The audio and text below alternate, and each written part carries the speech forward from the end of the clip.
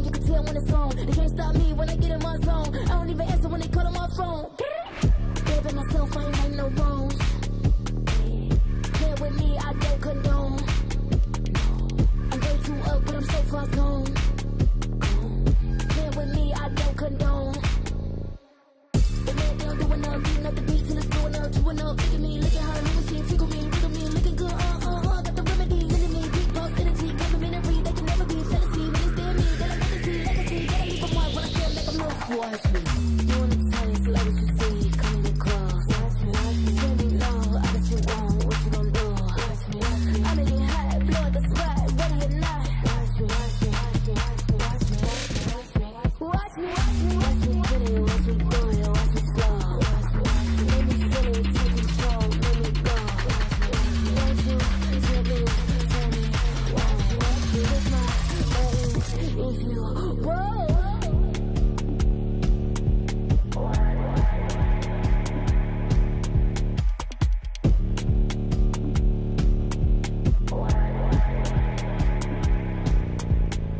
Watch me, better than me. Cocky, you like a see. Watch me, who's better than me? Watch me, you like a see. Watch me, doing the taste like what you see. Coming in close. Watch me, tell me low, I bet you won't, what you gon' do? Watch me, I'm in it hot, blow the spot, ready or not. Watch me, watch me.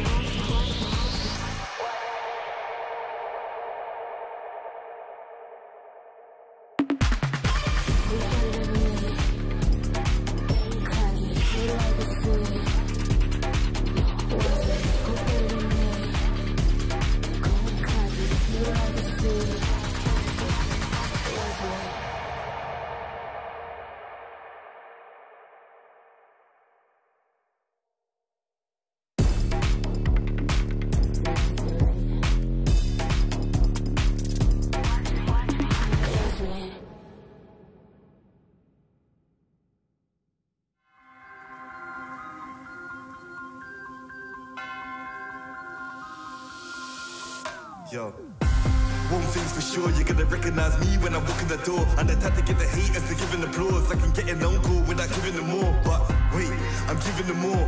Every 7 days I'm giving them 24. You can't make the cut if you ain't gonna bore. These ones don't know about war. I grew up cold, hungry and poor. I wasn't grateful, I wanted more. I wanted women, I wanted tours. So I grinded and grinded some more. Woke up depressed, I had to fight more. So I burnt out, I couldn't do more. I had to put ascension on pause. Now I'm back like I want no war.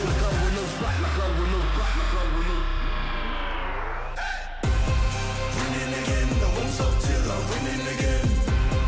Winning again, I won't stop till I'm winning again. It's cold outside and I thought I couldn't do it again.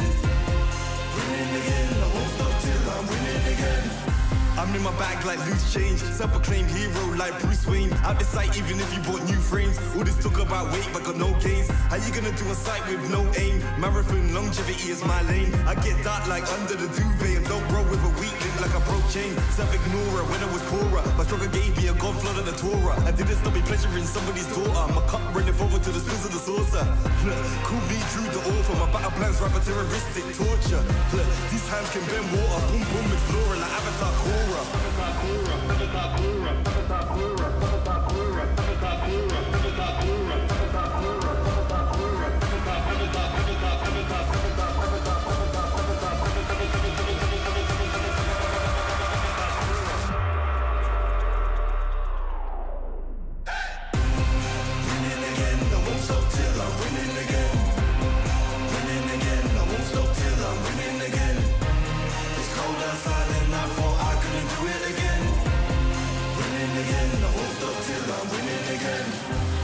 I rhyme like nursery, still my style, you will reimburse me. Plus 30, big hands and they're sturdy. I'm Drew the first, I'm back like anniversary. I came back worthy, like I swam in lava till it no longer burns me. I walked the desert for my ego's perjury, working for that zone where you can't outwork me. I'm a big man, but I ain't 32. I came to the front line with like 32. I'm a Rex, that's a shout out to 32. I'm a danger and I play 32. I'm just so 20, 32. Ahead of my time, so I'm hard like Rue. Froze the bomb like I shook the room. I stay lit like Christmas and hot like June. Winning again, I won't stop till I'm winning again. Winning again,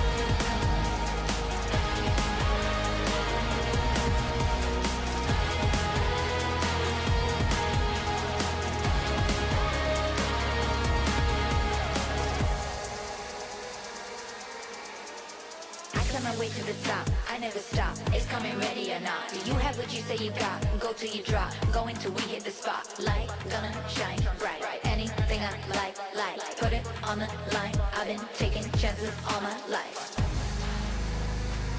I've been patiently waiting, and we're gonna take it like that. You can't stop what we began. It's the wildfire. We burn this world right now, and then we rise again, like phoenix from the flame. The players in the game, we might understand.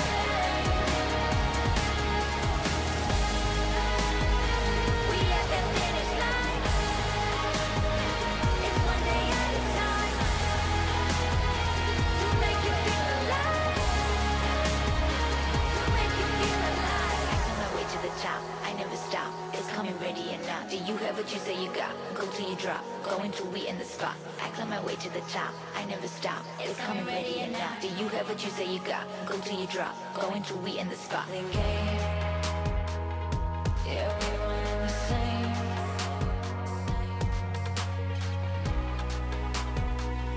I've been patiently waiting, and we're gonna take it like that. You can't stop what we began. It's the wildfire. We burn this world right down, and then we rise again, like phoenix from the flame. The players in the game,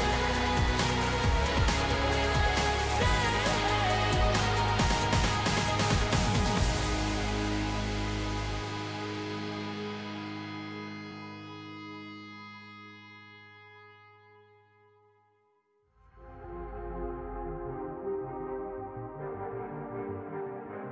Yo. I don't think they're ready for it. On the loose, on the loose, on the loose, on the loose. With the beast, on the loose, say the truth, on the loose. Off the chain, it's all the gauge. Yeah, getting wild, yeah, we out the cage. It's getting wild out here. One by one, we watch them all falling. It's getting wild out here. But I'ma be the last one standing. You can't stop what's begun. You can't stop a revolution. Coming, coming. It's getting wild out here.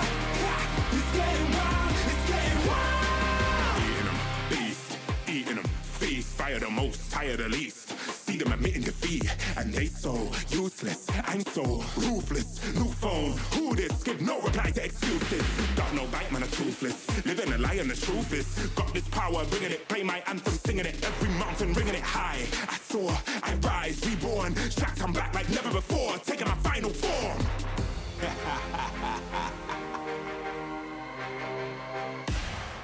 Yeah, it's getting wild out here. One by one, we watch them all falling. It's getting wild out here. But I'ma be the last one standing. You can't stop what's begun. You can't stop a revolution. It's coming, coming. It's getting wild out here. Yeah, it's getting wild. It's getting wild. For the revolution. What? Waiting on an evolution. Yo. It's coming, coming. Yeah. If you wanna come and get some. Yo. Nothing we can't overcome. Running, running. Sure as we rise with the sun. Yo. We will arise and become stunning, stunning. Watch for the revolution. You can't stop what's begun. It's coming, coming. Wait. It's coming, coming. Wait. It's coming, coming. Just you wait, just you wait. Yo. It's getting wild out here. It's getting wild. One by one, we watch them all falling. It's getting wild out here. Yo.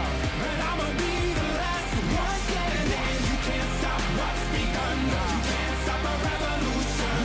Coming, coming. It's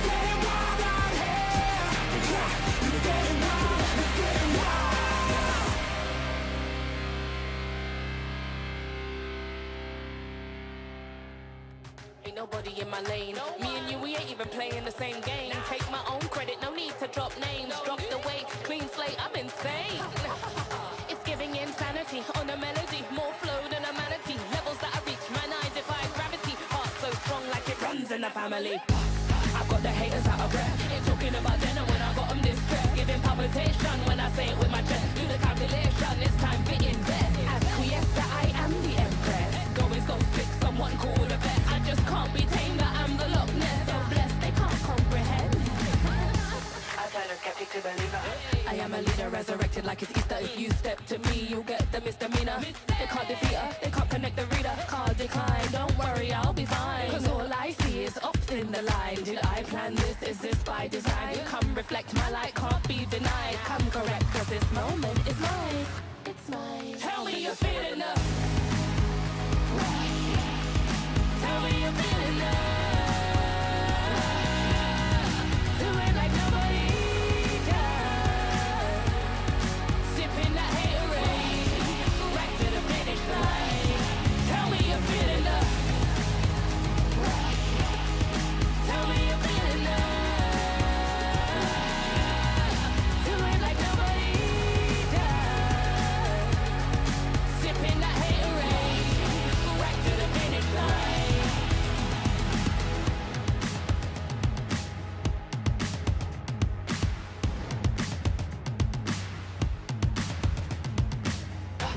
I got the haters out of breath. Ain't talking about then and when I got them distressed. Giving palpitation when I say it with my chest. Do the calculation, it's time to invest. Acquiesce that I am the empress. Go fix someone called a vet. I just can't be tamed, that I'm the Loch Ness. So blessed, they can't come. Tell me you're feeling the. Tell me you're feeling the. Do it like nobody does. Sipping that haterade, right to the finish line. Tell me you're feeling the.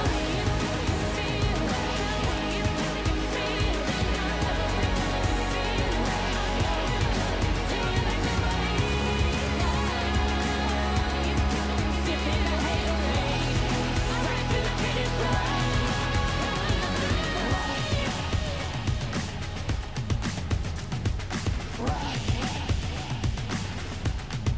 Tell me you're feeling the.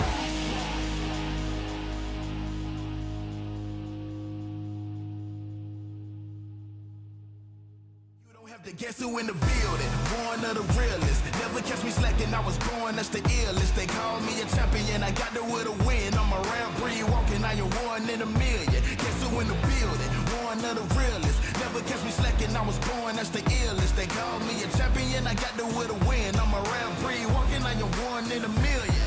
Yeah.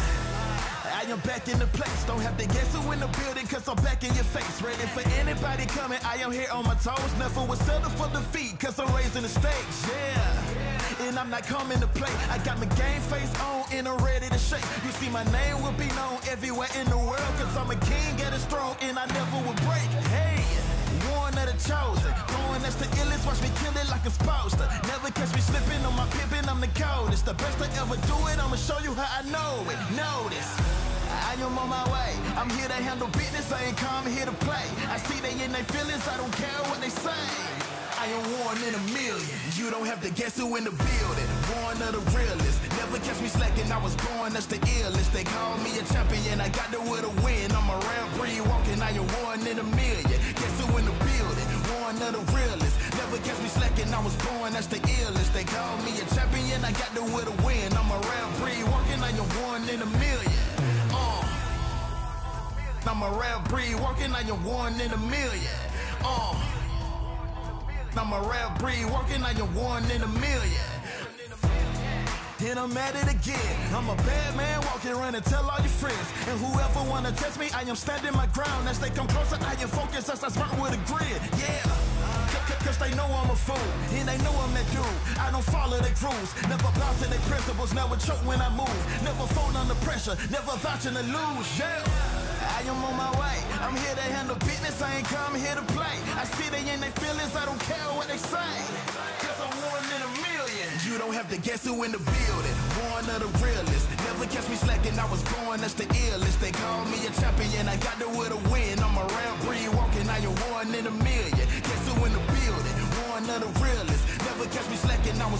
baddest, the illest. They call me a champion, I got the will to win. I'm a round three walking, I am 1 in a million.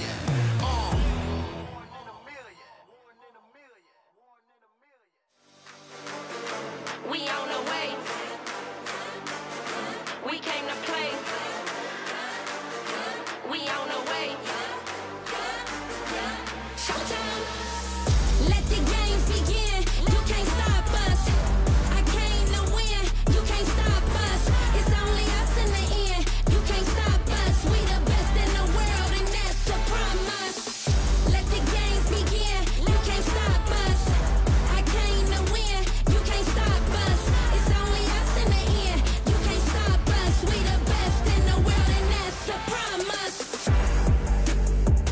Huh? Yeah. What? Huh?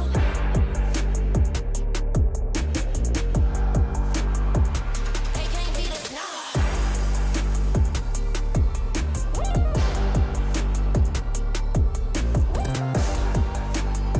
Let's get it. Let's get it. Let's get it, get it. Let the games begin. You can't stop us. I came to win. You can't stop us.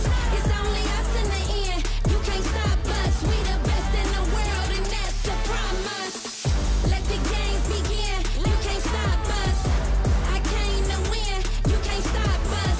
It's only us in the end. You can't stop us. We the best in the world, and that's a promise. Watch this.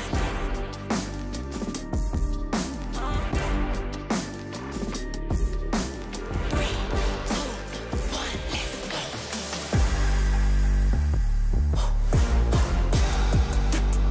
Who want it? I got it. Yo, I got it. Woo!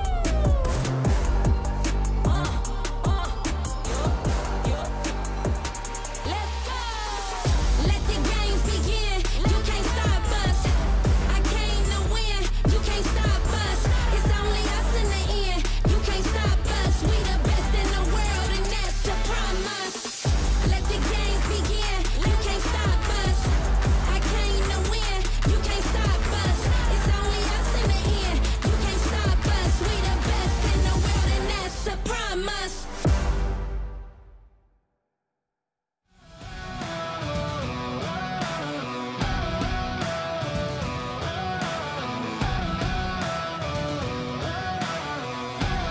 Soaking the fire under my feet. Soaking the fire under my feet.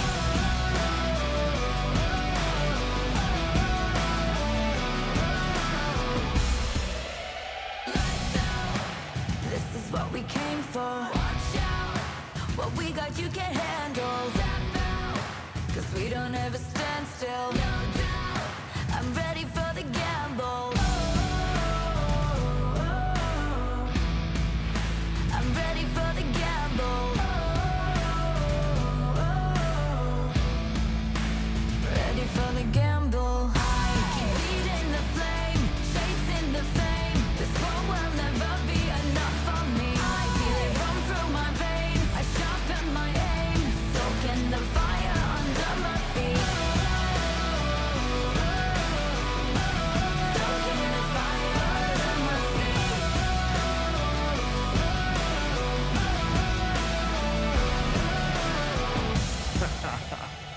Yo, I switch, I swerve, wonder how I have the nerve. Leaving the heat on the track, too hot and I'm lighting the match now. Blasting off our rocket, grab the mic just to drop it. My Fahrenheit is shocking, amazed, dazed by the centigrade. Come now, don't be phased, follow the trail I blaze. First place, no second to waste.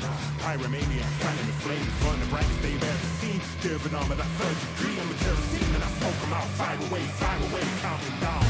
2, 1, ready for the gamble now. I keep feeding the flame, chasing the fame.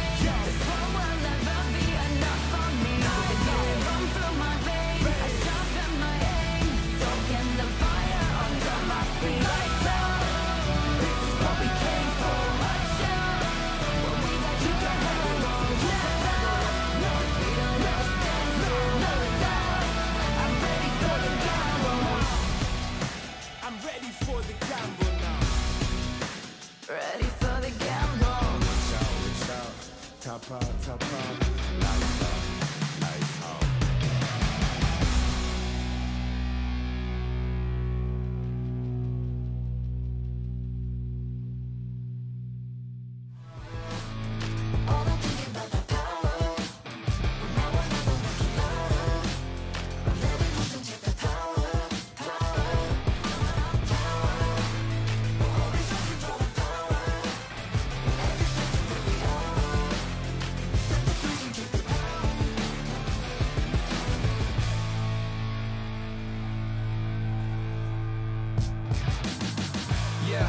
moving automatic. See the top spot, but I move right past it. You're not number one, man, you thought you had it. I got what I want, now it's more than average. We are the masters. The Snapdragon Pro Series is brought to you by Snapdragon Elite Gaming and DHL.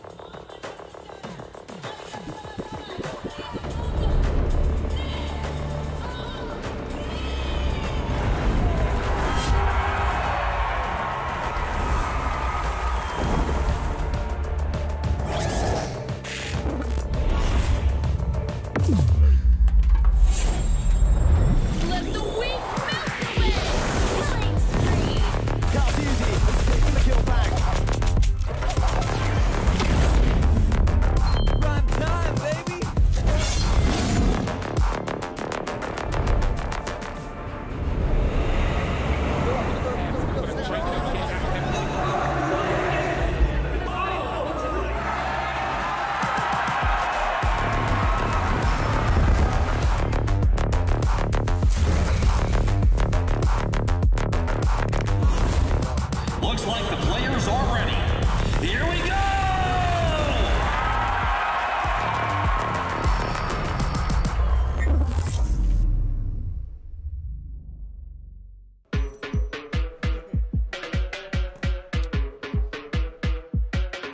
I'm good. Who do we have up on the floor?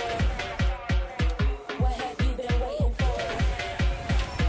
I'm the one that they adore. Make it loud, make it roar. You know how we do?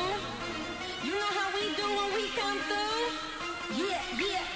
Who do we have up on the floor? What have you been waiting for? I'm the one that they adore. Make it loud, make it roar. 3, 2, 1, let's get it. Open my door. I'm the one they can't ignore. I'm the core. You a bore. I know I'm winning. What's the score? I need more millions, not just 3 and 4 millions. I need billions. I need trillions. I need buildings. I am brilliant. I'm resilient. Vibes, vibes, leave the haters outside. Vibes, vibes, leave the haters outside. Vibes, vibes, vibes, vibes, vibes, vibes, leave the haters outside. You got the right one, tell 'em I'm an icon. You got the right one, tell 'em I'm an icon. Gracias, the Lord.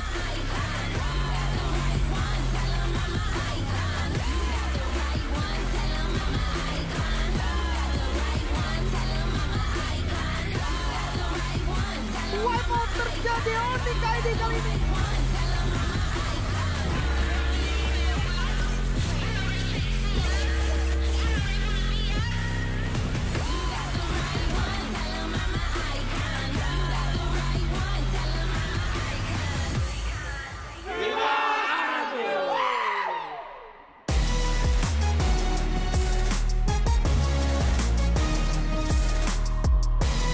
Live in Jakarta, welcome back everybody to the Snapdragon Pro Series Mobile Masters. Once again, we are seeing the best of the best here today in day number 2 to finish off this group stage here. My name is Gideon Q as your host here today, but we've got 2 professionals loading in, rendering in a matter of fact. It's going to be Eterna and as well as Leo at the helm. Boys and girls, how you guys feeling today, especially after day number 1? I feel great. Salamat sore, magandang hapon, and good afternoon to everyone joining us. We're starting a little later today, but I've seen the schedule, you have too. I think we're in for quite a treat. There's more cross-regional bouts happening today. Absolutely. It's going to be exciting to see how far we're going to get through the groups, and maybe we'll get a little bit more of a taste who will be moving forward by today. Yeah, I didn't download the language packs, but I'm going to assume that that was just hello in every other language possible. But after day 1, we did see a couple of interesting things actually sort of happen, right? Especially amongst the international spectrum here. Let's pull up the standings just for you guys in case you just tuned in. It's a little sad if you didn't tune into day number 1 because Stream A was banging yesterday, but sitting right on top of Group A, it's going to be the world champions Onic PH once again, taking at least 1 game loss. Not a series, just 1 game loss, putting them at 5 points. But right under them, Papara Supermassive with 4 points. Guys, do you think they're going to be able to hold this? Because, again, Southeast Asian dominance has been a thing.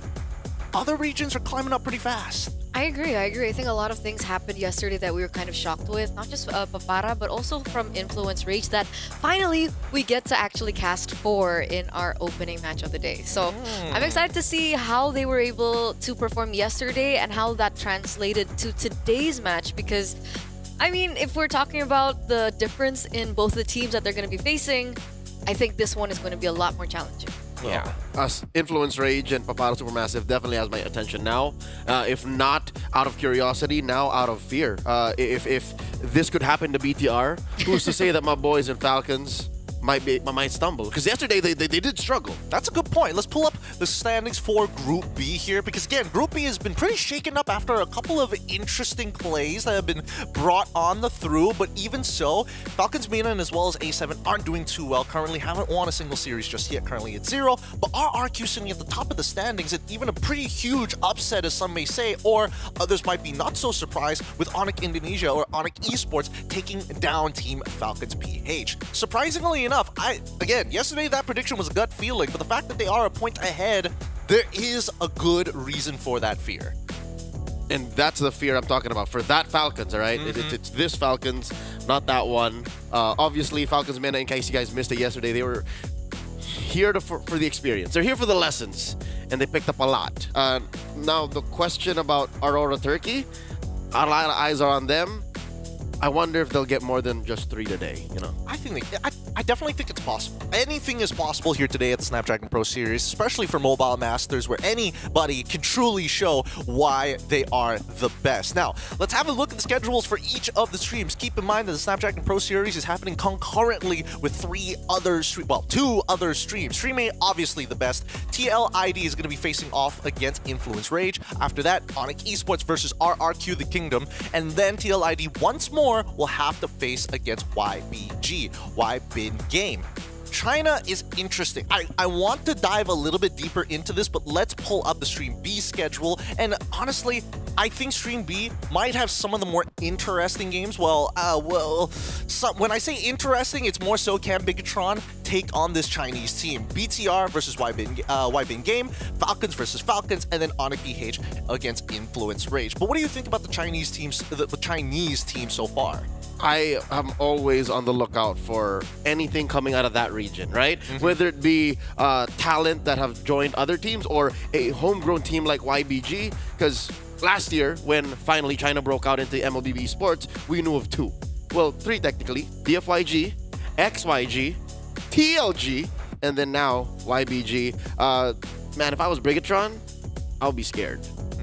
Stream C, let's pull that up onto the screen right now because this is leading into whether Papara Supermassive can maintain their spot. Now, first off, they already have a huge litmus test right at the very beginning with against Onyx PH, and then afterwards against BTR. I'm assuming that Aurora Turkey should be able to take on A7 considering the standings, but for you, Eterna, do you think that Papara Supermassive is going to be able to maintain their standings or at least top 3? I think they do have a good chance, right? Especially seeing the performance coming from Bigatron lately that hasn't been as consistent as, of course, Mirkotron would like.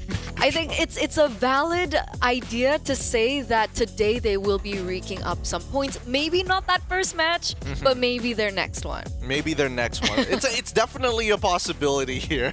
It's I don't know what's going on with BTR. They want to sweep. They gotta sweep. They have to sweep. They have to do really well today because, again, the matches are getting short. There's less matches as the group stage goes by, and I think even tomorrow is going to be one of our shorter days before we start heading over into the playoffs. Speaking of which, as we were talking about the Chinese teams, YBin Game, we've actually experienced one of their players before. Previously, he was taken over by KBG during M6, so we got a little bit of a taste of what they are capable of, especially when we're talking about the gold lane. Yep, Belexi started his career with YBG, went over, and then came back.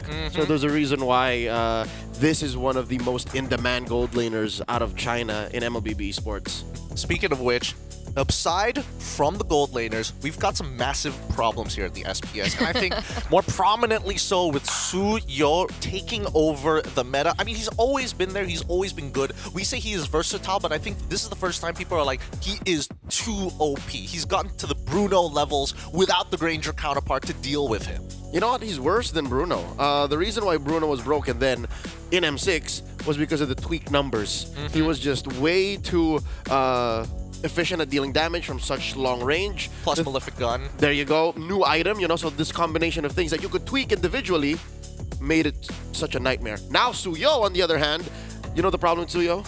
What's the problem? His kit. Just the way the hero is built, there's nothing he cannot do. So what does Moonton do here? What does a developer do to tweak him? Maybe change something specific, because the last time he was nerfed, they just reduced his sever damage. That kind of leveled him, but now teams have worked out that number doesn't matter, man. Like, it's just he's able to fight in the pit. He's able to dash away. He's able to deal critical damage from multiple ranges. Lifesteal. And one of the main problems I think with the Suyo now is how good he is early game, right? We've seen a lot of trends coming in from these teams, especially in the Snapdragon Pro Series, where a lot of the teams who are able to have control over the early game usually will be able to take it before we even get to the late game. So the fact that the Suyo is already strong at level 3, it bodes a problem for other junglers like the Joy, like the Hanzo, who needs a little bit more time to get to the ultimate peak of the hero. Yeah, I mean, let's not forget even the side laners like Gold and EXP especially. Speaking of Gold laners, we actually do have some stats on the one who's taken a lot of punishment. I don't know if there's going to be a correlation between how well Suyo is doing compared to how much Granger is not doing so well. He was a prominent pick in the previous internationals, but coming into the SPS, his win rate is kind of abysmal. This is a matter of sample size. I agree. A lot of teams and players that just throw the Granger into random lineups suffer the consequences. It doesn't happen with Suyo, because for Suyo, it's the kit that's just broken. You can just put him in any situation. You could steal Lords, Turtles, push. For Granger, you have to snowball. You have to ride that wave and make the most of the first 12, 13 minutes. Maybe even 8. But for some, we've seen Trinity's built for Granger at 8. And if that doesn't change, if you don't hit that and your team, the rest of your team gets beat up, then you reach this, you know, abysmal number. What's that, 4 out of 14? Yeah. It's not good. It's really not good. Most, at least, like, even out there win rate roughly around 50 to like even 40% is not the worst. But if we're talking about heroes who aren't performing well, let us talk about Kalia then. The brand new hero that we were all like, broken, busted, so good. She's got everything that you ever wanted in a support, but it just doesn't seem to be working. Kalia, 45.5% win rate so far. It's doing better than Granger for sure. 11 picks, 9% bans. Its presence, it's felt in the draft, but sometimes in game, it's kind of not really there, non-existent, as teams just not integrated it well, or is it just more so we're just hoping for the best? I think Kalia is kind of tricky, right? Because when we're seeing the Kalia piloted by a lot of Filipino teams, it looks like we do see the impact, right? The healing is there. There's so many times in the early game where there's a lot of miscalculations that happens. Momentum is usually been able to find by this Kalia. But on other teams, it seems like they're just not ready yet. And it makes sense, right? Because up until this point for MPL ID, it's been banned. Oh, it has. So it has. It hasn't been put up to the test. And that's considering MPL ID, number 2, number 3, maybe region that we're considering in the world for the MLBB professional landscape. And so if we compare it to the rest of the world, maybe they're just not comfortable yet, because I think the Kalia requires a particular composition for it to work. Let me just hopscotch off of that. Leo, I think that right now, because there is so many bans happening towards Kalia, towards that red side in particular, do you think that the impact of the red side is, you know, I mean, I'm looking at the win rates, blue side right now based off of sample size looks to be the higher number, but ever so slightly, not abysmally like it was previously. Do you think that that's going to be an inevitable problem, or people are just going to be like, you know what, let's just get better at Kalia? Yeah, no, looking at the way teams have been playing around or with Kalia, I think Red just has that extra baggage, especially when they're playing up against teams that have played Kalia. So if you're watching a match that has a Filipino team and to some extent an Indonesian team, then Red side becomes like, oh no, it looks like we only have 2 bans here, because you have to watch out for that Kalia. Filipino teams are not afraid to go Kalia 1 here or X Kalia here. So if you're not ready for that, then you're drafting halfway.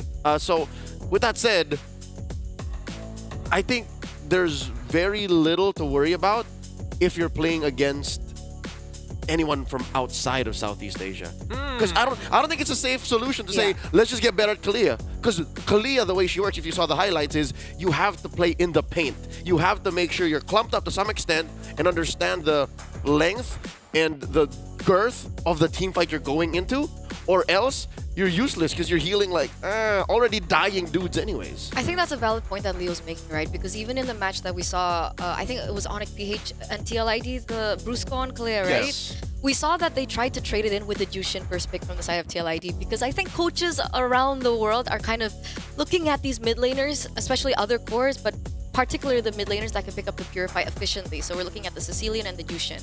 But it hasn't worked out just yet. Because technically it should work, right? Kalea's ult is around 50 seconds, and then Purify's around like 90 seconds. So. Yeah. It makes sense, right? And there's definitely a threat, and I do think that previously thinking that it was going to make Gatot or maybe even Kaja. I mean, Kaja already not exactly in the place of the meta right now, but maybe this suppression could be something we could revisit back if the meta continues to develop the way that it's going. In terms of drafts so far, I think that teams on the red side are going to struggle a little. We've seen that even some of the teams are looking towards those win rates and like, you know, Suyo is a bit of an issue. Let's, against some of the better teams, let's just axe it out. Now you remind me, it's not just the Kalea you're worrying about if it's a Filipino or Indonesian team. You now just have maybe one legit ban because you also want to take out the Suyo. Much to discuss here, but guys, if you want to join in the discussion, quickly hop on to social media. Go find us on X the Everything app at ESL MLBB, Instagram ESL MLBB, and of course Facebook. We got you guys covered. And make sure that you tell us, what exactly do you think about the meta? Who's some of your favorite teams? Or is there anything we could do to improve the show as we're watching it live? With that being said, Snapdragon Pro Series is going to go on a short break, and when we come back, the Mobile Masters continues between TLID versus Influence Rage.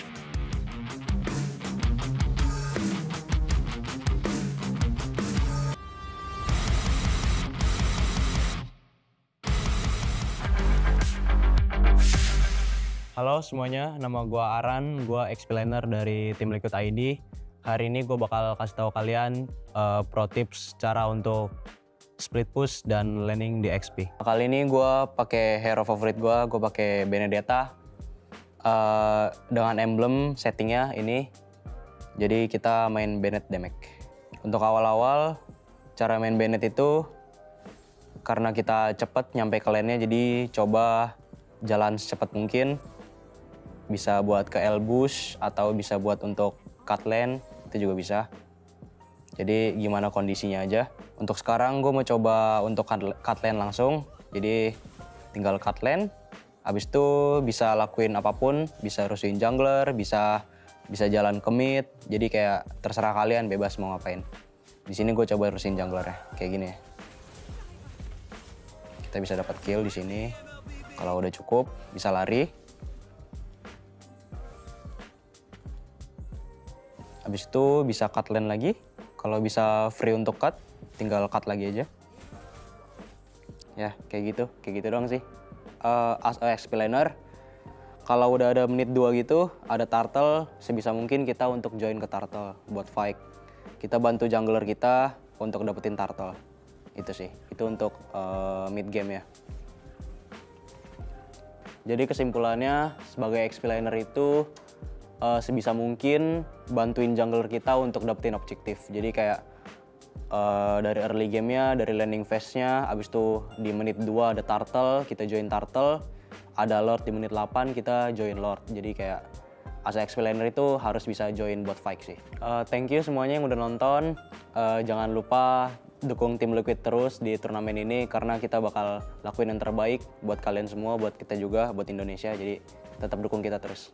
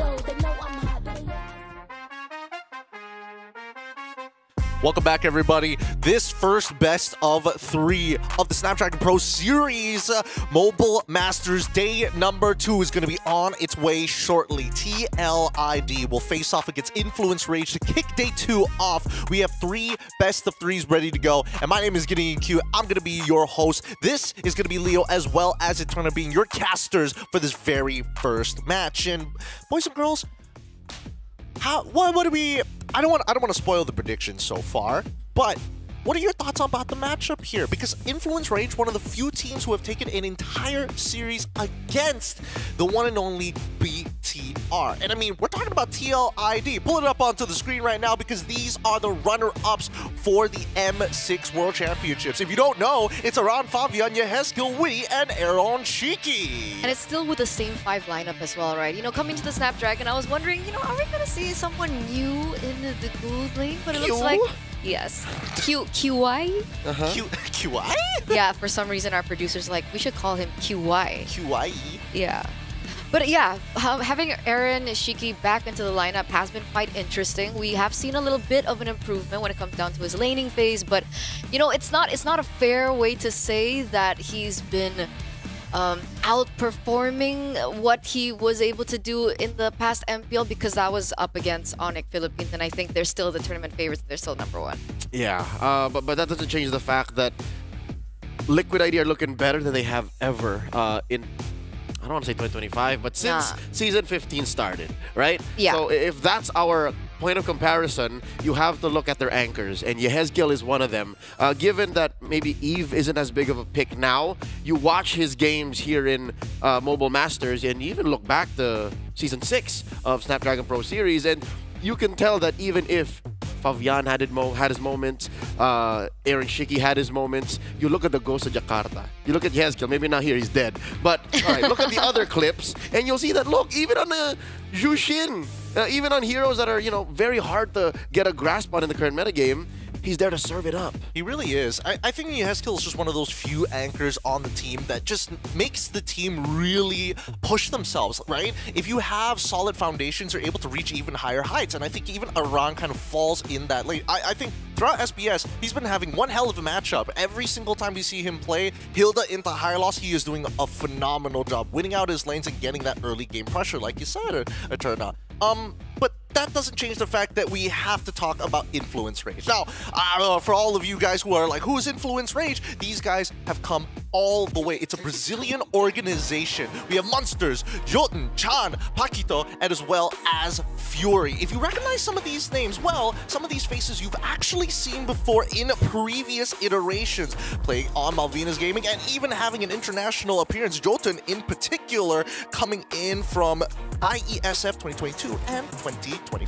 That's right. This squad that is, again, playing in MPL Latam, in that space, is made up of both Brazilians, Argentinians, and an Indonesian. And a Chilean.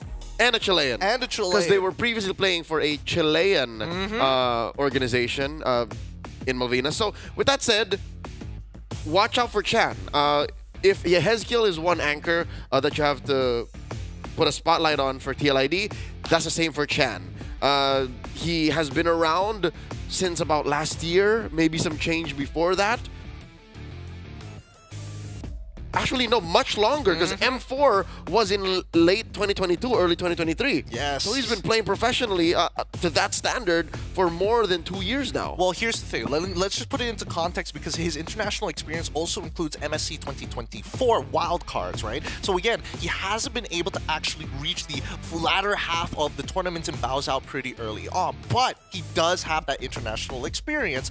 And some may say that that might not be enough, especially since the evolution of the competitive scene in Mobile Legends, but even so, it does give a lot of hope. So let's bring up the head-to-head, because again, Chan, one of the few players actually whipping out the Selena this time around in their previous match. I'll pull that up in just a little bit. But so far, if we compare the stats, Yehezkiel and as well as Chan's GPM, definitely leaning more in towards Yehezkiel, but the KP is looking super similar, and the KDA is where we see the big differential. I find this so ironic, having the Selena on the side of Chan, because, you know, Yehezkiel in MPL ID has forced this pick a couple times, a little bit more than we would like, especially for the, you know, cavalry out there.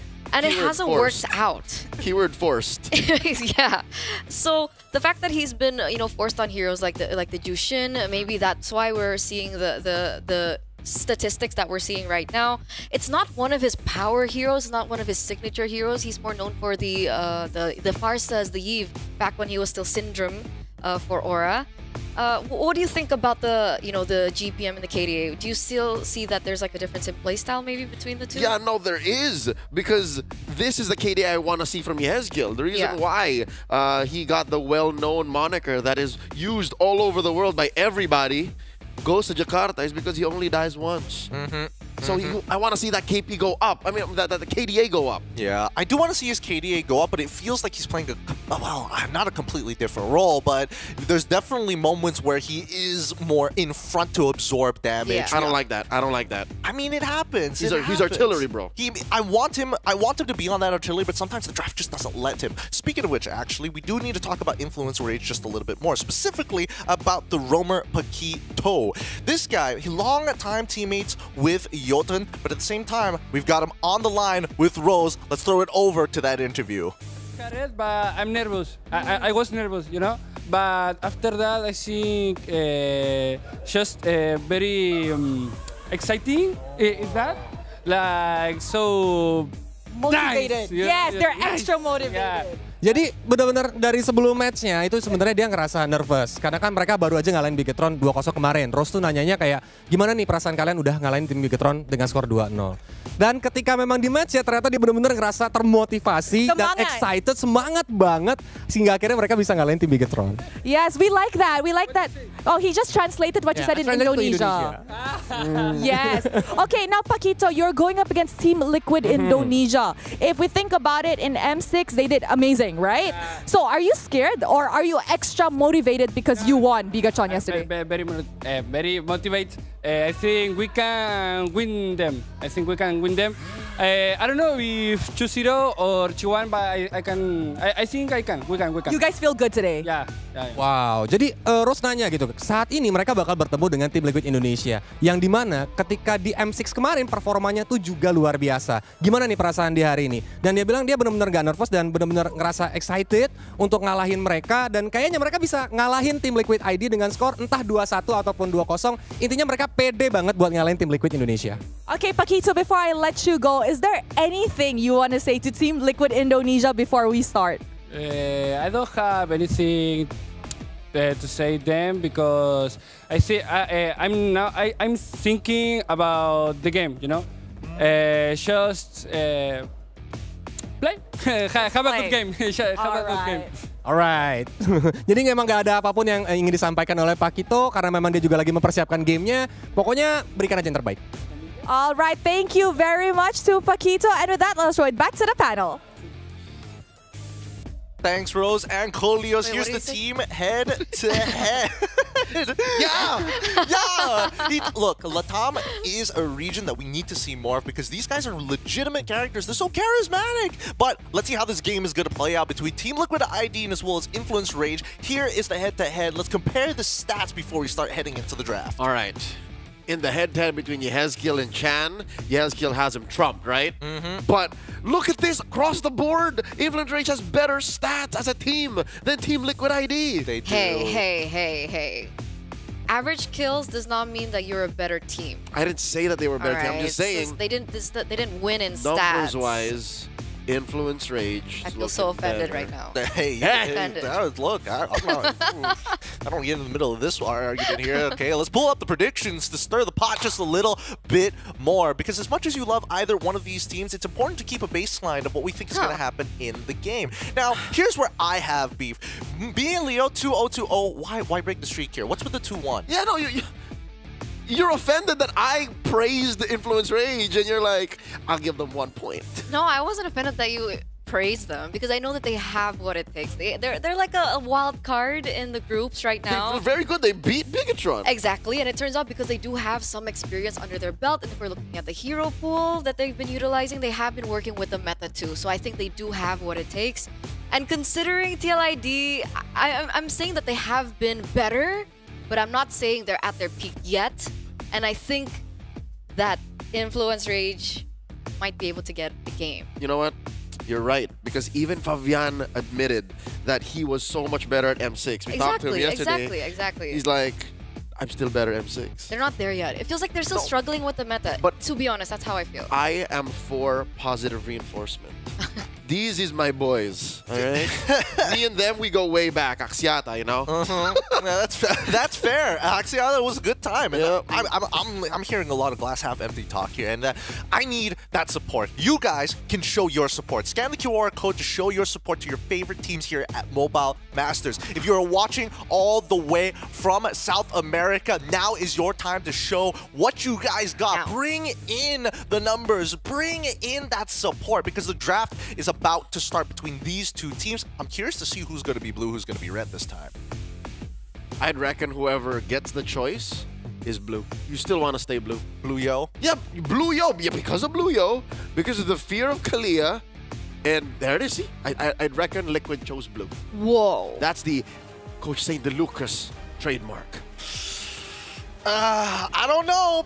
Mr. SDL going in with the first pick Fanny. We're not going with the Suyo. It's been let through. Somebody's gonna get a scolding. I don't think this is a St. DeLucas kind of thing. Maybe he just, my theory. He said, okay, first game of the day, you guys can pick whatever you want. Fabian goes, Coach, give me Fanny. Because usually most teams would ban Fanny, especially when you're on that red side. This is one of the few times you see Fanny actually let through. But at the same time, Team Liquid ID also got rid of the Phobias, which is kind of raising some alarms. However, I like the first two picks from Influence Rage. Suyo going straight into the Cho. All right, checking the boxes here. Team Liquid ID going to go back to the classics. This feels like a let's see what happens first. That Fanny. A couple of Fannies yesterday didn't work out. Yeah, but it's not Fabian though. Right? It was Annabelle who was able to pick up the Fanny. Who else picked up the Fanny yesterday? Kyrie. Oh. Yeah. Really bad time to take that comparison. Right? I mean... And the Fanny was faced off against a Moskov NHO. The Moskov is still open. Exactly. I was thinking the same thing. Influence Rage, they have a really good opportunity to make sure that this Fanny's not going to have like a lot of pressure overall. Do it, Fury. Do it. See? What I tell you. Beautiful, beautiful stuff coming in from Influence Rage. Now we're seeing that at least, you know, even from the Latam side, they've done their homework, and more importantly, they're really taking advantage of some of these key picks to make sure that TLID won't be able to just kind of walk over them in the draft. But there's this thing about TLID. Sometimes their draft doesn't make sense. Correct. All right? Sometimes they don't make sense, but if they fall back into comfort, then it still works. And this is still comfort, I'm exactly. saying. Yeah. Hilda for a run. Or it actually can still be flex. You know, sometimes Woody has picked up the Hilda before. So coming into the second phase, I'm looking at heroes for Woody in particular, right? Because the Jawhead's been banned out. He's been performing okay on the Cho as well. He played all Jawhead all day yesterday. Exactly. So what hero are we looking at? I'm worried about this type of thing. I'm worried about the comfort. Mans Hylos? Yep, Mans can pick up a Hylos. Mans can pick up a good Tot. He's got options. I think out of all the positions, like Rome is one of the safer ones. I mean, you can play Badang if you want to, right? Just to have some form of disruption against both the Suyo as well as the Cho. Badang. Yeah, it doesn't feel like a witty thing. My man's Christian Witty don't like that Badang. Well, okay, we'll see, because Selena's going to get banned, so it even looks like Mr. SDL himself has decided, hey, I've done my homework too. You guys may be trying to punish my Fanny, but it doesn't necessarily mean that you're going to win on everything. And maybe for once, we might just see a draft that's centered around Yahes kill.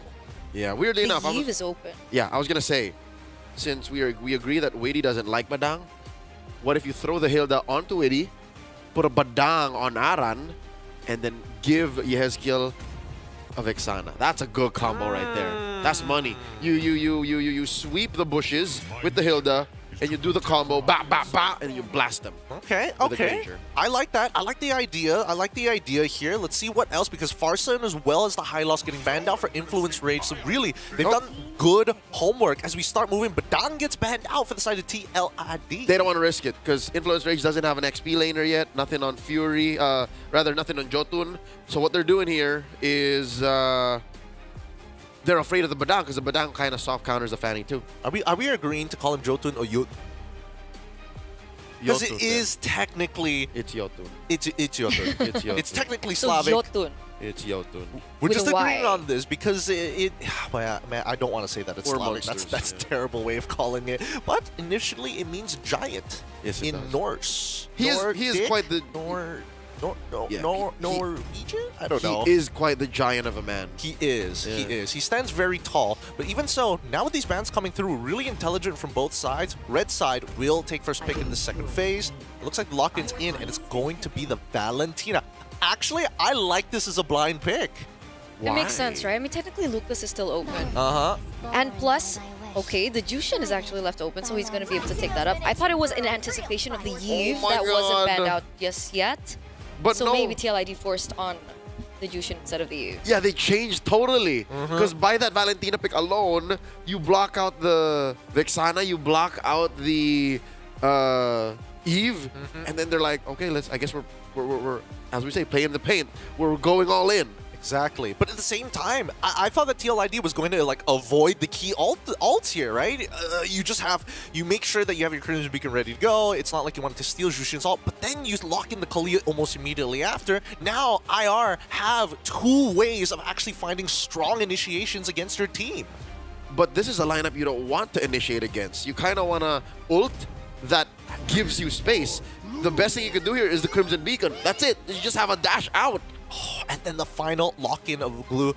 I'm not going to lie with you. I think IR have a really good draft on their hands to make sure that Fabian isn't able to accelerate this game. This game's going to be like based on what it looks like, both Witty, Aaron Shikin, as well as Aran to kind of create the tempo for those opportunities for Fabian to come in. I agree, and we saw him struggling on the link because of the exact same reason. So the fact that IR now have a lot more tools to utilize, this might be a problem. It could go either way here. Our first best of 3 is going to kick off as we're ending off the draft. TLID versus Influence Rage in a best of 3 banger here. I'm going to leave it to our lovely, lovely casters. It's Leo and Eterna taking you guys into the Land of Dawn. Let's get it, ladies and gentlemen. Our opening game, our opening match of the day here at the Snapdragon Pro Series Mobile Masters. And we're going to see exactly what IR are made of. A huge upset yesterday when they were able to take down Bigatron Esports from Indonesia 2-0. Let's see if they can slay yet another Indonesian titan. Yep, this is the defending champions of MPL ID. Team Liquid ID. Here's what's scary, all right? Here's the reason why I'm so adamant on defending why Liquid ID drafted this way. I don't want this powerhouse team to not be learning from yesterday. I don't want to see them force strats where clearly they could be doing better. Fabian coming in, all right. You know, they could keep doing that, and then IR is going to keep learning, going like, yeah, they just want to have us get baited out. Let's just not give it to them. I mean, at this point of the game, they can, right? Because most of the ultimates coming from Influence Rage aren't there just yet. Those that are very integral to be able to stop Fabian. So we do see him playing a lot more aggressively, and here is another example. Oh my lord, did he steal? Yes, he did! Oh, that's a buff denied! As well as the silver lining, the kill on Yotun! Yeah, which is not as great for Influence Rage, especially they have the Suyo. We talked about the Suyo a little bit in the pre-show, the fact that he's already very strong in the early stage of the game, and you do want to try to look for a snowball. Meanwhile, again, a little bit of trade-in damage onto the mid laners here from the side of Influence Rage, but it's still a-okay. But again, this is what we're going to be expecting up until that level 4 point. So right before the turtle, I think things can kind of shift in favor of IR. I'm thinking how you recover with that quick jump in by Witty, forcing the retreat from Yotun in Monsters. The jungler from Natam, I'm wondering how he is thinking about approaching this turtle fight, because if that happened to me, my purple got stolen, I got killed like that, I'm not touching anything close to it. Now Paquito in trouble, goes down, Yehezkiel gets a kill, and as well, the cavalry scores a big early game objective. Yeah, he can't right now, right? The fact that they're already, what, 2 levels ahead? 3 levels ahead, rather. Fabian onto Jotun. Not the best way you want to play around this. No contest, Fabian, though.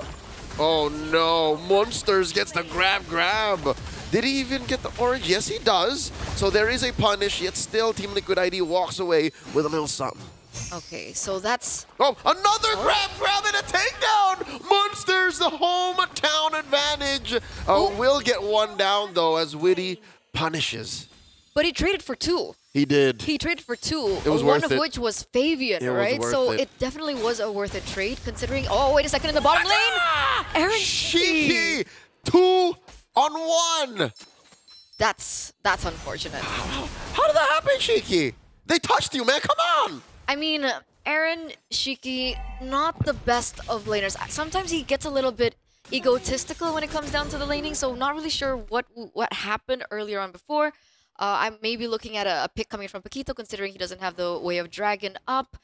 But, well, that's what their composition is now for, right? For IR, maybe they can't take the early game, but they're looking to try and work around Fury and the Moskov and maybe wait for that power spike to hit. Yeah, earlier. Oh, we're looking at one more. Paquito goes. Weedy gets another. And Chan here does have the Toonami Slam. Gets repositioned. 4 members of Liquid ID circling around. Currently, TLID are at what? Eterna, would you agree, like a half step ahead? They were 2 steps ahead earlier. Yeah. Now, with the trades and, you know, the give and take, I think they can do better at getting a more advantageous position. Influence Rage know exactly how to punish. They can be a lot cleaner, but we did talk about their composition earlier on. The fact that Influence Rage have a lot of tools to kind of be like, hey, Fabian, okay, we get you on the fanny, but we have tools of our own to kind of shut you down. So it does make sense why we do see some trades over the board, except for, of course, what happened to Aaron Chiki earlier on, but Moonsters already quite aggressive. Turtle currently at a quarter of its health. Look at the back line here. A scramble, a kick coming in from Paquito. That's a revitalize. Popped already. Oh, rather, no. This is a flicker. Witty, it was actually the passive on the Kalia, and Aran just suffers a death there. There's a little too much damage in the back line. Now Jotun wailing away, looking for that choke slam. Does get the Crimson Beacon off, but that's another death suffered down. Missed out on, that is Aran sent over, and a turtle scored by Influence Rage. Yeah, he actually misses it. Fabian doesn't get the retribution down, and so that is actually going to be given in favor of Influence Rage. Leo, we were talking about this just a second ago, TLID being half a step behind of Influence Rage, and they're catching up real quick, real fast. Jotun was, what, 3 levels below Fabian earlier on? He's now level 8 to Fabian's 9. Yep, and I'm wondering why that is exactly. Is Fabian changing his priorities, like suddenly going for fights, suddenly going for steals? And here he's forcing a response from Chan and Monsters, and he's, I don't know, does he get what he needs? Oh, and Paquito comes in with a full combo right underneath turret range, so I'm not so sure they're going to get that done. Fury goes, Witty helps Aaron Shiki get revenge, and they're going to push down that turret. Okay, so we do see some trades over the map. TLID pick up yet another tower in the bottom lane, and Aaron Shiki finally gets a kill under his belt, considering he did commit to the Sky Piercer. So that is, what 1 stack right now? Currently. Not the best, right? He has 2 items, Hunter Strike and the Sky Piercer. Meanwhile, for Influence Rage, we're looking at Fury, who only has the Corrosion Scythe. So it will take them a little bit more time to get online, but for the most part, their mid-trio from Influence Rage, they already have a lot under their belt. Fury Hammer, a little bit more damage as well onto Jotun. Yep. Still amazing how Jotun is able to maintain a level of competition here. Threatened, even stole, took that second turtle now, the last one spawning in that same spot. How does a map do this? Team Liquid ID, they can do better to play cleaner. The kick here, caught in by Aran, still surviving, dashing out. Paquito gets punished hard, and a Toonami Slam on the one. Chan serves up a double kill for Aaron Shiki in the split.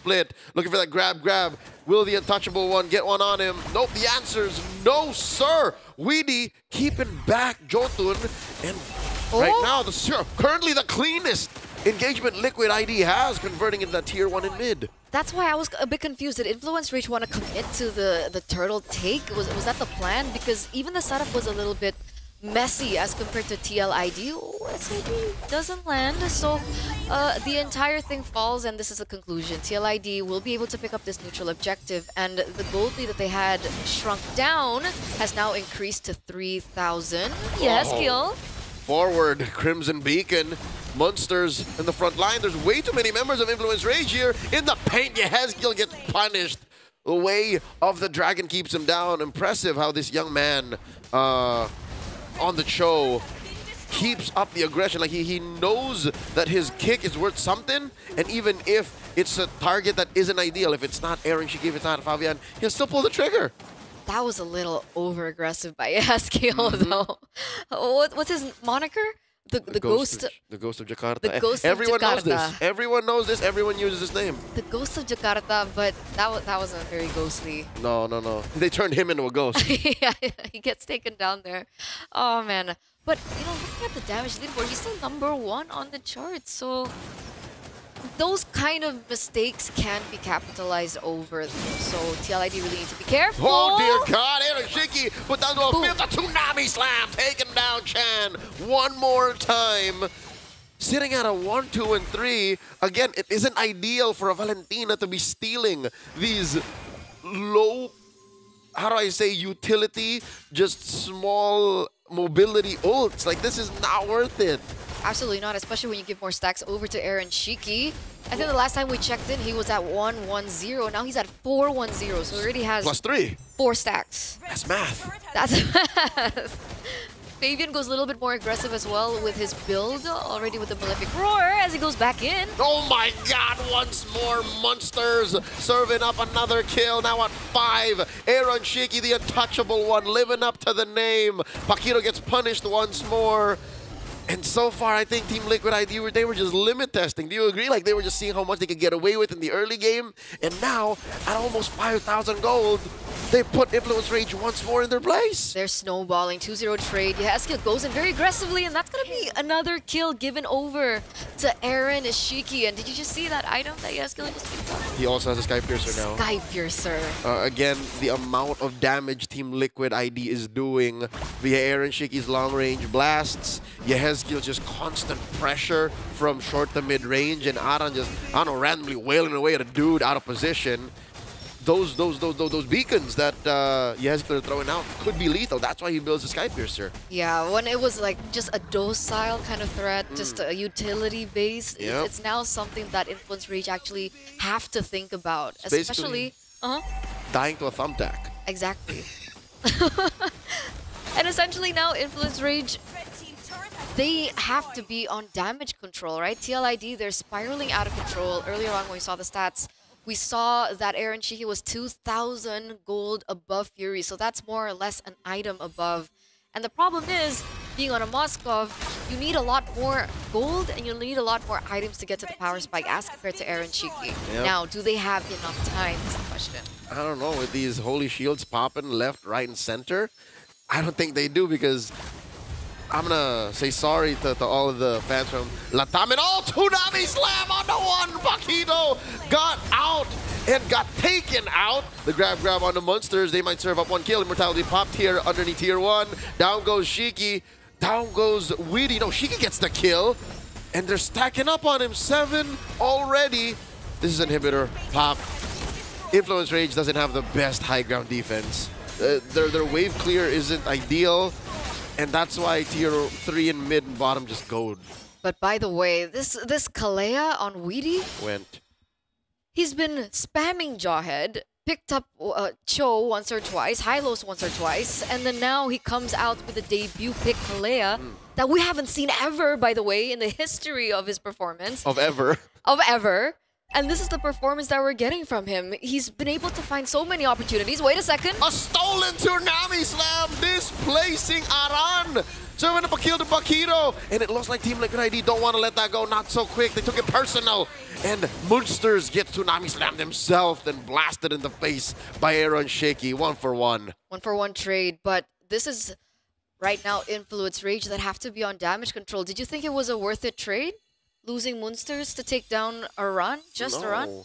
No, but that's the thing is, I don't think Influence Rage expected Team Liquid ID to respond in kind. They were like, okay, we'll do this. We'll take down Aran, and then that's their frontliner down. Like, you understand that Aran is their only real frontliner, because Weedy wants to pull them back into the team fight. And I think Influence Rage miscalculated how Liquid ID would take that. This is Aran. They wouldn't trade. They wouldn't fight for him. Apparently, Liquid ID. They did. Yeah, nothing comes for free. I guess it makes sense, right? I was looking at the 8,000 goldie, but if we take a look at the items, it looks like Fury technically already has his Holy Trinity. So maybe that's one of the reasonings behind the decision. They were looking for an opportunity for Paquito. Oh, that's an SOD. Thrown out. Waiting if Fury wants to respond. Paquito very low. Flickering back, defensively used, and look at that. Munster's already got the grab. It's just a matter of time. Liquid ID is going to squish him out, extinguish their effects, and that's a Tsunami Slam once more. 9 stacks on Shiki, and the Lord should be all but wearing that blue jersey. No way, right? No way. In no man's land, 4 members already on here, and Shiki already dealing this much damage. It looks like Aran wants to go for more, actually. Fury fighting back, going down, standing, and gets choked out. Paquito goes, Monsters 2, and Shiki deep behind enemy line scores a triple. It's a wipeout. They don't even have to go for the Lord. Already 3 inhibitor turrets taken down, and this is just the final push. Chan left all alone. And it's just a matter of time.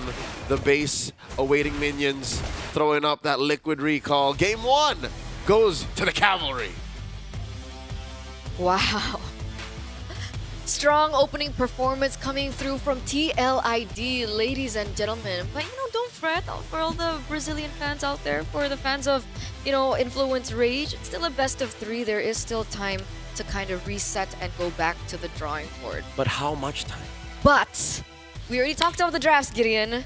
Did you think it would have gone the way that it went in game number 1? I think a couple of things, right? The only thing I have to say about draft, the hardest decision to make was whether or not they go for the safe blind pick of Valentina, or they make a hard read and say, you know what? Let's make sure that the level of execution of TLID is going to be at an all-time high if we were the ones who took the Zhu Xin. I think either or, 2 different problems. My biggest problem is that Influence Rage, you can see a little bit of inexperience here, just a little, because target priorities were kind of weird sometimes, and I think that's why we saw TLID really take it in that mid game, right? Because again, Aran, for some reason, those 3 deaths, he was like, okay, sure, I'm just the hedge fund. I'm just the investments in the back bank. I'm a boxing bag. Like, I'm meant to take this damage. It's wild. It's wild. A couple of the other things that I did notice. Witty, interestingly enough, this man, I refuse to engage the traditional way. I will always use my battle spell. Flicker, Tsunami Slam, and I want to make sure that I've got my second skill to get in or extend my lead. That's the only big difference I've seen so far. And look at him, right? Doesn't even complete the T2 boots. Straight away, I want to make sure that I have immortality because I'm going to keep on doing this. This is a very Kaja approach to play in Kalia. So I guess that's why we never saw Kalia, or MPLID people never saw Kalia Not just yet. on Witty, because he was channeling his inner Kaja before his debut here in Mobile Masters. Technically, it was also banned. Yeah, but even so, I think that Influence Rage, a couple of things that weren't utilized, that's SOD. It didn't come out at the right times. It didn't connect when they really needed it.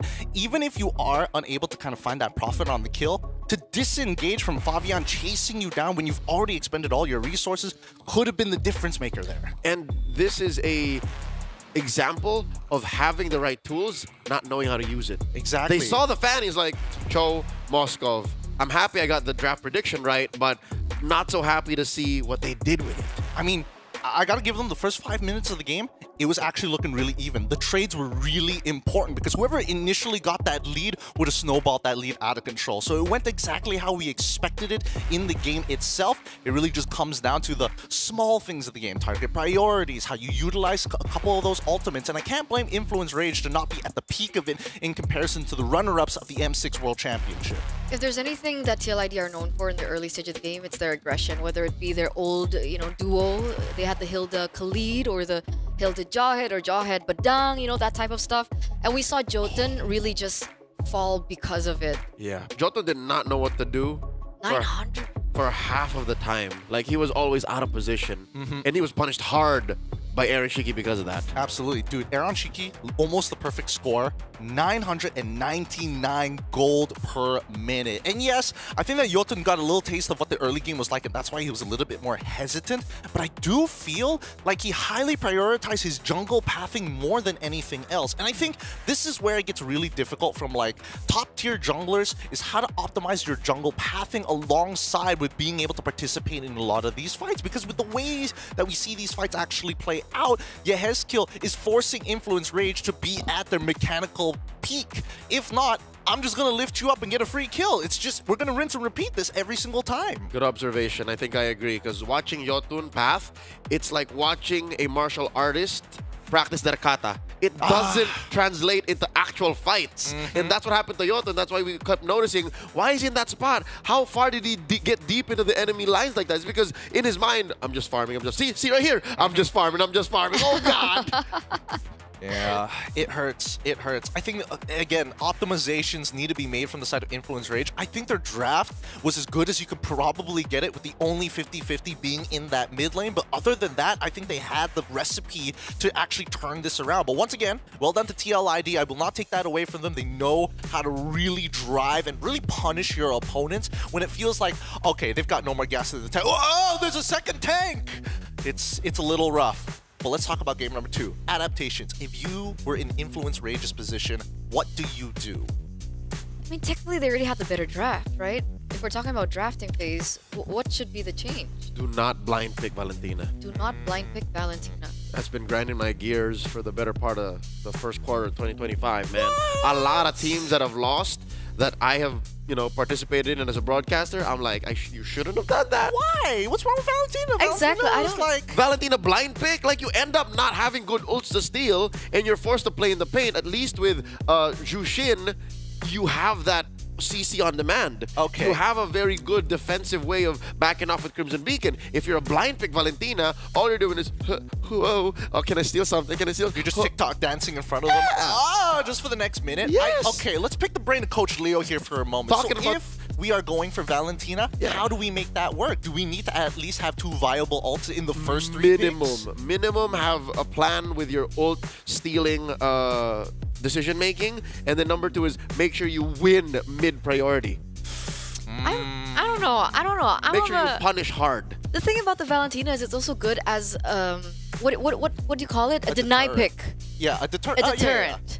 In the drafts, right? So they're not technically, well, okay, you can call it a blind pick, but also in order to win the drafts, in order to prevent, let's say, Yaskiel be on a comfortable hero, that Valentina pick shut down Yaskiel's usual heroes. You tell. All right, what would you rather have?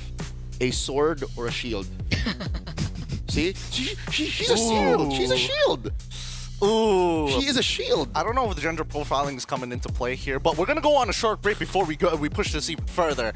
With that being said, Game 2 is going to be on its way shortly between these 2 teams. TLID up by 1 at match point against Influence Rage here at Snapdragon Pro Series Mobile Masters. We're going to go on a short break, and when we come back, more Mobile Legends excellence.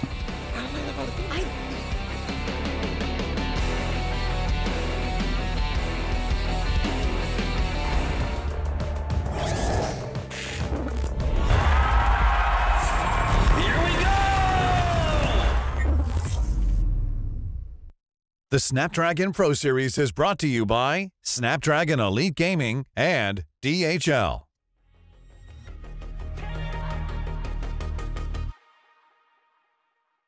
You get one night before the sun's up. Bang, bang. Tear it up. One shot before your time's up. Bang, bang. Tear it up. You get one chance before you're out of luck. Bang, bang. Tear it up. Tear it up. Bang, bang. Tear it up.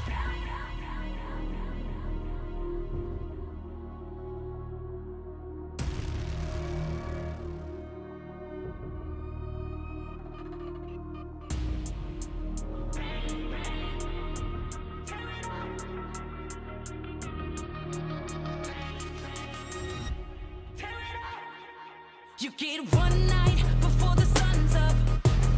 Bang, bang. Tear it up. One shot before your time's up. Bang, bang.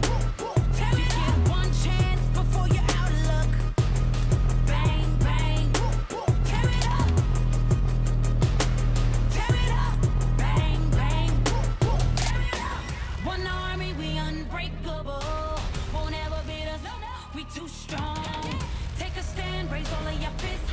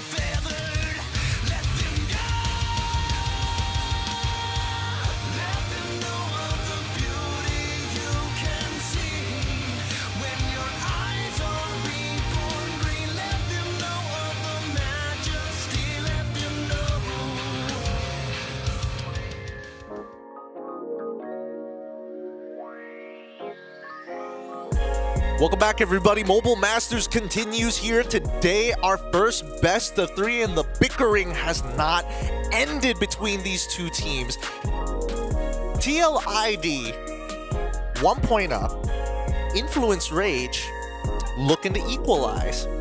My name is Gideon Q. I'm going to be your host, but as the bickering continues, we need to talk about adaptations. Go in with expectations, you're going to get disappointed. Leo and Eterna at the desk here. Guys, bring it to the camera. Sorry. Let us hear your opinions. Because right now, as much as we don't like seeing that initial blind pick Valentina, we're coming already into game number 2. And obviously, the one thing that comes to mind is whether or not Influence Rage are going to be like, yes, red side is the way. We can do this better one more time. No.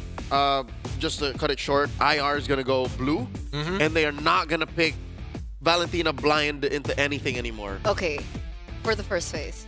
Yeah, no, not even ever. Like, I'm pretty sure, because again, I hate how he hyped up Chan and said, yo, this guy can step up to Yehezkiel, and then goes in, does like 2 tsunami slams, and then that's it. I guess he tried, right? He tried. He did try. Flickered in very aggressively. Again, by the way, the choice of a flicker into a Kalia, also a very interesting choice. But I understand why, because granted, he is an aggressive player. You got to make those plays sometimes. Exactly. That's the level of mechanical execution that we were looking for. Speaking of which, looks like Influence Rage, you were right, Leo, on blue side, Team Liquid ID on the red, with the bands of Jawhead join as well as the Fanny this time around on blue. Team Liquid ID decide to get rid of the Loyi, the Hayabusa, and they have one more option. Yeah. Liquid here should ban this Suyo and then see where it ends up. I was about to bring up the topic about Kalia, but now I want to see whether TLID is going to be like, we're confident in our Jushin versus the Kalia, so therefore, let's get rid of the Suyo for free.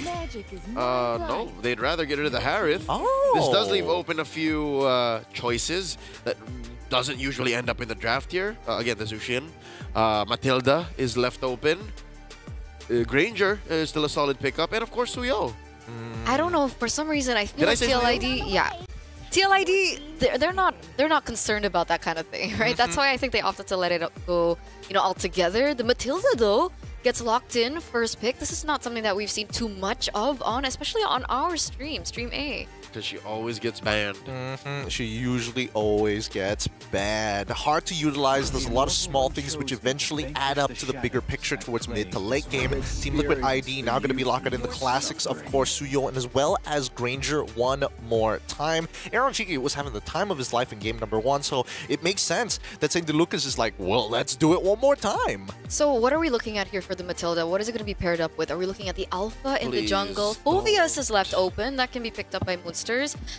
Well, we saw the combo Alpha Matilda yesterday. It did lose. It was forced. But I do like the Phoveus. Again, very rarely too does Phoveus get open in this part of the draft. So Influence Rage should do well to match their colors with that hero. Very strong.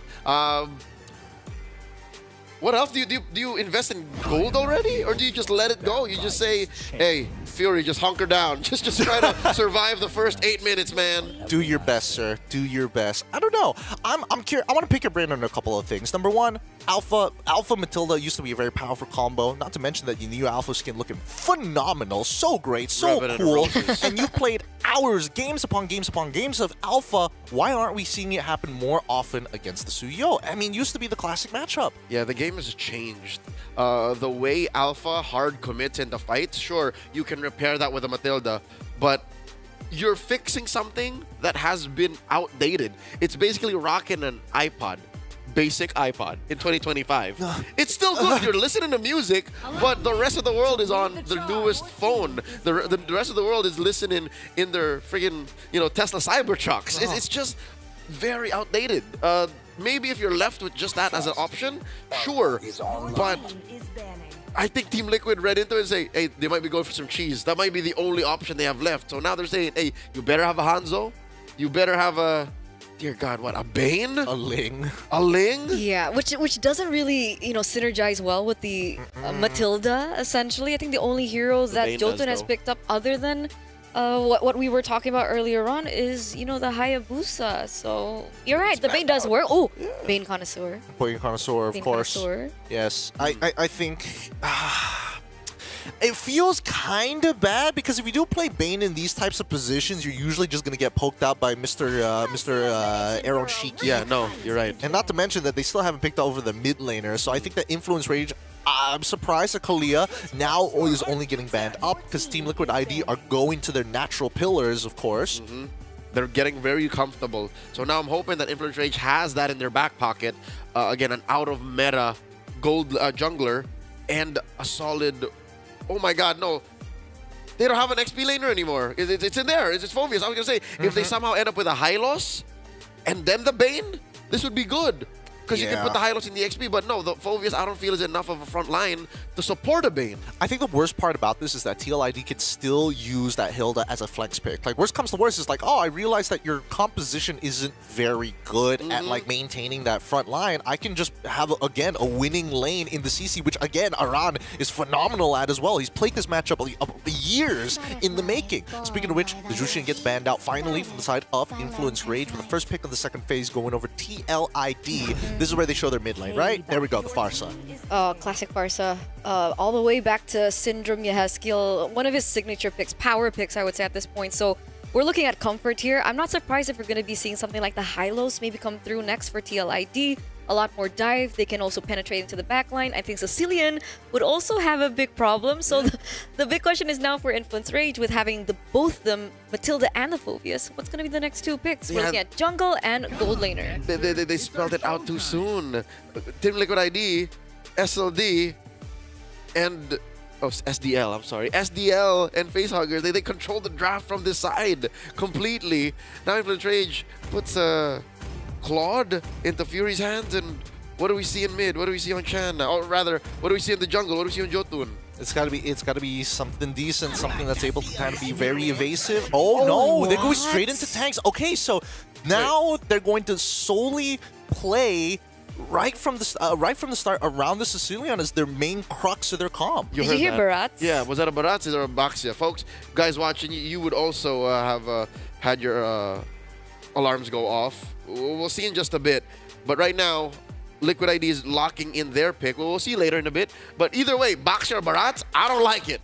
It's tough. It's going to be a tough play. I just got to be honest. Man, it's really rough to play, especially when you don't have that early push, because I feel like now Influence Rage is definitely forced to play mid to late game. And even then, knowing that Team Liquid ID are going to take full advantage, having priority on a majority of their lanes, it's going to be a tough call. To play devil's advocate, Claude is standing at 100% win rate. Can we please have a look at the sample size one more time here? Literally 3 times played. It's not too good. Yeah. So for Influence Rage, like, it would be very generous to give them the 50-50 here. It would be very generous. So Liquid ID, look at that draft. How often do you see these players with these signature picks? Look, this is the TLID branding right across the poster boys right here, right? Like, you're looking at Aaron Cheeky, you're thinking Granger already. Yeah. I mean, they've got it all down. I'm going to leave it to you guys to cast this game. For game number 2, it's Influence Rage up against TLID with Leo and Eterna. Game number 2, ladies and gentlemen, in the Snapdragon Pro Series Mobile Masters, our opening match of the day.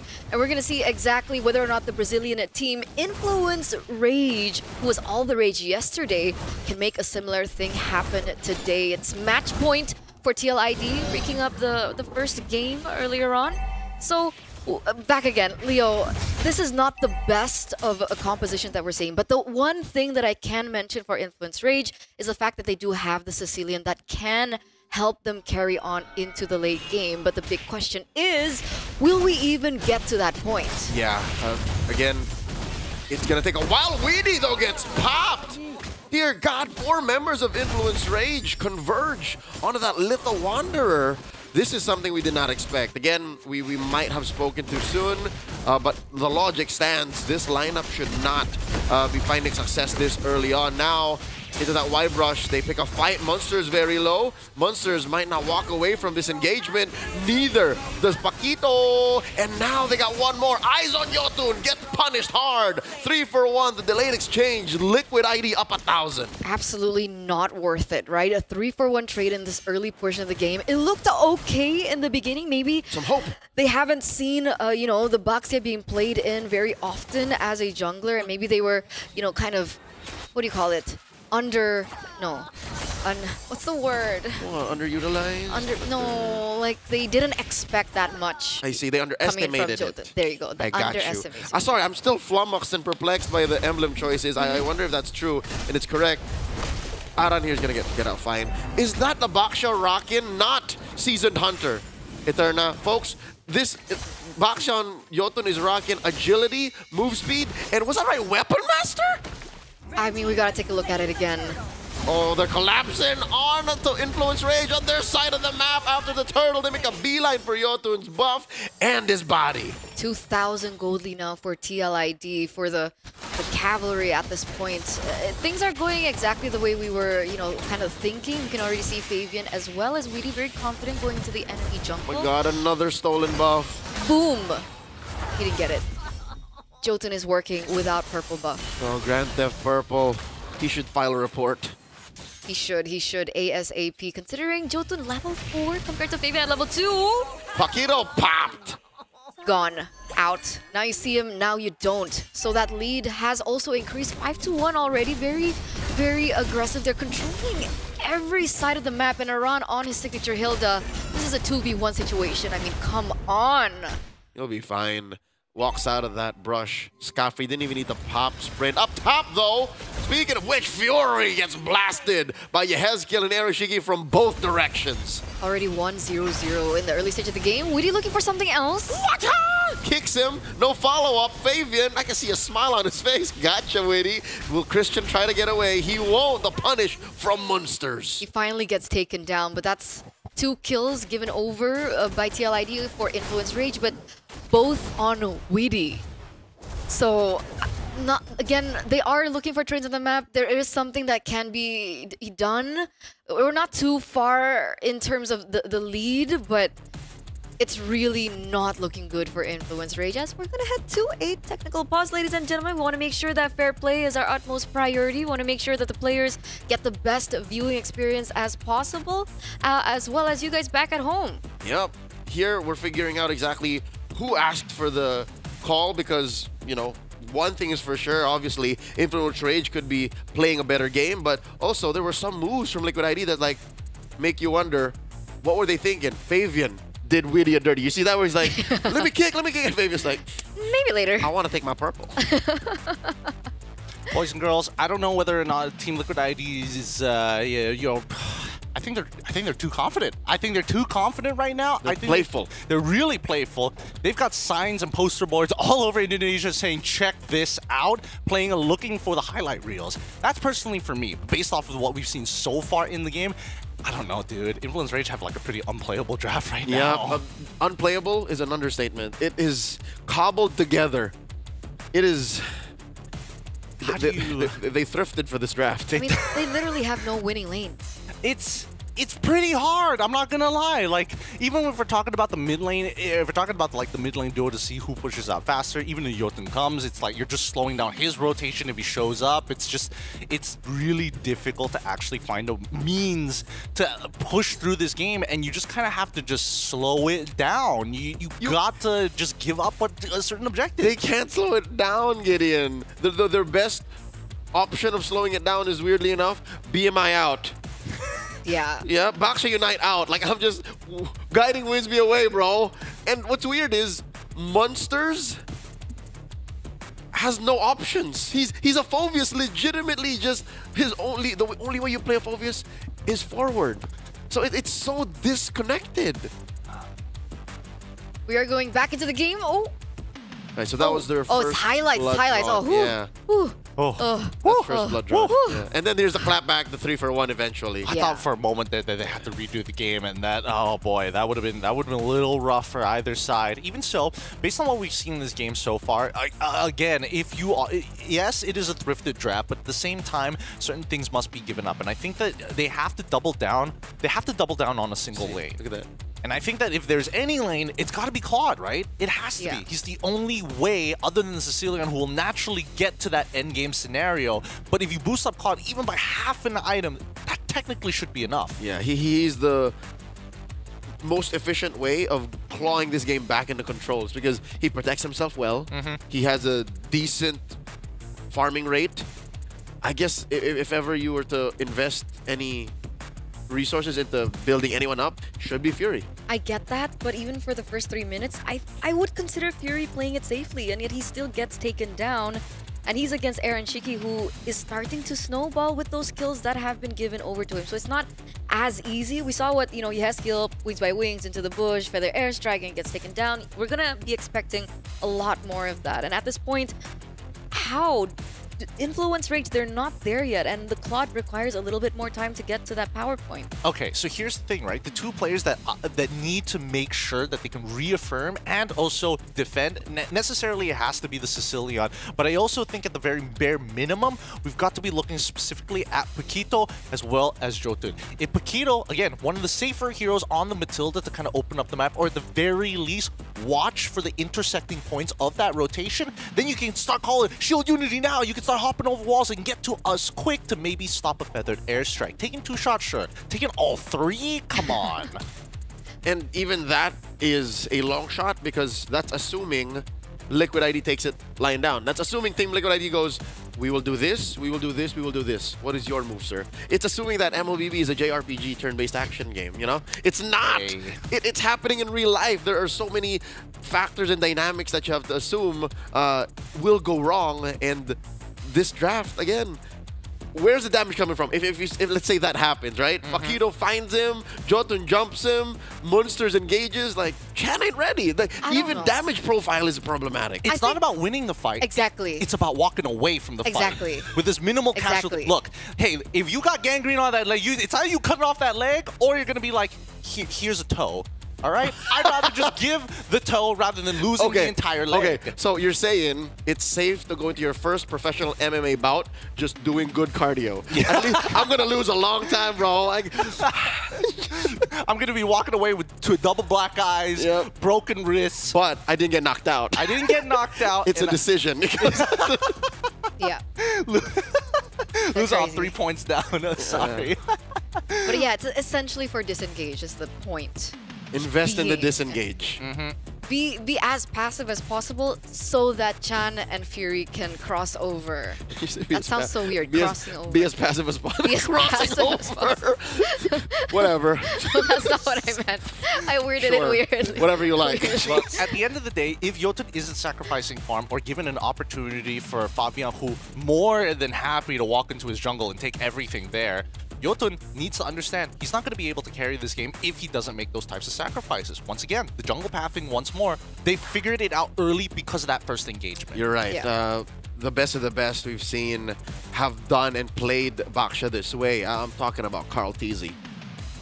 He throws his body at opponents, and when he won MPL Philippines Season 13, he had a really bad KDA line with a Baksha, but still they won. So he can do that here. Jotun can take a page out of that book. Hey, look, if Carl TC can find a redemption arc, so can BTR. We've got an update from the B stream, a 2-0 victory against YBG. Hey! Congratulations, Mirko. They're It's not that sad today. The robots are angry. Look, they need the points. They were like 1-4. They were a bot, right? Bottom of the list. And that's not somewhere, especially for Bigatron, they, hands on hips. We're not going back to the writer's room. Not this time. Not this time. M7 is a long ways away. We win now. Next year, this summer, look, either way, I think that if there was a possibility for the group itself, Group A, to actually be shaken up, we need BTR to actually start climbing up the ladder here, because we've seen a good day one coming in for some of these teams with a 50-50 win rate overall. But the YBG, I think today is going to be even more like high stakes, high pressure, because we still have one of their games at the end. Yeah. Who are they up against? TLID. TLID. And look at both TLID done. now. Zipper, they're both done? They are both done. Oh, man. All right. Looks like the race to who finishes their series first has already ended for B as well as C. Onyx PH has taken a 2-0 victory over Papara. Super massive here. World champs. What can I say? Yep. Here's the stream A being the most bang for buck stream to hang out in. But yeah, no, I think that we were all expecting this. Despite Papara Supermassive having so much potential after day one, it looked like they really could be that superpower out of that non-C region, you know, Latam rep. Actually, funny enough, I remember the interview. I remember one of the content pieces or interview. I could be misremembering this. I'm going to be saying that hey, it's number 1 Philippines, number 2 Indonesia, number 3 could be potentially Turkey coming out of this. And I think that most teams outside, I don't know if most teams outside of Southeast Asia agree with that statement. I mean, Turkey, especially right, yeah. that Turkey is good. Well, are they number 1? I'm not so sure. Like EECA probably has something to say about this. Maybe even NA to a certain degree, assuming that they're going to be able to find their slot. Wait, is this for Snapdragon only? Well, in general. In general? Yeah. Where did Malaysia go? Hey man, we kind of suck. We kind of suck. We got grouped in challenge finals. But M6 though. But yeah, exactly. Sometimes, you know, Mobile Masters, you have to... Wait, you're right. There are no Malaysian teams. Yep. Wait, we, where? again, Here, right? yeah, I know here. That's why I asked. Is it just Snapdragon or like in general? Well, in the MLBB competitive landscape? I think you can consider this being the current standard. So yeah, no. Look, I didn't want to be reminded about it, but like, you know, sometimes you got to bring up the trauma. It's current trauma. It's a car crash. It's How a did car it feel wreck to right be on here. top for just a bit? Honestly, pretty good. Pretty good. When we didn't have other Southeast Asian teams alongside, we were like, yeah, we don't suck as much as everybody else. And now we're like, I don't know about that anymore. Look, Malaysia's in a weird spot, all right? Just in general. But we're not as bad as Singapore, so I think it's still a weird spot. What is up with Malaysians and Singaporeans? It's a rivalry. It's a rivalry? It's a rivalry. It's love-hate relationship. Look, we're only separated by a single causeway, and we love each other and we hate each other at the same time. Because I can imagine Abstract saying a similar thing about Gideon. If ever, you know, Flash did do better than Malaysia, yeah. Technically, they... Oh, but... Nah. They'll Top never. 4, right? Yeah, neither of them are SG? here. Yeah, neither of them are here. We all got grouped. It was a sad time. It was a very, very sad time. So that's why we've got to keep it on more of the glass half full section of things. Because again, as we see the SBS continue to start rolling out here, I think that's how some of the Southeast... I would have liked to see a couple more non-Southeast Asian teams, especially like, you know, around the EECA region. Obviously, we have got some players coming in from them as imports for Team Falcons Mina. But other than that, it would have been nice to see them really spice up the mix. Yeah, and I'm wondering where we're going to see that. The what? That mix. Who will be able to move forward to, you know, well, the probably playoffs? like MSC, M7. Like that's probably. I mean, we've also got another another representative coming in from Japan as well. Wild card's gonna be wild. Yeah, it's gonna be a good time. But for here, I don't know if there's enough time or if it's even possible. Prior to Mobile Masters starting, a lot of eyes were on Aurora, Turkey. Oh yeah. Again, that is a super team out of that region that has been on top for like what, 3 years, 4 years. Here's the thing: every single, I don't know whether it's like part of their brand, like individual branding for the for these players, not the team, because they have changed name so many times. It feels like a condensed version of Team Falcons, right? That roster's been together for so long. Name change, name change, name change every single time. Same thing goes for this Turkish team, and most people, especially for newer viewers, they come in and it's like, oh, I love this team. They've been around for so long. Like forever. Absolutely. They have the experience under their belt, a lot of big names that we're very familiar with. Yeah, they're making the right choices for long-term evolution. Because again, as much as we love Team Falcons PH, again, that squad has been together for what, 2.5 years now. This new Aurora Turkey, they got a new XP laner, they got a new gold laner. And to me, that's just good news. But why is it not translating? Well, okay, EXP laner, yes. Gold laner, not so much, because technically they're related. Tsukuboom is related to Apex. Yeah, they are literally They're brothers. literally brothers. Yeah. And so it's like, I mean, there's chemistry there. There's chemistry there for sure. There has to be. I mean, obviously. Unless there's counter synergy in that in-game they just don't like each other as much. That would be so funny. That would be so funny. But also maybe. very real. Well, maybe a little too real in some people's eyes. Either way, Turkey has been a very interesting region to see. I'm surprised that they don't have an MPL in their for their sector They alone. have the MTC, the MLBB Turkish Championship, or as they call it, Turkey Championasi. Turkey Championasi. I do feel like a league is needed to combine that region, to make them one. Well, actually, but then that would reduce their slots.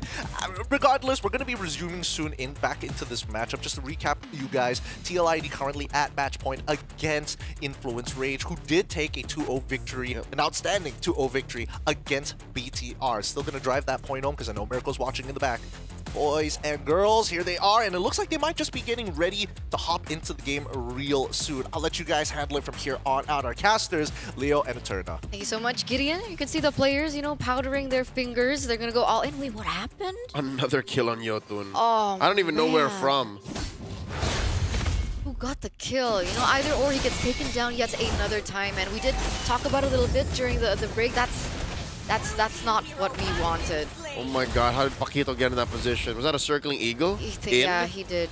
Alright, well, we're still figuring out exactly, folks, where the game ended before we resumed and how it was. But there's like thrown out here by Yehezkiel, pushing out the rest of Influence Rage, but they still want to fight for this buff. This is not the hill to die on. As Aran pulls out, that buff had no business being there when they know that Liquid ID was going to go for both them and the purple. Oh my god, nothing on Influence Rage just yet.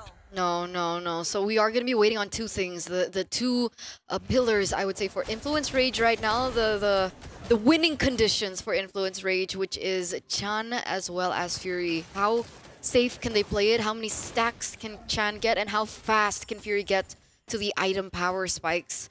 Right now, TLID understanding this, they're controlling everything on the map. Jotun! Oh no, one more. Ooh. Gets hit with a full combo by Witty. Served up a kill. Off camera, Chan falls. Fury get one over Witty though, and Fury falls.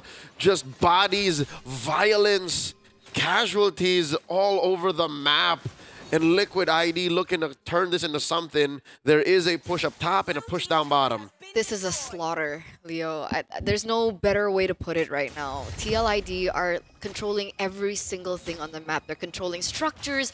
They have a 7,000 gold lead in 5 minutes. 11-3 in 5 minutes. Almost a perfect turtle.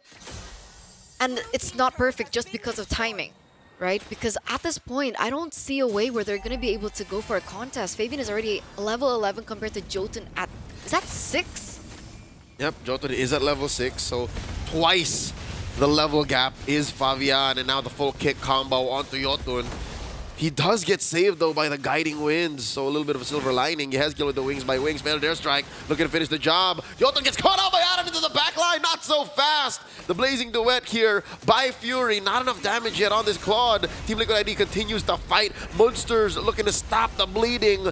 Instead, he just gets out of there. Another guiding winds by Paquito, at least the fighting stops. The horses are angry here, right? They've taken the rage out of Influence Rage and given it over to themselves. Look at the control that they're still holding onto. We're seeing Influence Rage kind of fight back here and there, but again, they're not ready for this. Fury only has a corrosion scythe. It's as compared to Aaron Shiki, who's already at 201. I wonder what his items are at the moment, but yet again, another neutral objective given over. That's perfect turtle for TLID. Shiki here working on that top lane. He does get 4. Is that 4, ladies and gentlemen? Circling Eagle catches the untouchable one. Despite Yehezkiel and Witty's efforts to save their gold laner, Influence Rage gets a kill. That's it, right? That's a turnaround. Okay, that's great, right? They need to find more opportunities like this. It's a good shutdown. It's going to kind of prevent those stacks from the Sky Piercer that's already built up for Aaron Shiki to kind of hinder a little. But then what's next?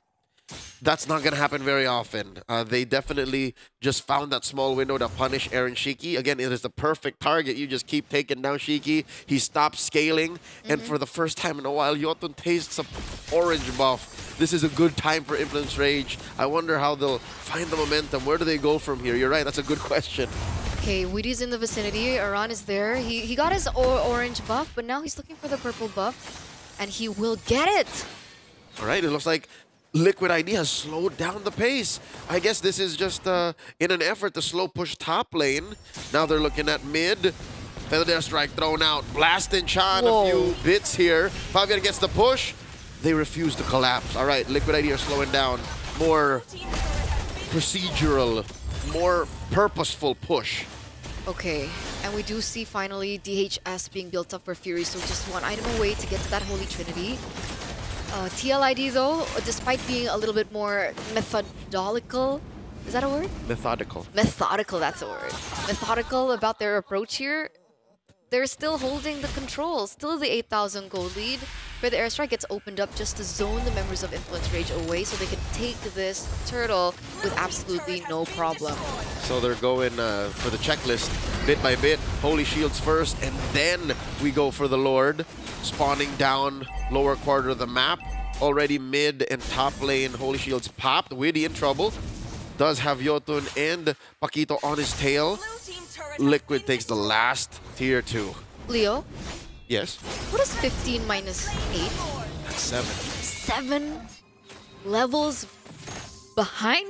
Yep, it was twice prior, 6 to 12. But I wonder when Fabian hit level 15, because yesterday there was a record set by the Beast King Kong, level 15 and 8. I wonder if Fabian hit the same rate here today. Oh, we can ask Zipper. Yeah, we can ask him to double check. We lost track, but it was very fast, because again, Fabian was stealing buffs left and right. I have not seen a 7 XP gap in my life. Now we have. 4 years of casting. Ever. 7 XP gap. Now they're knocking in Influence Rage's doors here. Lord jumps in. Slowly but surely, Witty fighting in the paint here. Underneath tier 1. Does go down to 1/4 of his health. Turret finally falls. Lord still standing. Bit of a chubby wave left down bottom. Top lane as well. Influence Rage is literally just doing everything they can to stop this boat from sinking. Yeah, an inhibitor turret here goes down in the mid lane, and it doesn't look like there are anything left for TLID to work with. Technically, they do still have high ground, right? They have Chan, they have Fury technically. Not the best of range, but a little bit more safe with the PMI. But there's still hope for Chan. He is on glowing one. Oh, but look at that feather airstrike damage! Eterna, you're talking about range, you're talking about kit, but what about items? They're down 12k.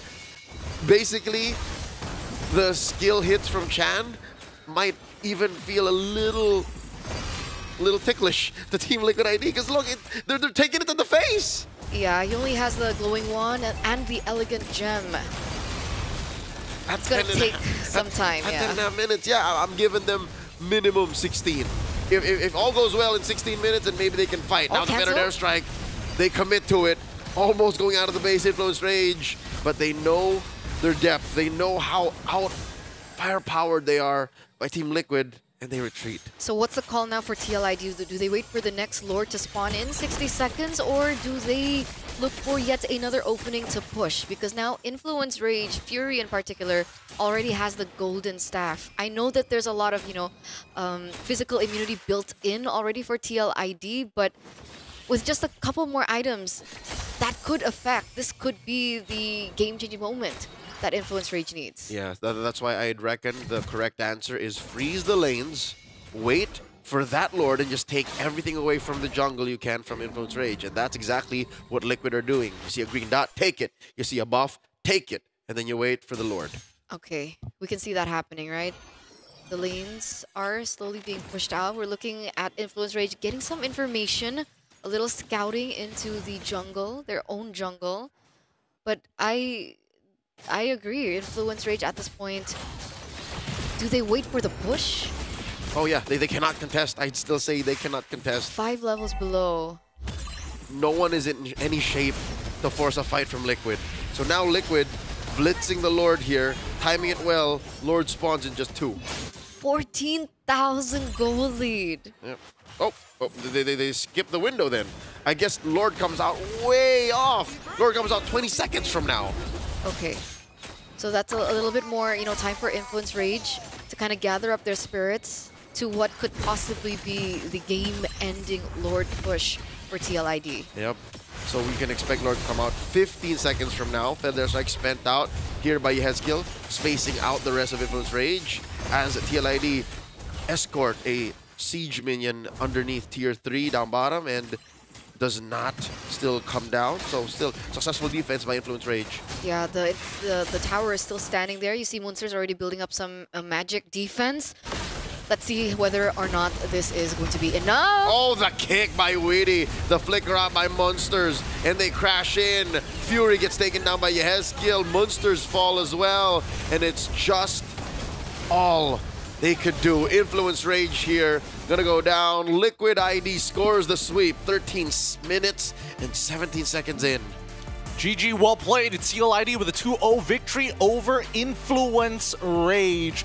Oh boy, this was a painful one. Game number 2 with a huge goal lead from TLID, closing out the game especially clean, but more importantly so, at least for TLID, once it's go time, it's like, all right, enough of the disrespect. Let's look for the pick. Let's close it out strong. It was brutal. There's nothing more to say. I mean, we expected a lot as well coming from Influence Rage. The fact that they were able to take down BTR so valiantly, so clean as well. But against TLID, it didn't look like they found their footing. They had the better draft in game number 1. Coming to game number 2, bad draft. I don't want to put the mechanical skills of Influence Rage's players question, but yeah, I'd say 70-80% of this game was down to the draft. There's nothing this lineup could do. Yeah, no, I completely agree with you. At a certain point in the game, especially when you are playing up against someone like Claude, yes, you want him to get 3 items, but TLID, with that much of a gold lead, people can just buy Winds of Nature for fun. They don't even need the rest of their core items to really be a threat. Weedy could have afforded one. Like, that's how bad it was. It's crazy. It's crazy because, again, no turrets are actually earned. All objectives falling into the hands of TLID. Only 2 buffs attained by Rage. I mean, talk about a slapping. This is worse than getting egged. Like, I would rather see 0 kills to 12 kills, but at least, like, half the buffs at least, to me. This just shows that Liquid ID lived in Rage's jungle since the first minute. Basically lived in your house. Rent-free. Ate your food. With your partner, too. He made you feel like a squatter. Exactly. Like, you should pay them. Exactly. I mean, I can't wait to see what the GPM is going to be looking like, especially for Favia. By like 6 minutes, I think 6 minutes going into 7, he was like level 13, looking to get his like 4th item at that point. So, I don't know. Aaron Jiggy, different scenario, dying in some pretty weird spots, of course. He could have avoided those mistakes, but inevitably didn't really, I mean, just resets his bounty. That's pretty much it. What else can I say about this? Because again, Rage, they had a plan in game number 1. It felt like they didn't have a fully fleshed out idea for game number 2. So what happened, right? Dude, that Matilda was looking too juicy. They were like, oh, Matilda. Yo, Matilda, what are we going to do with this, coach? Matilda. No, because truth be told, this draft is good in a vacuum. You have power picks, Matilda opener, bang. You end up with a Phoebus in the first phase, bang. You end up with a Sicilian, bang, and then... Now what? I'm telling you, these are the people who are like, oh yes, I know so much about computers. Yes, I know all the brands. Just get a Snapdragon. Just get a Snapdragon. It's so easy. You just why put all the thought and pressure? It's just there are some obvious choices, and I think that unfortunately for Influence Rage, they kind of fell into that hole of like Matilda is like banned out in every single game all across the world. We might as well pick it up for ourselves. This is our blue chip. Yeah, which is amazing because it seems like Saint DeLucas and Facehugger baited them into this situation, right? Like they used the Matilda as a carrot. Where do you think they figured it out? Was it? Oh my goodness, that GPM of 1047. I don't know whether we've broken the record for GPM so far. I'll check with Zipper in just a little bit. Yeah, GPM and the XP gain. And the XP gain. Oh, how long did it take for Fabian to hit level 15? Because when we checked, it was 6 to 12. And then 7 to 15. Oh, 8 to 15. 8 to 15. Brutal game overall. To answer your question. What? Zipper answered. Yes, it is the highest GPM we have in the league so far. I say league in the competition so far. Are we still calculating EXP? But yeah, to answer your question, I think it was when the first phase ended, and then they were considering what options they had left in the second phase. That's when they found out, oh, we got played. Cut to Facehugger and SDL, gives them Matilda. Do they realize that they're not about to have a jungler soon? Yeah. And that's why I think it was brilliant by SDL and Facehugger, right? Because technically you can't let the Matilda go for TLID to pick up either. Nope. So it was very trappy. You know, this game gives me the feeling of like when we're looking at some of the local leagues in Southeast Asia where both teams are well, not in this case, but let's say both teams are equal in their skill level. Okay. And the gold laner makes a mistake. They lose like a crap, and the game is over just because of that, which is brutal to say. Same thing here, except in the draft. Had they just locked in a jungler just a little bit earlier, maybe this could have been very different.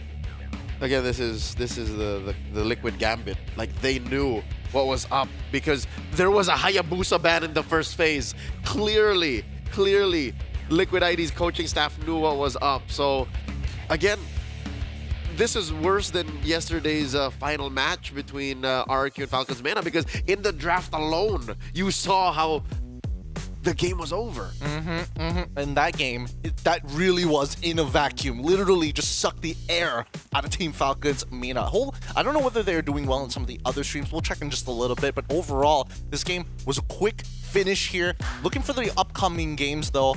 I don't know if it's going to be just this quick because our second best of 3 is the one that I think most people are going to be excited for here in Stream 8. Oh, yeah, you definitely are, Eterna. But generally, based on what we've been seeing throughout the tournament, this being one of the outliers, I think definitely a couple of games being the outliers. What are your general thoughts on Kalia now? Because even so, we're seeing that TLID, if we are taking only game 1, they waited until second phase to let it go through. Other teams might pick it up a little earlier just to play the Jushin, but is that the trigger here? For me, I think it's too early to tell. I can't observe based on the match we just saw. Okay, basically. I think that's fair. So there's not enough information. Yeah, and I don't want to kind of expand on why. Yeah. All right, that's fair. That's fair. But you guys could help us with that. Take the survey and win a $100 gift card just by taking the survey. Scan that QR code down below, and you could be earning yourself some big schbucks. Big schbucks at esl.gg/survey. And also maybe check out the esl.gg/shop because, again, they got some cool merch here. See, I'm wearing it right now. Oh, that's so cool. Oh, it's got the ESL thing. There's more on the back, but I wish I could show you, but I can't right now because I'm insecure. Look, with game number 2 on the cusp, hey, let's not dive back into trauma, all right? we already did the first one. The Singaporeans already took the hit. They don't need to take any more. Game number 2 is going to be coming up real shortly. I heard from the other streams that their games have been pretty fast as well. This might just be a fast day until game number 2, and we're waiting on the interview actually coming up from TLID's side because, again, I do want to hear their opinions after having to take on powerhouses yesterday. Coming in, this has to be a confidence boost. And I'm also wondering what they think about the Kalia now because still, I haven't really made up my mind about this hero. Yeah, no, yesterday we talked to Willie and he said, Coach said, pick Jawhead, it's OP. Where did this come from, you know? Yeah. Like, at such a clutch time as well, given that Jawhead was banned here both times. I want to hear about their thoughts. Yeah, this is less about the intricacies of the game, because I think this was a more match kind of situation. Like, I want to talk to Liquid about their emotions. Their emotions. It's the mental game. Yeah. 90% of the competitive scene, it's once you've reached that mechanical level because of the way the game is designed, it's all mental. So many teams already have sports psychologists, for an example. That's true. Onyx had one. Had? I think had. I don't think they have a new one. Has still. They have still? What? No, because they had, and then remember when they dipped in performance after their 4P? That's when they didn't have one anymore. So they need one. Most teams at the top need one. Yeah, they do. Those who don't, man, gotta look for, hey, resumes. Start sending them out. LinkedIn, I'm pretty sure they're looking for some at some point, right? That's such a fun job. Can you imagine? Yeah. Being a player psychologist. I'd be a terrible one. Basically sit down and say, So what did you do wrong? I'm not qualified. Cut to me. Do better. Next. Oh, with that being said, though, looks like our interview is going to be happening in just a little bit. Let's have a look at the standings first. Group A currently on top. Still, it's still going to be OP, and then followed by TLID now taking the lead here in second place. BTR, hey, finishing with the 2 as we saw earlier, and shooting them up into third place, but tied with Papara Supermassive, which they just played against. After that, it's going to be IR, and then finally YBG. So the groups are starting to shape up. We're getting a pretty decent idea of who's moving on. Yeah, glad to see that BTR is coming up to most of our expectations, but I'm still not as confident given that Papara Supermassive is still at 4th, and they played less or lost less compared to BTR. Like, what are Bigatron's next matches? Because I think that would be a lot more telling to where they're going to be. Actually, have they taken down Onyx PH? Yeah, that's another thing. I can actually pull this up for you right about now. Nice. Bigatron's matches that they haven't played against is they haven't played against OP. They haven't played against wait, no, they've already played against YBG. YBG is the other team. So 2 teams that they haven't played against just yet to have an opportunity, and they need to win 2-0. The OP one is that's a tough one. Wait, wasn't the YBG one the one that Bigatron went 2-0? They swept them now. They swept them now, yeah. So it's just OP. Yeah. Am I wrong on this one? Wait, if no, they swept the Papara Supermassive. Oh yeah. So they're waiting against YBG. Okay. And then OP. Yes. Well, with that being said, it looks like we have our boy on the line. I'm excited for this one. The Ghost of Jakarta himself finally made manifest. TLID's very own mid laner on the line. Hello, Yahaskiel. How are you doing?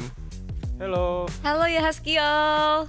It's good to see you. It's good to see you. Tell us, how are you guys feeling, especially after, getting a clean sweep against Influence Rage today. But yesterday, you guys, again, 50% win rate overall. What are you guys looking for the future? How are you feeling now? We are feeling good right now because we can bounce back from yesterday game. And for the future, I think we just do the best lah. Just do the best. Okay. Do the best. Now, Yes, Gil, I have a question for you. Yes. We know your Eve is very strong. You play a very good low Yi. I'm a big fan of you ever since M6. Why are you playing more frontline mages, bro? Why are you playing Zushin a lot these days? Because I like Zuxin more than like Eevee, like Loi. What makes you like Jushin more? Because that hero so aggressive. I like aggressive hero. A change of pace for Syndrome. It is a change of pace, and not to mention that Loi's been banned a bunch of times. Yahaskiel, we heard from Fabian that he says TLID now compared to when they were at their quote-unquote peak in M6, now just a little bit less. Do you agree with that? Do you guys think that you could grow even more? Are you at your peak yet? And is there higher heights to achieve? Yeah, I agree with Fabian. So what happened then would be the question, I think. Maybe a lot of the people are thinking. What happened to TLID? Why did we see a dip in performance? I think because new patch. So we need more try hard. Okay. We need more try. Dude, okay. he should post up for sports psychologist. I like that answer. I like that answer a lot. Thank you, Yahaskiel. Quick shout outs to everybody across the world who is watching you right now. Yahaskiel, do you have anything to say to the TLID fans here in Southeast Asia and around the world? For the Calvary, keep supporting us.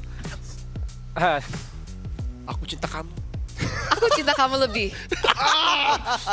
Thank you so much, Yahaskiel. Everybody, that's Yahaskiel. Give it up for the mid laner of TLID. I know you got a long set of games here today. Good luck, and thank you so much for coming on the interview.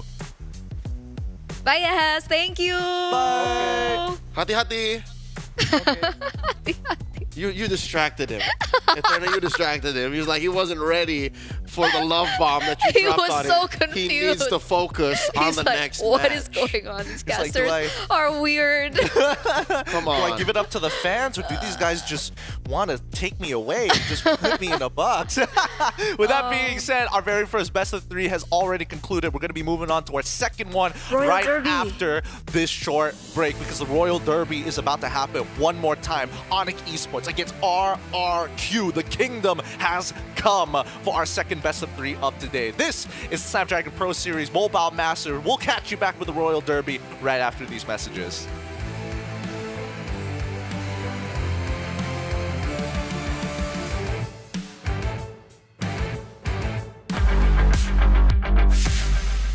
Hello guys, ako si Kyrie Rice del Sol. Ako ang jungler ng Team Onyx Esports. Ngayong araw tuturuan ko kayo paano mag-jungler patting at mag-gank.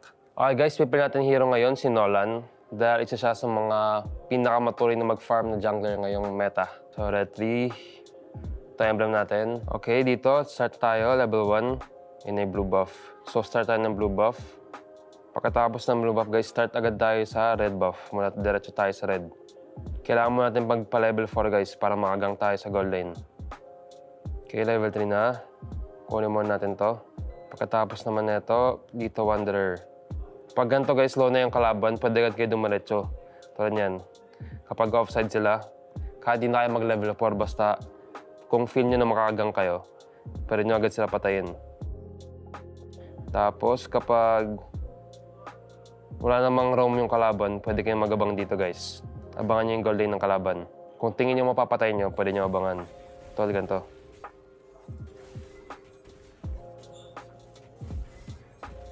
Ito yun lang guys. Pagkatapos mag-gank, pwede agad kayo bumalik sa jungle nyo at pumunta sa turtle para mag-set up na objective.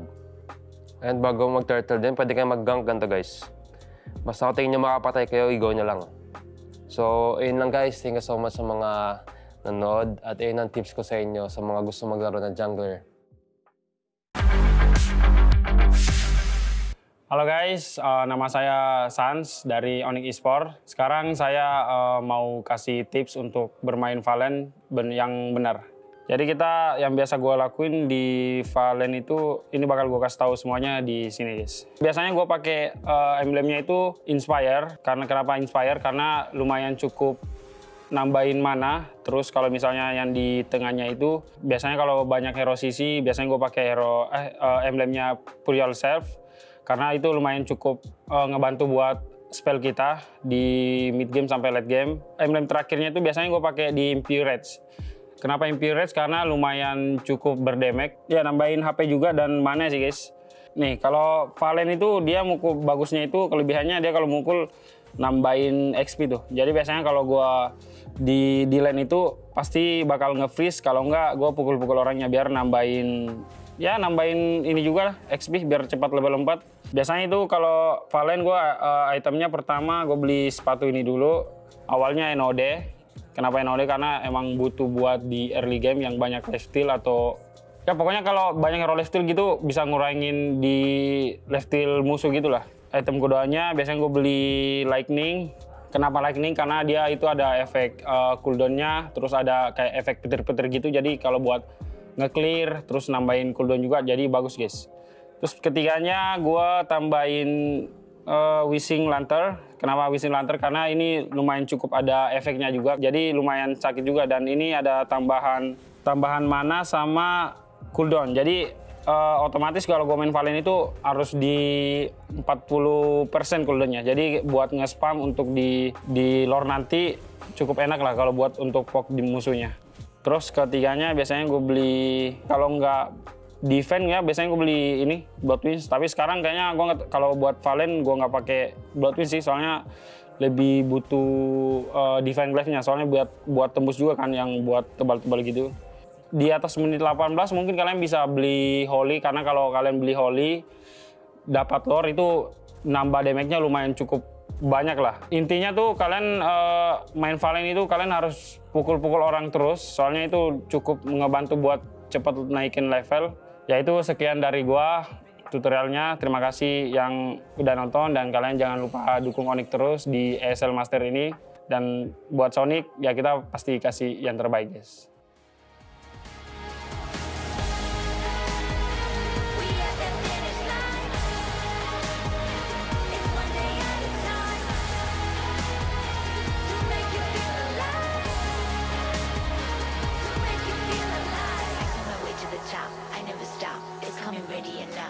What you say you got, go till you drop, go until we in the spot.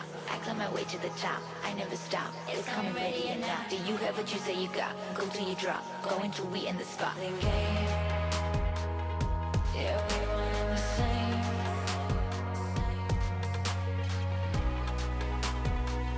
I've been patiently waiting, and we gonna take it like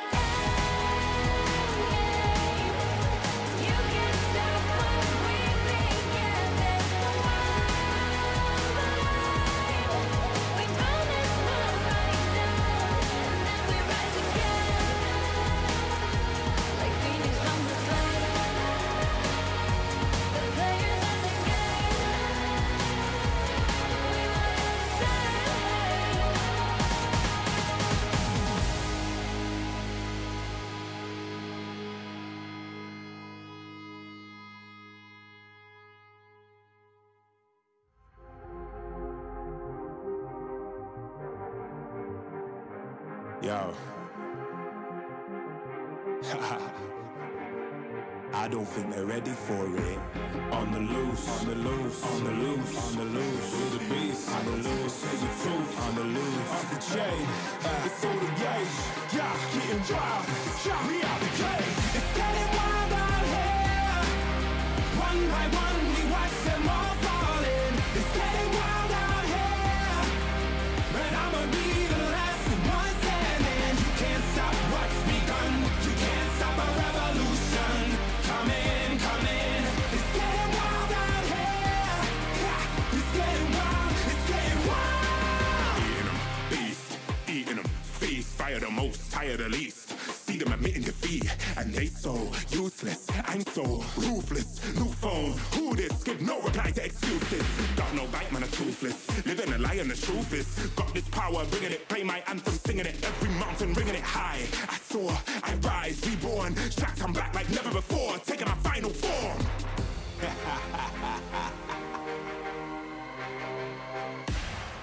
Yo, it's getting wild out here. One by one, we watch them all falling. It's getting wild out here. But I'ma be the last one standing. You can't stop what's begun. You can't stop a revolution. It's coming, coming. It's getting wild out here. Yeah, it's getting wild. It's getting wild. Watch for the revolution. Watch. Waiting on an evolution. Yo. It's coming, coming. Yeah. If you wanna come and get some. Yo. Nothing we can't overcome. Running, running. So as we rise with the sun. Yo. We will arise and become stunning, stunning. Watch for the revolution. You can't stop what's begun. It's coming, coming. Wait. It's coming, coming. Wait. It's coming, coming. Just you wait. Just you wait. Yo. It's getting wild out here. It's getting wild. One by one, we watch them all falling. It's getting wild out here. Yo. But I'ma be the last one standing. You can't stop what's begun. You can't stop a revolution. Come in, come in. It's getting wild out here. Yeah. It's getting wild. It's getting wild.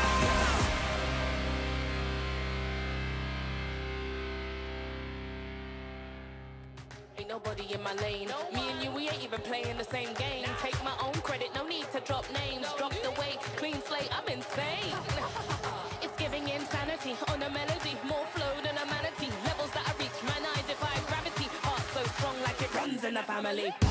I've got the haters out of breath. Ain't talking about dinner when I got them distressed. Giving palpitation when I say it with my chest. Do the calculation, it's time for invest. Acquiesce that I am the empress. Going so strict, someone call a vet. I just can't be tamed, that I'm the Loch Ness. So blessed, they can't comprehend.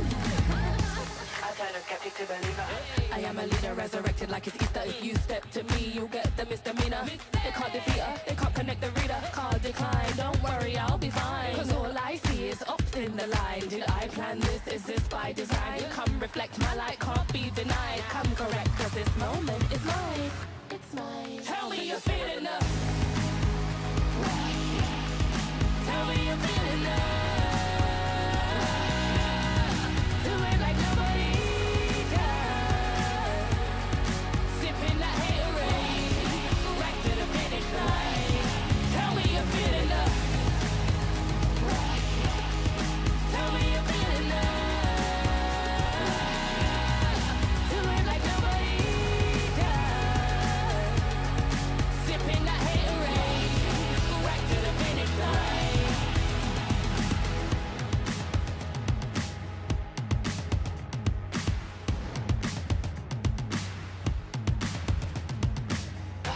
I got the haters out of breath. Ain't talking about then and when I got them distressed. Giving palpitation when I say it with my chest. Do the calculation, it's time to invest. Acquiesce that I am the empress. Going so sick, someone call with a vet. I just can't be tamed, that I'm the Loch Ness. So blessed, they can't come. Tell me you're feeling the.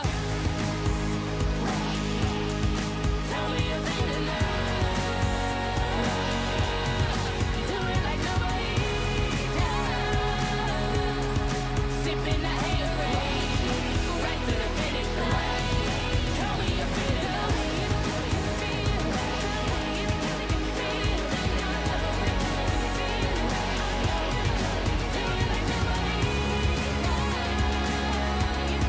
Sipping that haterade, right to the finish line.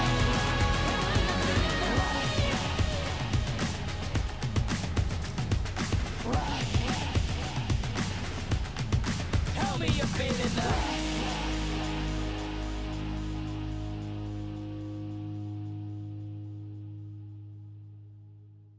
To guess who in the building, born of the realest. Never catch me slacking, I was born, that's the illest. They call me a champion, I got there with a win. I'm around breed walking, I am one in a million. Guess who in the building, born of the realest. Never catch me slacking, I was born, that's the illest. They call me a champion, I got there with a win. I'm around breed walking, I am one in a million. Yeah. I am back in the place, don't have to guess who in the building, cause I'm back in your face. Ready for anybody coming, I am here on my toes. Never was settled for defeat, cause I'm raising the stakes, yeah. And I'm not coming to play, I got my game face on and I'm ready to shake. You see my name will be known everywhere in the world, cause I'm a king, get it strong and I never will break. Hey, one of the chosen, going that's the illest, watch me kill it like a supposed to. Never catch me slipping on my pippin', I'm the coldest. The best I ever do it, I'ma show you how I know it. Notice, I am on my way, I'm here to handle business, I ain't come here to play. I see they in their feelings, I don't care what they say. I am one in a million, you don't have to guess who in the building. Born of the realest, never catch me slacking, I was born, that's the illest. They call me a champion, I got there with a win. I'm around breed walking, I am one in a million. Guess who in the building, born of the realest. Never catch me slacking, I was born, that's the illest. They call me a champion, I got there with a win. I'm around breed walking, I am one in a million. I'm a rare breed walking, I am one in a million. I'm a rare breed walking, I am one in a million. And I'm at it again. I'm a bad man walking around and tell all your friends. And whoever wanna test me, I am standing my ground. As they come closer, I am focused as I smart with a grin. Yeah. Cause they know I'm a fool, and they know I'm that dude. I don't follow their rules, never bow to their principles, never choke when I move, never fold under pressure, never vouching to lose, yeah. I am on my way, I'm here to handle business, I ain't come here to play. I see they in their feelings, I don't care what they say. Cause I'm one in a million. You don't have to guess who in the building, born of the realest. Never catch me slacking, I was born, that's the illest. They call me a champion, I got there with a win. I'm around breed walking, I am one in a million. Guess who in the building, born of the realest. Never catch me slacking, I was born, that's the illest. They call me a champion, I got there with a win. I'm around breed walking, I am one in a million.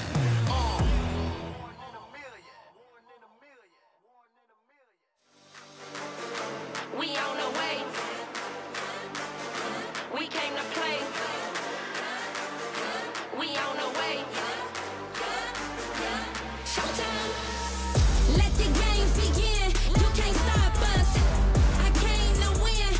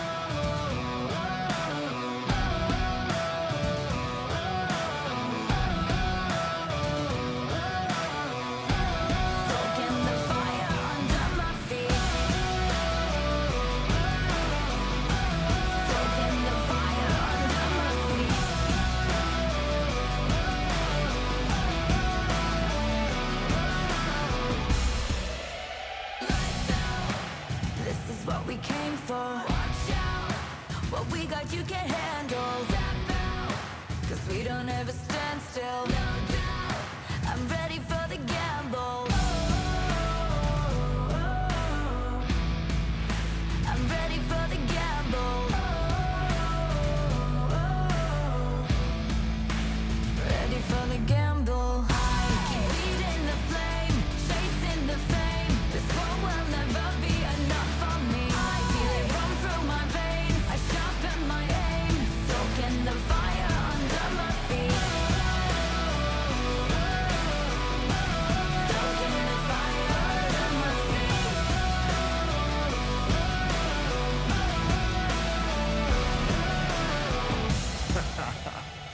Yo, I switch, I swerve, wonder how I have the nerve. Leaving the heat on the track, too hot and I'm lighting the match now. Blasting off our rocket, grab the mic just to drop it. My Fahrenheit is shocking, amazed, dazed by the sense of grade. Come now, don't be phased, follow the trail I blaze. First place, no second to waste. Pyromaniac, fanning the flames, burn the brightest they've ever seen. Giving armor that third degree on the kerosene, and I smoke them out, fire away, counting down.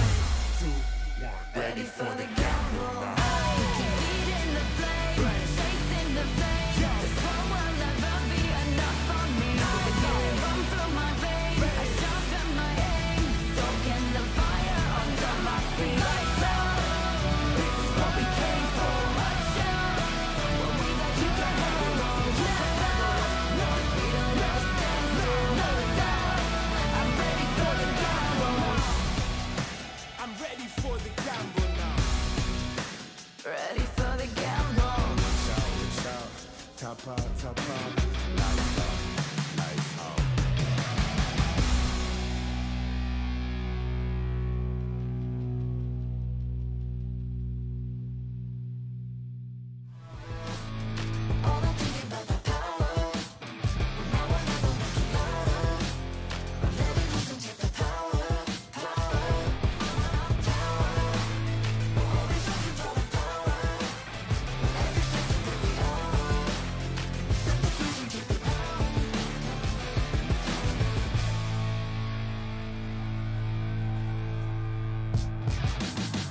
Yeah, I'm moving automatic. See the top spot, but I move right past it. You're not number one, man, you thought you had it. I got what I want, now it's more than average. We are the masters.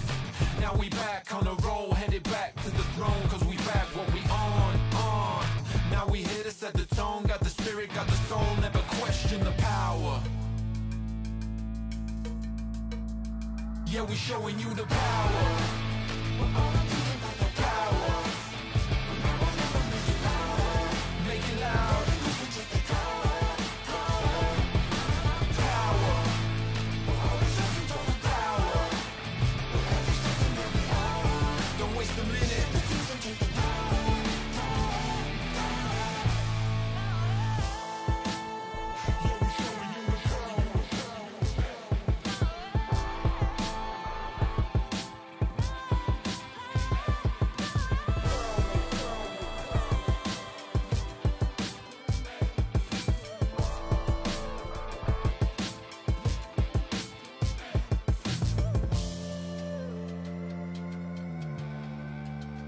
Yeah, we showing you the power.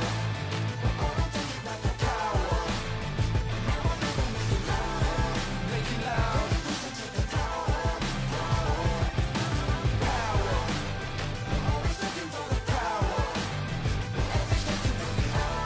Don't waste a minute. Yeah, I'm moving automatic. See the top spot, but I move right past it. You're not number one, man, you thought you had it. I got what I want, now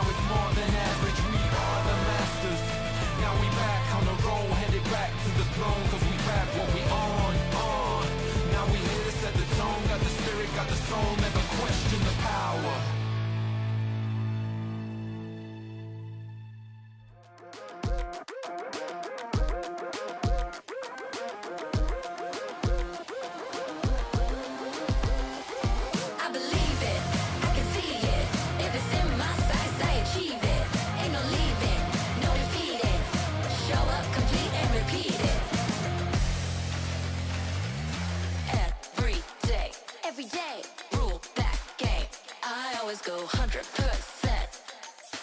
Start to end, to the end, out or in. No between, you gotta go 100%. Click to win every single moment. Caught up in the motion, got no use for caution. Hope you're ready for a fight. I believe it, I can see it. If it's in my sights, I achieve it. Ain't no leaving, no defeating. Show up, complete and repeat it. I believe it, I can see it. If it's in my sights, I achieve it. Ain't no leaving, no defeating. Show up, complete and repeat it. Every day, prove that game. I always go 100%. Start to end. Every single moment, caught up in the motion, got no use for caution. Are you ready? Are you ready? Are you ready? Are you ready?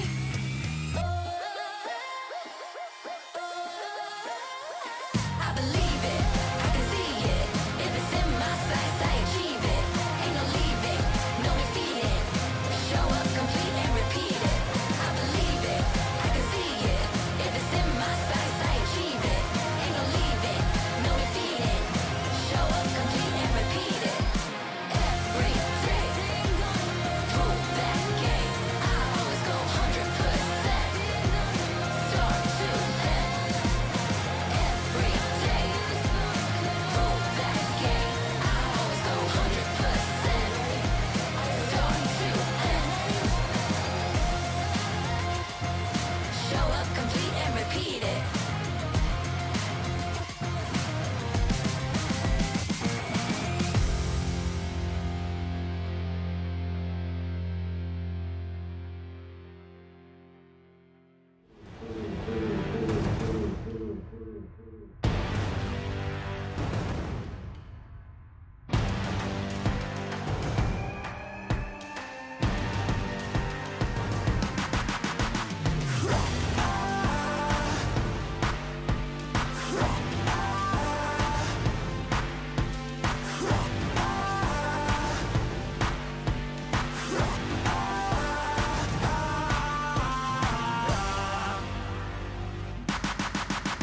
They wanna go far, we go farther. They working hard, we're working smarter. Where they're gonna go, we go harder. Hit every swing, roam like a king. Every dream in your head getting bigger and bigger. Isn't it time we start pulling the trigger? Shoot for the clouds, let there be no doubt. We're floating without any drought. Baddest the baddest, just call me rolling. Playing with folks for the serotonin. Placing your best, yeah, we're going all in. It's somebody calling my destiny. Betting on me, you don't wanna be my enemy. Wait and see, lay on the waist. Taking a victory, not just a taste. Laying on flat and we're storming the gates. You don't wanna be my enemy. Wait and see, lay on the waist. Taking a victory, not just a taste. Laying on flat and we're storming the gates. Laying on flat and we're storming the gates.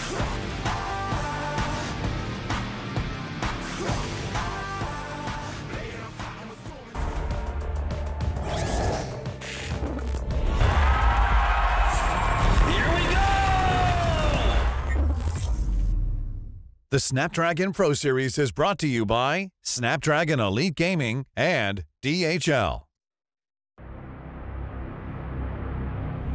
That iconic line from the Sky Kings during the previous challenge season, right? During the challenge finals of the SPS, we saw Severo actually come into full fruition on that Onyx ID roster. But of course, he's backed up by the household names. We have Kyrie in the back, and now Severo has come on that gold lane. And will he fulfill his destiny of reaching that gold standard? Well, we'll just have to see.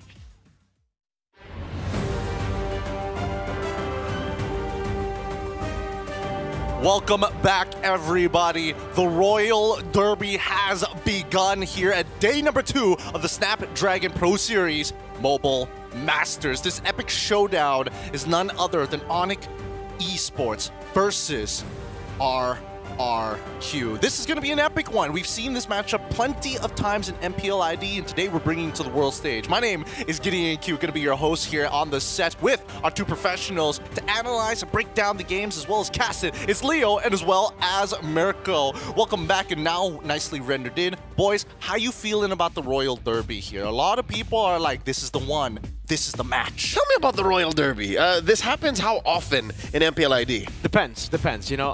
Well, in a normal regular season, it happens twice, right? They meet up against each other twice, but in recent years, from M3, it was just, these were the besties. We called them the besties because they would always beat each other in the grand finals. Happened in Season 8, Season 9, Season 10. 3 seasons in a row, we got to see the same representatives, the Royal Duo, we can call them, for all the internationals. I'm pretty sure there's someone else called the Royal Duo, but look, out of Indonesia.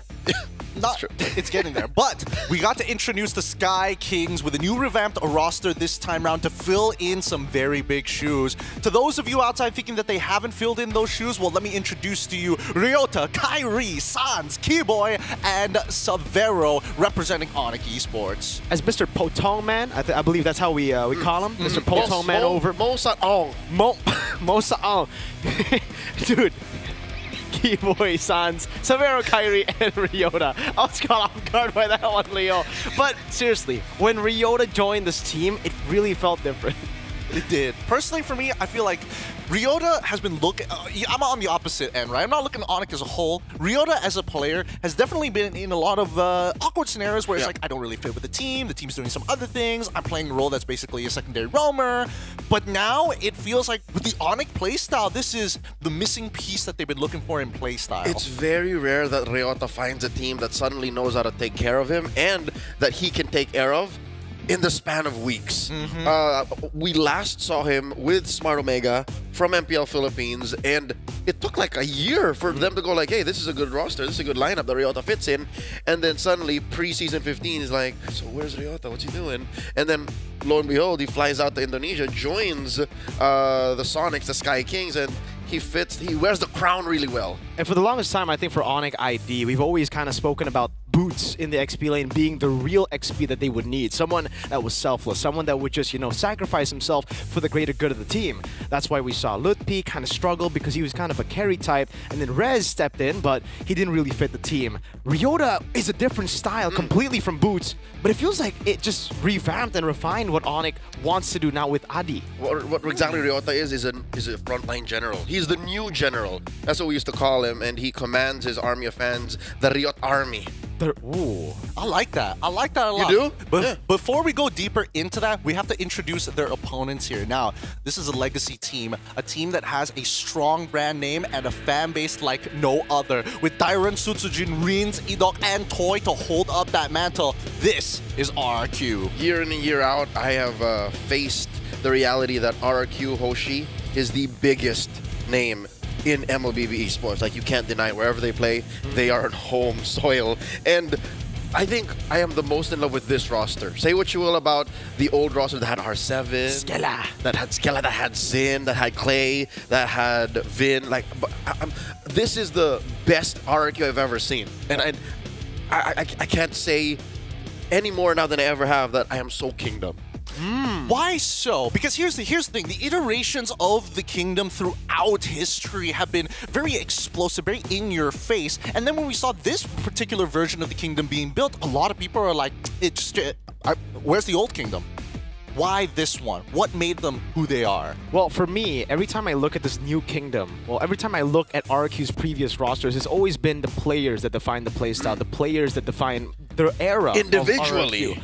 Now, it's the coach. When Kescute joined this team, when Kescute was in Bigatron previously as well, his system played into them, winning the regular season, getting #1, and unfortunately not doing too well in the playoffs, but it takes some time. It takes some time for him to be able to build what he has built here for RRQ, and now we're seeing the fruits of his labor for 2 seasons now. He's been so consistent, and we heard from Sutsujin just yesterday that Kescute is the key. Here's the thing, with Kescute in and with that system in place, he's teaching us that, hey, The Kingdom isn't just one person wearing the crown. Our whole team fits within the boundaries. Everybody can wear the crown. And this is why this is MPL ID's Royal Duo. Between both the Sky Kings as well as the Kingdom, 4 MPL titles between the both of them equally as of right now, and that could break potentially by the end of MPL ID. It's 4 and 6. So that means there are just 5. There are just 5 MPL seasons that neither of these teams won. Yeah, wait, with that being said, we do have a bit of an interview with Severo on the line. I'm guessing it's Rose and Coolios once again. Let's have a look at what they're up to. Sama aja sih match-nya, kayak match-match biasanya aja. Anggap kayak scrim aja sih. Severo's taking it like a normal match, just like the ones they have in Scream. And Severo, are you excited? Royal Derby. Nggak terlalu sih, soalnya masih group stage juga. Oh, masih so-so aja ya berarti. Tapi gini, Severo, kan dirimu udah pernah ketemu sama Toy ya, yang sama-sama bisa dibilang rookie lah di untuk di scene kompetitif ini. Kira-kira Toy itu dari skor 1 sampai 10 berapa sih skill dia? 100. Wow. Kalau Severonya sendiri berapa kalau Toynya 100? 99. Okay, so on a scale of 1 to 10, how would he rate Toy being a rookie just like him in their respective teams? And he said Toy is at 100 and Severo is at a 99. Wow. Yang terakhir berarti, ada pesan nggak nih kira-kira mau disampaikan buat Toy? Good luck, have fun aja. Good luck, have fun. Good luck, have fun aja ya. Rookies are very shy. Oke, kalau gitu good luck, have fun juga buat Severo dan juga tim Onyx. Dan kita kembalikan lagi ke para panelis. Thank you so much, Rose and Coolios. Those are the words from Severo. Again, last time we saw him, and we keep bringing this up, he was condensed the CW procedure in the last challenge finals. And now coming into this, it feels like he suits the role, but more so now with Ryota as well. What do you think are the odds here? Because Severo and Toy rival since MDL Season 9. I mean, I don't think that there's bad blood between them. They're going to be very team-focused, but do you think the counterplay is going to be more in the draft, or are they starting to bring back like old habits? I think draft-wise, because they started out in MDL, because they were rivals since MDL Season 9, they have amazing hero pools. Yep. They still play with the global ban system to this day, so yeah, I think hero pool-wise is not a problem for Severo and Toy. They definitely do have their favorites, and I think for Severo, it's mainly those aggressive types. You go for the Irithels, you go for the Moskovs especially as well. Those heroes that can individually take over the game. Meanwhile, for Toy, it's a bit more fundamentals. We play in the back, play with the system that KazQ has formulated for the Kingdom, so that's why we see him more on the Grangers. Fair enough, fair enough. What about you, Leo, here? I mean, here's the head-to-head just in case you needed the stats as well. Yeah, so far the one way that Toy could take over Severo if it comes down to a, mid-range, close-range confrontation is if he ends up with a Harith. The Harith is currently, weirdly enough, the better performing gold laner in the Mobile Masters metagame, given that it has less sample size, because Granger just gets unbanned willy-nilly, just picked out in the open. That's why it suffered such a bad win rate. On the other hand, Harith, he kind of covers up for Toy's preference for the longer range heroes, wherein you want to follow KazQ's plans. With a Harith, you know exactly what you're up to. You know that there's a mid-game power spike. If I can find it, the rest of the team can converge onto that, and then we still follow KazQ's orders while I play to my strengths. I think that's how Toy here can get one over Severo. Okay, let's set expectations here, right? We've talked about the gold lane so far. I want to go between role for role, but first let's start with the generally idea here for the teams in terms of play styles and the way that they want to do actually, face each other in the team fights itself. But before we get into that, we've got a quick interview from the opposing side with Rose and Coolios. Who's on the line? Kira-kira berapa nih? 1000 dah. Wow, 1000. Kalau Toynya sendiri? 1 aja. Okay, so if the roles were reversed and he were to rate Severo, he'd put Severo at 1000 and he'd rate himself just a 1. Humble. I told you, it's the new kids. Ya. Kalau gitu yang terakhir, ada nggak sih yang mau disampaikan terutama buat Severo nih? Karena kan bakal ketemu nantinya di Gold Lane. Kasih permainan yang seru aja. Just give a good fight. Ya, jadi thank you so much buat Toy. Good luck and have fun juga buat pertandingannya. Kita bakal balikan lagi ke para panelis. Take it away. Thanks, Rose and Coolios. And that was words from Toy. Again, both these gold laners. Did I hear that right? Toy said he would put himself at number 1. Yes, he did. And then Savero said, no, Toy said Savero would be 1,000.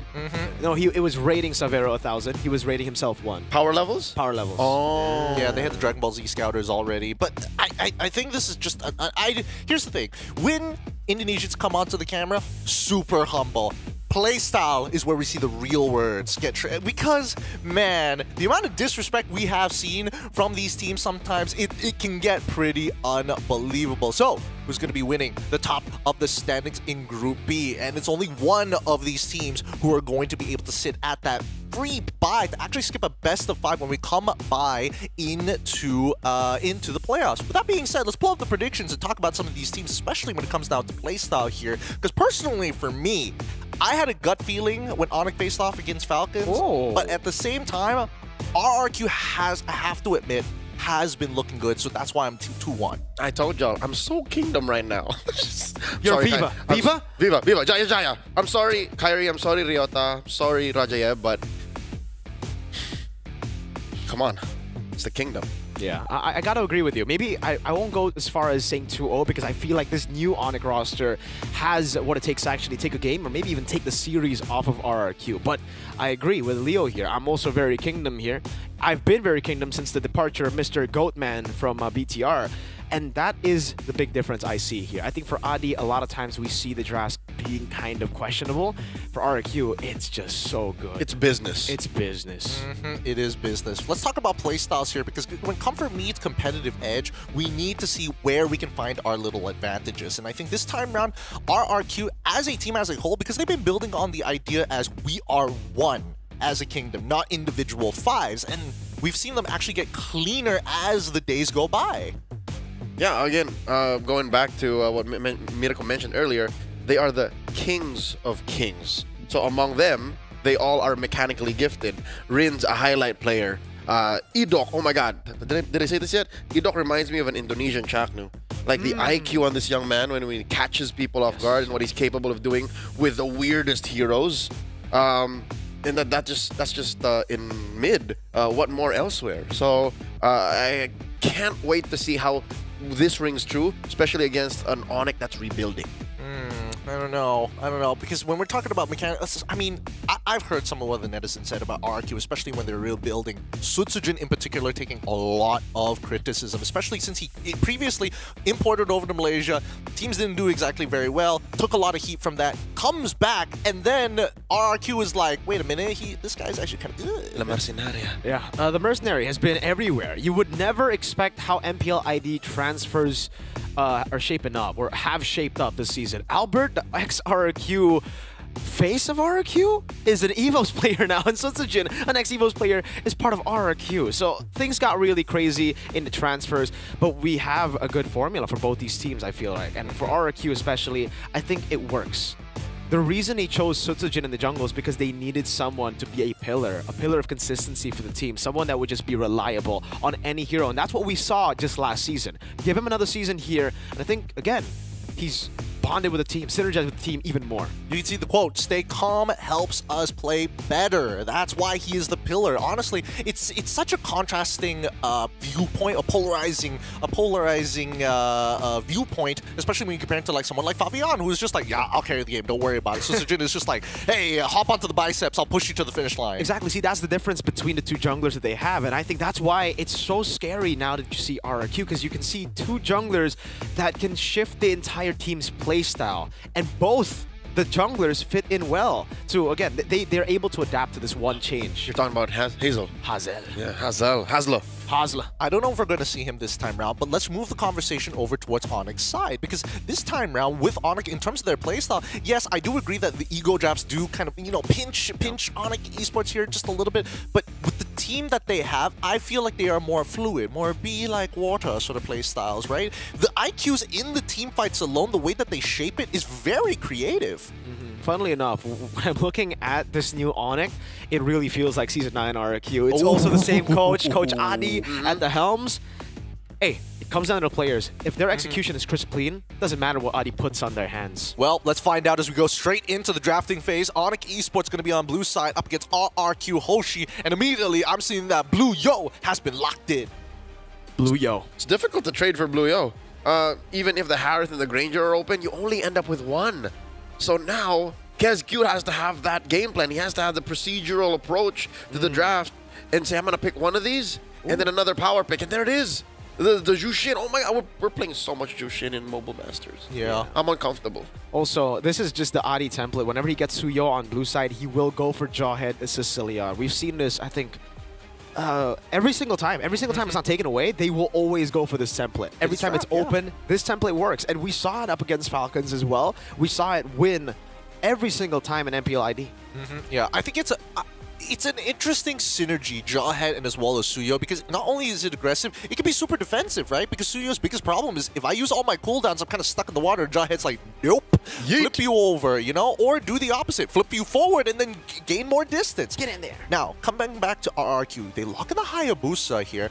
On top of the Harith as well as Jushin. Any ideas of the playstyle so far? I'm guessing it's a little bit more toy-oriented with the way that they've been looking in the draft, but the Hayabusa is so early on.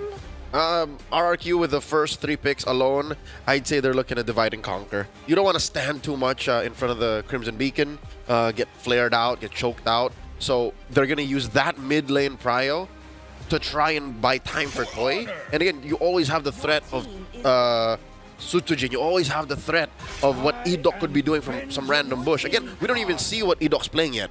Yeah, for sure. That's why I was thinking about the Tigreal instantly. This is the composition that we saw as well. I believe it was also up against Onyx, or was it up against Liquid, where Tigreal was picked up for Edok up against a Suyo as well. He constantly got 3-man, 4-man implosions. The positioning of Edok on, I think that would be his signature pick this season. Gatot Kacha, also a good shout there, something that they have been able to utilize quite a bit whenever they have a Juicin, just for that extra, the capitalization on the initiations. But for RQ, yeah, this is a team fight composition. There's no hiding that here. For Onyx, it's much more control neutral objectives, get the pickoffs, and then wait for Sans and Savero on a Moskov usually to get the item power spike. So the Moskov's taken away, and now we're back to brain games. The Royal Duo in the Royal Derby is paying off. Like, this is the chess game we expected from 2 high IQ coaches. Absolutely, but it does feel like RRQ is more than happy. KSQ is saying, hey, if you want the Granger, that's totally fine. It feels like he has a plan for it already, because Hayabusa's biggest problem is when you come up too close. And considering that Jawhead doesn't really have a disengage mechanic where he brings himself along, therefore, if you dive too hard, you leave your backline open, and they're going to go with the Padang as well for that extra level of peel. This is looking kind of interesting. Okay. Could this be an Edok Badang?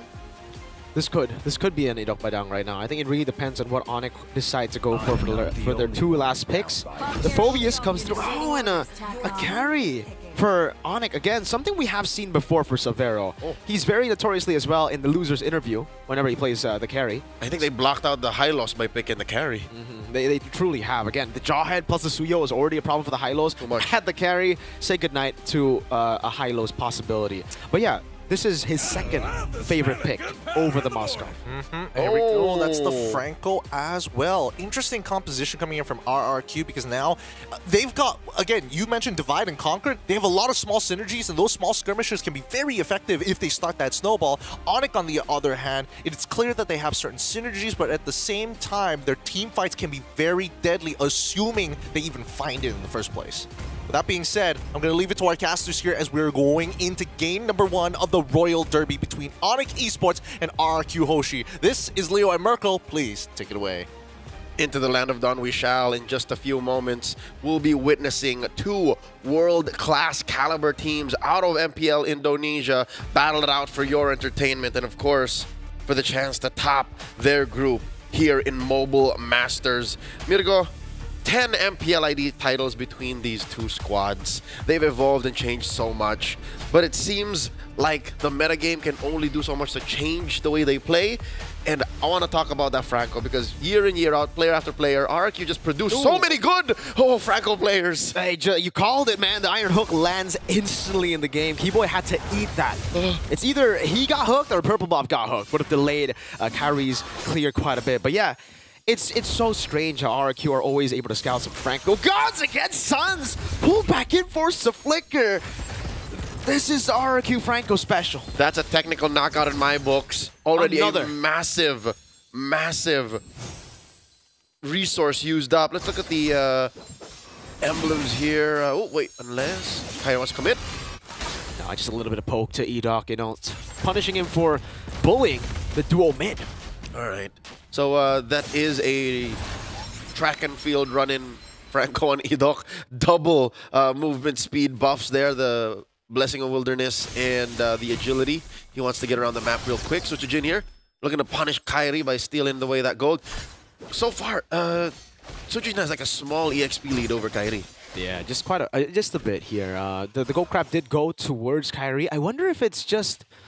Oh, I guess the lethal Wanderer, right? Yeah, he got the lethal, was able to get a little bit of a lead, but not by too much here. And just because they burnt out both the flickers on Keyboy and Sans, they just have so much more tempo to play around the map. Yep, they're able to they've been able to put themselves up front more to claim more of the EXP. Top lane is where the turtle will spawn first, between Dairin and Ryota. I think it'll take a while for Ryota to actually get the punishing Araki Hoshi for getting in the paint too much. That's a Phobius. He needs some level of sustain. Yeah, I'm thinking about the Franco pick again, and I think it is actually quite a good way to neutralize the Jawhead. Obviously, it takes a lot of skill. This ain't something that you can pick up just in your normal rank games. You gotta be as good as Edok, as accurate as Edok. But Turtle 1 can be started by Onic. Oh, where's the contest happening? It's already at a 5th. Rin's actually gonna go up. Dairin able to go for the Fist Dragon. That's a double stun. Dairin locking him down. Sunsujin winning the retreat battle. Despite having the Jawhead, he's just gonna be bloody hunted as Dairin gets a double. Dear God, RRQ Hoshi manhandling the members of Onic ID. Did you see that one sequence where it was a bloody hunt plus the Crimson Flare? Like, who was that? Was that Keyboy? Was that Ryota? They don't know where to go, up or down. There's too much. And the fact that Rins was the guy who started all of it. Play Surge. Kai, a bit too aggressive, gets Edok down, but his Bond Force will be used up. Kai falls again. Second death, only trading Edok. Toy is the boy you don't want to mess with early on. 3 minutes in, the Zaman Force defined what that team fight would look like. And yes, we talked about ad nauseum how a Suyo can fight deep in a pit like that against 3 or 4 opponents. Not when you have a Harriet that was ready to fight. Oh, Hook! That's what I mentioned earlier when it comes to reading out the map. Sutsujin not able to get onto Sans, doesn't go for the shadow kill. Doesn't want to utilize that resource. But yeah, if you have a guy as accurate as Edok on a Franco, it acts kind of like a Selena, right? You just throw on these traps or arrows, in this case, a bloody Iron Hook over to the... Wait, they're just going to go for the skirmish again. Kairi. Anime fight. Oh, that's a shadow kill. A solo assassination by the Mercenary. Toy in the bottom lane also winning on this matchup. Rins is coming in. Goes in instantly for the Crimson Beacon. Savero pinned down with Unstoppable Force and the ejector. Locks him back in the turret. A good flicker out. Another blink for Rins. See, that's the margin of error Rins is playing with. He can afford to be that aggressive. He can afford to get hit with the ejector because he still had his flicker. He knows the limits of his heroes. Now, what does Onic do with this? How do they turn around this almost 3,000 gold lead? The turtle is spawning in the same side of the map in the upper corner. What does this spell for Savero? I think, let me draw a silver lining here for Onic. The fact that it's so quiet down bottom means maybe they can come back through Savero. Could be. That has been, plan B for the most part for Onic. If it's not Savero, it's both the S's, Savero and Sans. Turtle control, though, fully in control of the kingdom right now. That's going to be, again, the pin down over towards Ryota. Wasn't able to move the Iron Hook and the Sanguine Claws. They're going to be able to land as well, but Keyboy is a bit too low. Another Lancer Flare over to Ryota, forcing him to go and Infernal Pursuit in just to get bloody hunted. Edok, ever so disciplined. Orthodox. He's looking for one more. Oh, cancel. Doesn't go for the hook, just saves it. There's Keyboy, walks up. That's a shadow kill. Over to Sans, 1 HP.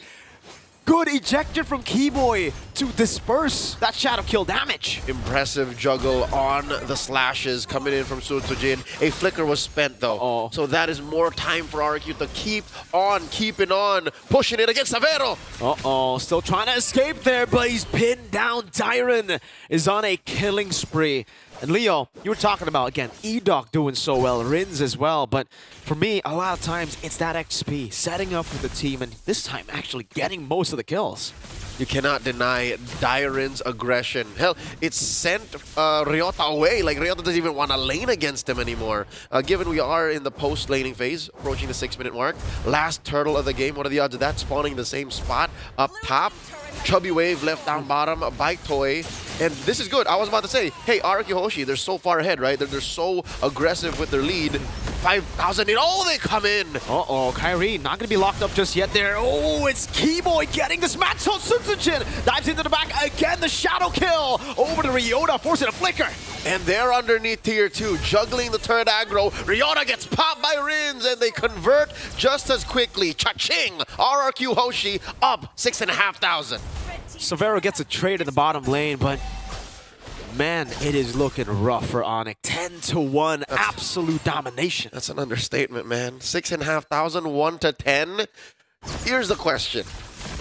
If Sans isn't well protected by Keyboy anymore, what do they do to protect Severo when Onyx cannot protect that mid laner core, right? Arceoshi at this point, I'll tell you now, they haven't even really used their flickers as much. The last time we saw flicker used by Arceus was Rins down bottom. So what if they started flickering forward? Exactly. It's also the layers of CC to deal with Severo on the Purify. Initially, up against this composition, you would think, all right, Purify, that's the way to go for the carry. But then you look at it again, you Purify one, there's going to be a Lantern Flare, the Badang is probably going to bait it out before the Iron Hook, or vice versa, and then you're stuck just sitting there. And there's a Deus Ex Machina. Flicker, suppression, flicker, bloody hunt. Like, there's nothing you can do against that. So now Onyx have to go into problem-solving mode. We saw it yesterday. Winter Crown, first item for the Franco. We thought, okay, they were so far ahead up against a lesser team in newer region. They're doing it against Onyx ID. This seems to be Edok's MO. This is the way he does things. So it makes sense. Again, we can make sense of it. He flickers in. Again, Winter Crown and then re-engage, or I'll Bloody Hunt first and then Winter Crown and then re-engage. He's just making a hero that has like 6 skills. 7.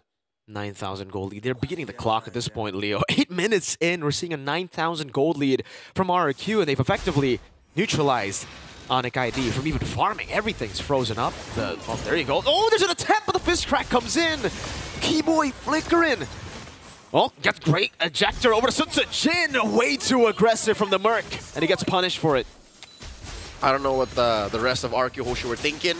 There was enough attention placed by Onyx in mid for them to try and defend down bottom. Wasn't even going to happen anyways. There was a Holy Shield down there.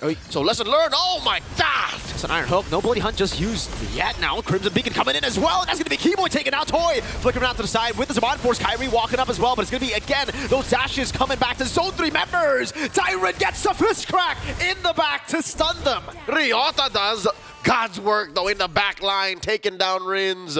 1v1. Now he's running for his life. Can RRQ find the punish? The Y brush. Check the Y brush. Dairen on it now. Dodges away from the Infernal Pursuit.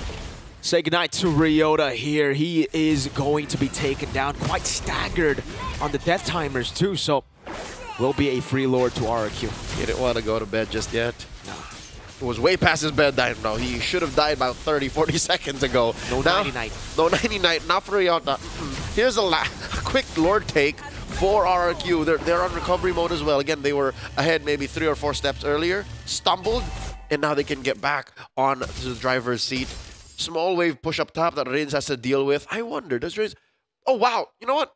It's odd. Rins is not building Skypiercer just yet. No. Again, this is the systematic Heskute RRQ. He don't want no crazy. No. Previously, in the past, you would see Rins go for Skypiercer. He's that type of dude to flicker forward, to make these plays, and to carry the game. Now, he knows when it is just a utility job for him. He doesn't need to go for Skypiercer. Might as well go Blood Wings, add a little bit more sustainability just to be there longer. He's a role player, so he's on his way to a Clock of Destiny, for those of y'all wondering. And currently, the cores for Onyx are still starving, folks. This is not a laughing matter. It's 9,000 ahead for RRQ, and now they're clocking in the base. Mid lane is where the Lord crashes. Oh, Son's going to be taken down by Sunsujin. The Mercenary finding a kill out of thin air. Still with the Lord in the mid lane, marching down. They're looking for it. Ryota trying to front line now. Sunsujin, another quad shadow over to Ryota. Doesn't want to take it yet. Lord going to be cleared out. Another wave. Crashing up top. Toy dealing with the base turret. A slow and steady push by RRQ, Hoshi. They want the siege. They want to win! Fist crack by Tyrant on 3! Locking them down, and Toy is just wreaking havoc! That's a double for Toy, a triple for Toy! Sans going to fall as well. Everyone getting something in the end. The King of Kings first on the board in the Royal Derby in quick fashion. Beautiful game coming out from RRQ. Oh my goodness, from the first minute of the game, they did not lift their foot off the gas. It was just the first time that Coach Adi's opener in the Sicilian, Suyo and Jaw had lost. I was about to say that, Leo. The first time they met in MPLID, it was with Rez and CW. It was a complete outdraft. I can't say the same here. They executed the game plan to perfection. That was beautiful. It really was. Again, it's all the small things that added up. Initially, it's just, hey, you have the draw head. Okay, Edok, walk on in. If you don't slow the buff, it doesn't matter. We get information. Level 3 gank on towards the mid lane because they know, hey, it's draw head. They want to help the fast clear on Sutsuji, on to Kairi himself. And they found the initial punish. They got so many battle spells in less than a minute. Yep, it was a game of inches.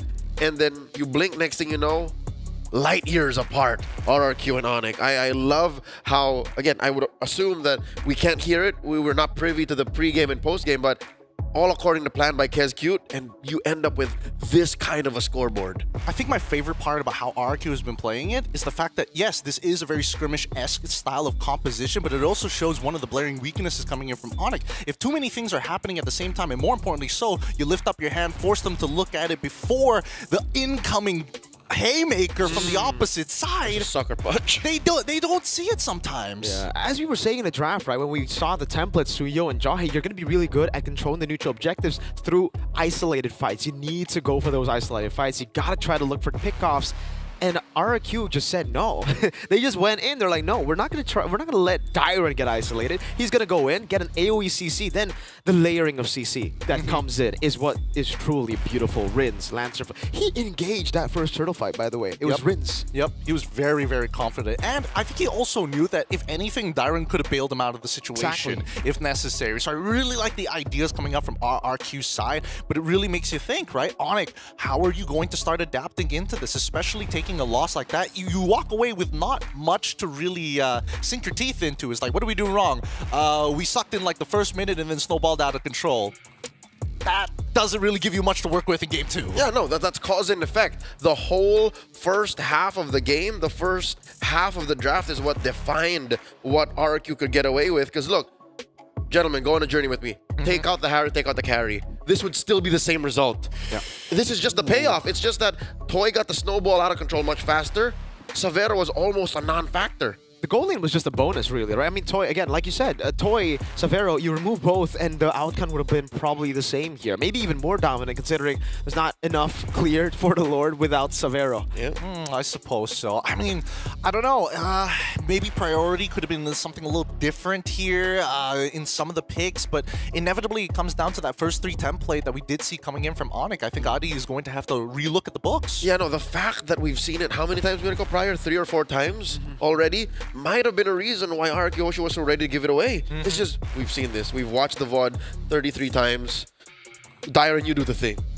Dyron on the Badang. And I think this is the reason. I'm not sure entirely, but again, for the Phoveus pick of Onyx, it really feels like for Phoveus, you gotta win your lane. You gotta be ahead. If you're not ahead, you can't really impact that game too much, especially if you're behind. You're behind, you start jumping and you die, right? And Ryota couldn't really have a significant impact in the game because all the way from the start, they lost the first turtle. With this template draft that they've gone for with the 3 first picks, they would always win out early. That's how the Phoveus would get going. That's how Savero would be able to get his item power spikes at the right time.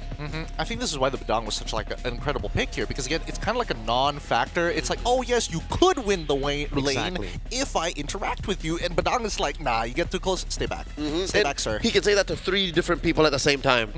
He can say that to the Jawhead, something we have. Yeah, the Jawhead really controlling a lot of fights has been the big reason as to why we're seeing Jawhead back. But Dang says no. Yes. And I think, just in case you guys don't know in the interaction, he does get CC immunity when he is popping that ultimate, just going, oh, no, no, no, no, no. And the best part, even if he's not the target, if he's close enough to the unstoppable force target, he blocks the ejector after because he gets launched in the different direction as long as he holds it up. So just small things coming from RRQ is showing why they had so much polish in this game, and the execution was clean and crisp, which gives Onyx basically nothing to work on for game number 2 other than we got to change the draft. We have to start pushing their limits. I think, if anything, Onyx need a more simplified approach to what they want to do in the game. You know what? A part of this makes me consider, what if Onyx suddenly just change up their draft completely? Like, they don't even go for the Suyo anymore. Like, they try to play for a Fanny. It's very possible. What if they try for a different gold lane trade, or they really invest in it? Because maybe they might see this as a, Savera ended up with a carry, and we didn't even find the Hylos block. So we can go for that. Give him the Granger. Give him the Harith. I suppose it's stuff like, let's say we switch the carry out for like either the Granger or maybe, if luckily enough, you know, in the first phase, get a Moskov early on just to try and contest for that bot side priority, but still somewhat be able to rotate early into the fights. Would that have made a difference? Because we saw, right? Oh, you carry, you lost priority. Kyrie ends up dying when Edot wants to go for the invade. Or maybe even attack Sutsujin. Maybe because his Sutsujin was just way too free. It's way easier said than done though, right? Yeah. Because they just got beat up in the first turtle. And I think, you brought up a good point. The Moskov pick in the first phase will be great. All right. With that being said, adaptations is going to be on the forefront of their minds. These teams are going to need a short break, and so are we. As we go on to the short break, don't be scared. We will be back. The Royal Derby will continue. RRQ currently at match point here at Mobile Masters.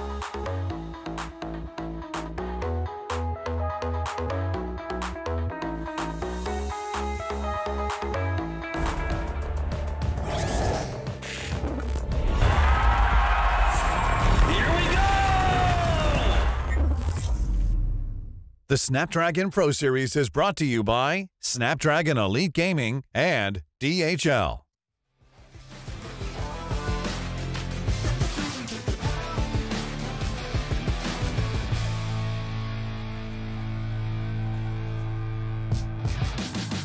Yeah, I'm moving automatic. See the top spot, but I move right past it. You're not #1, man, you thought you had it. I got what I want, now it's more than average. We are the masters.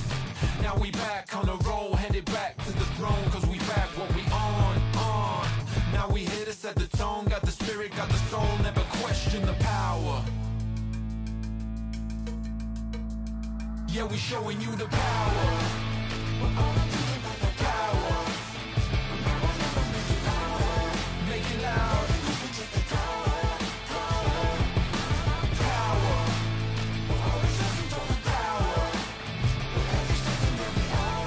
Don't waste a minute.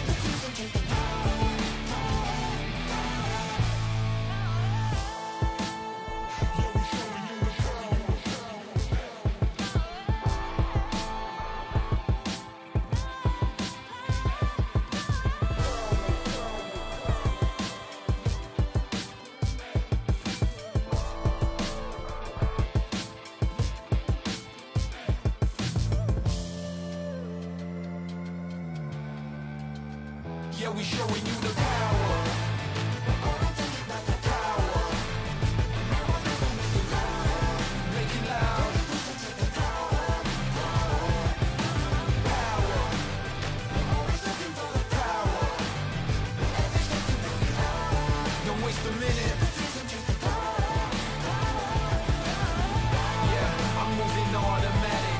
See the top spot, but I move right past it. You're not #1, man, you thought you had it. I got what I want now.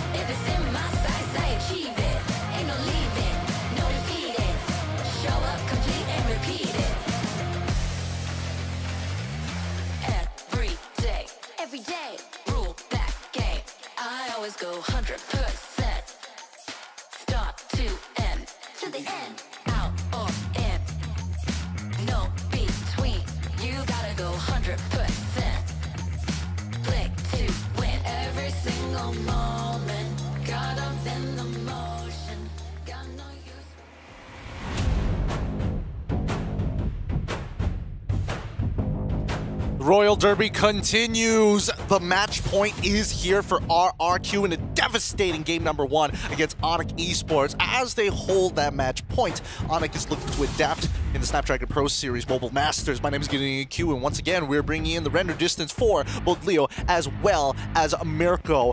They're going to be your casters here, and again, the discussion is really, really tough. There's a lot of good things going on for RRQ, and it's a pretty difficult spot for Onyx because they're left with basically nothing other than maybe you could change the draft for game number 1.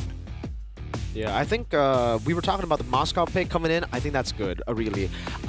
Getting the marksman in the first phase for Severo, having someone able to impact the side lane is going to be good up against this kind of composition who wants to team fight, who wants to group up together. But the Moscow will not save him from the Franco specialist. The third, fourth coming of this designated role. Yeah, I lost track. But yeah, following in the footsteps of Vin, of Naomi, is Idok, who has played, according to the record, Franco twice and won as well. He's killer. He's a killer. He's an absolute monster, right? Hide your kids, you might snatch them up. It's dangerous with his iron hooks. We've seen the devastation he can cause, but more importantly so, the information he's allowed to get from this hero alone, with RRQ working as a complete unit, using an entire city's worth of resources to put somebody behind. I think that at this point, it's scary to think that Onyx might even consider going to the red side. You know what, Gideon? Mirko said something that I really love. Obviously, it was absolutely genius the way you said. His Franco plays like a Selena. Like by throwing a single hook, you zone that part of the fight, and it changes the way a team like Onyx approach the formation, approach the whole engagement. And we saw that in game 1. So I might even say, is it crazy that Onyx maybe bans out the Franco? Because, oh look, wait, hold up. RQ chooses red? It's Onyx that chose blue, I believe. It's loser's pick. It's loser's pick. Oh. Fun fact for you guys.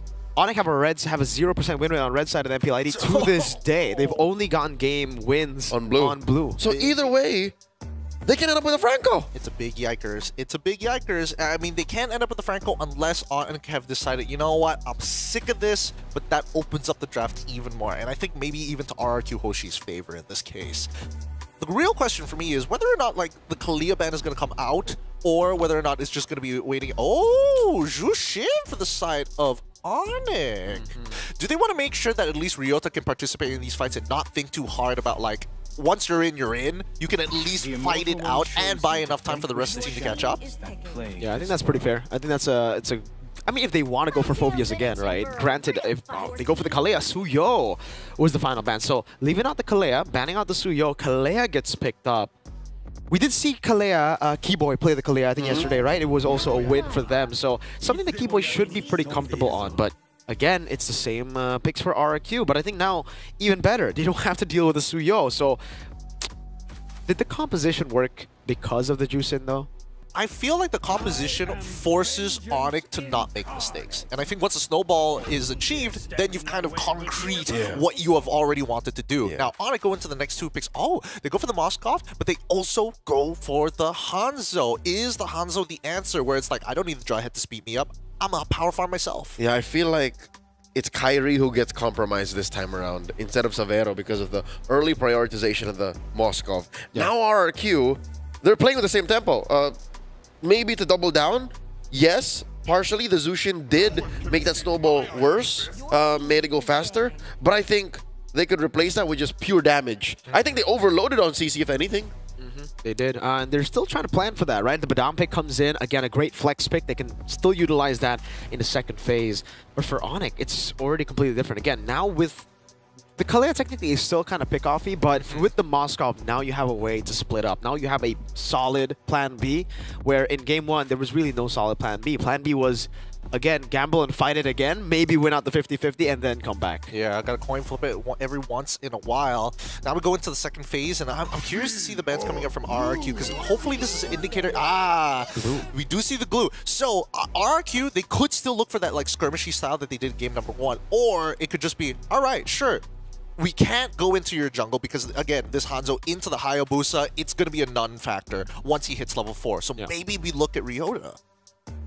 I'd say they look at Ryota once, and then they attack mid as well.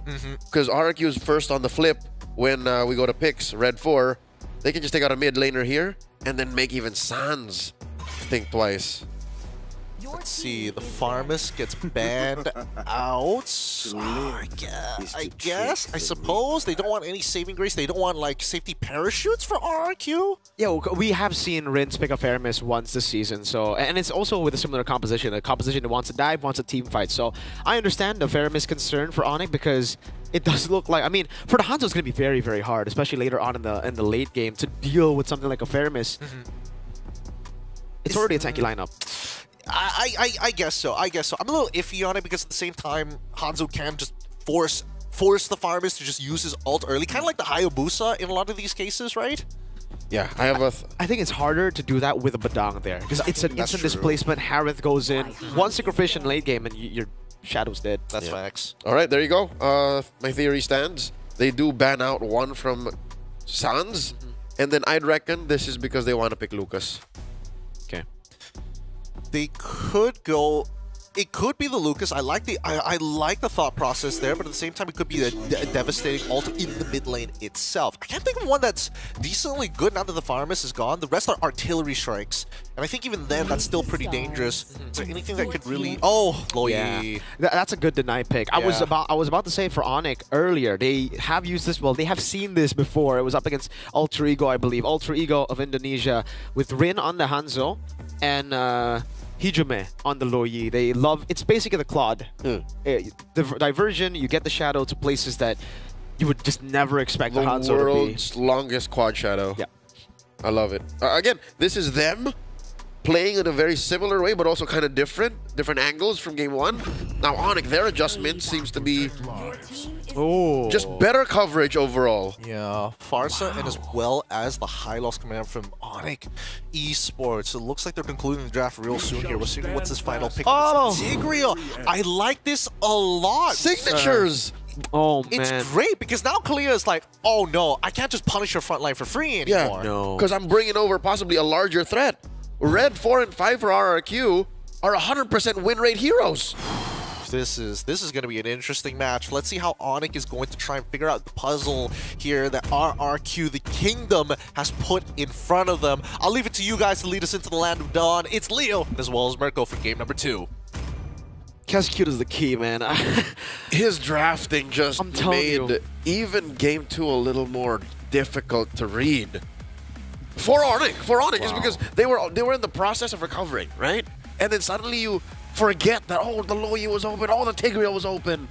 It's again, the deny pick of the Loyi is really what's so good, right? It really kind of forced Sans on the far side. There was nothing.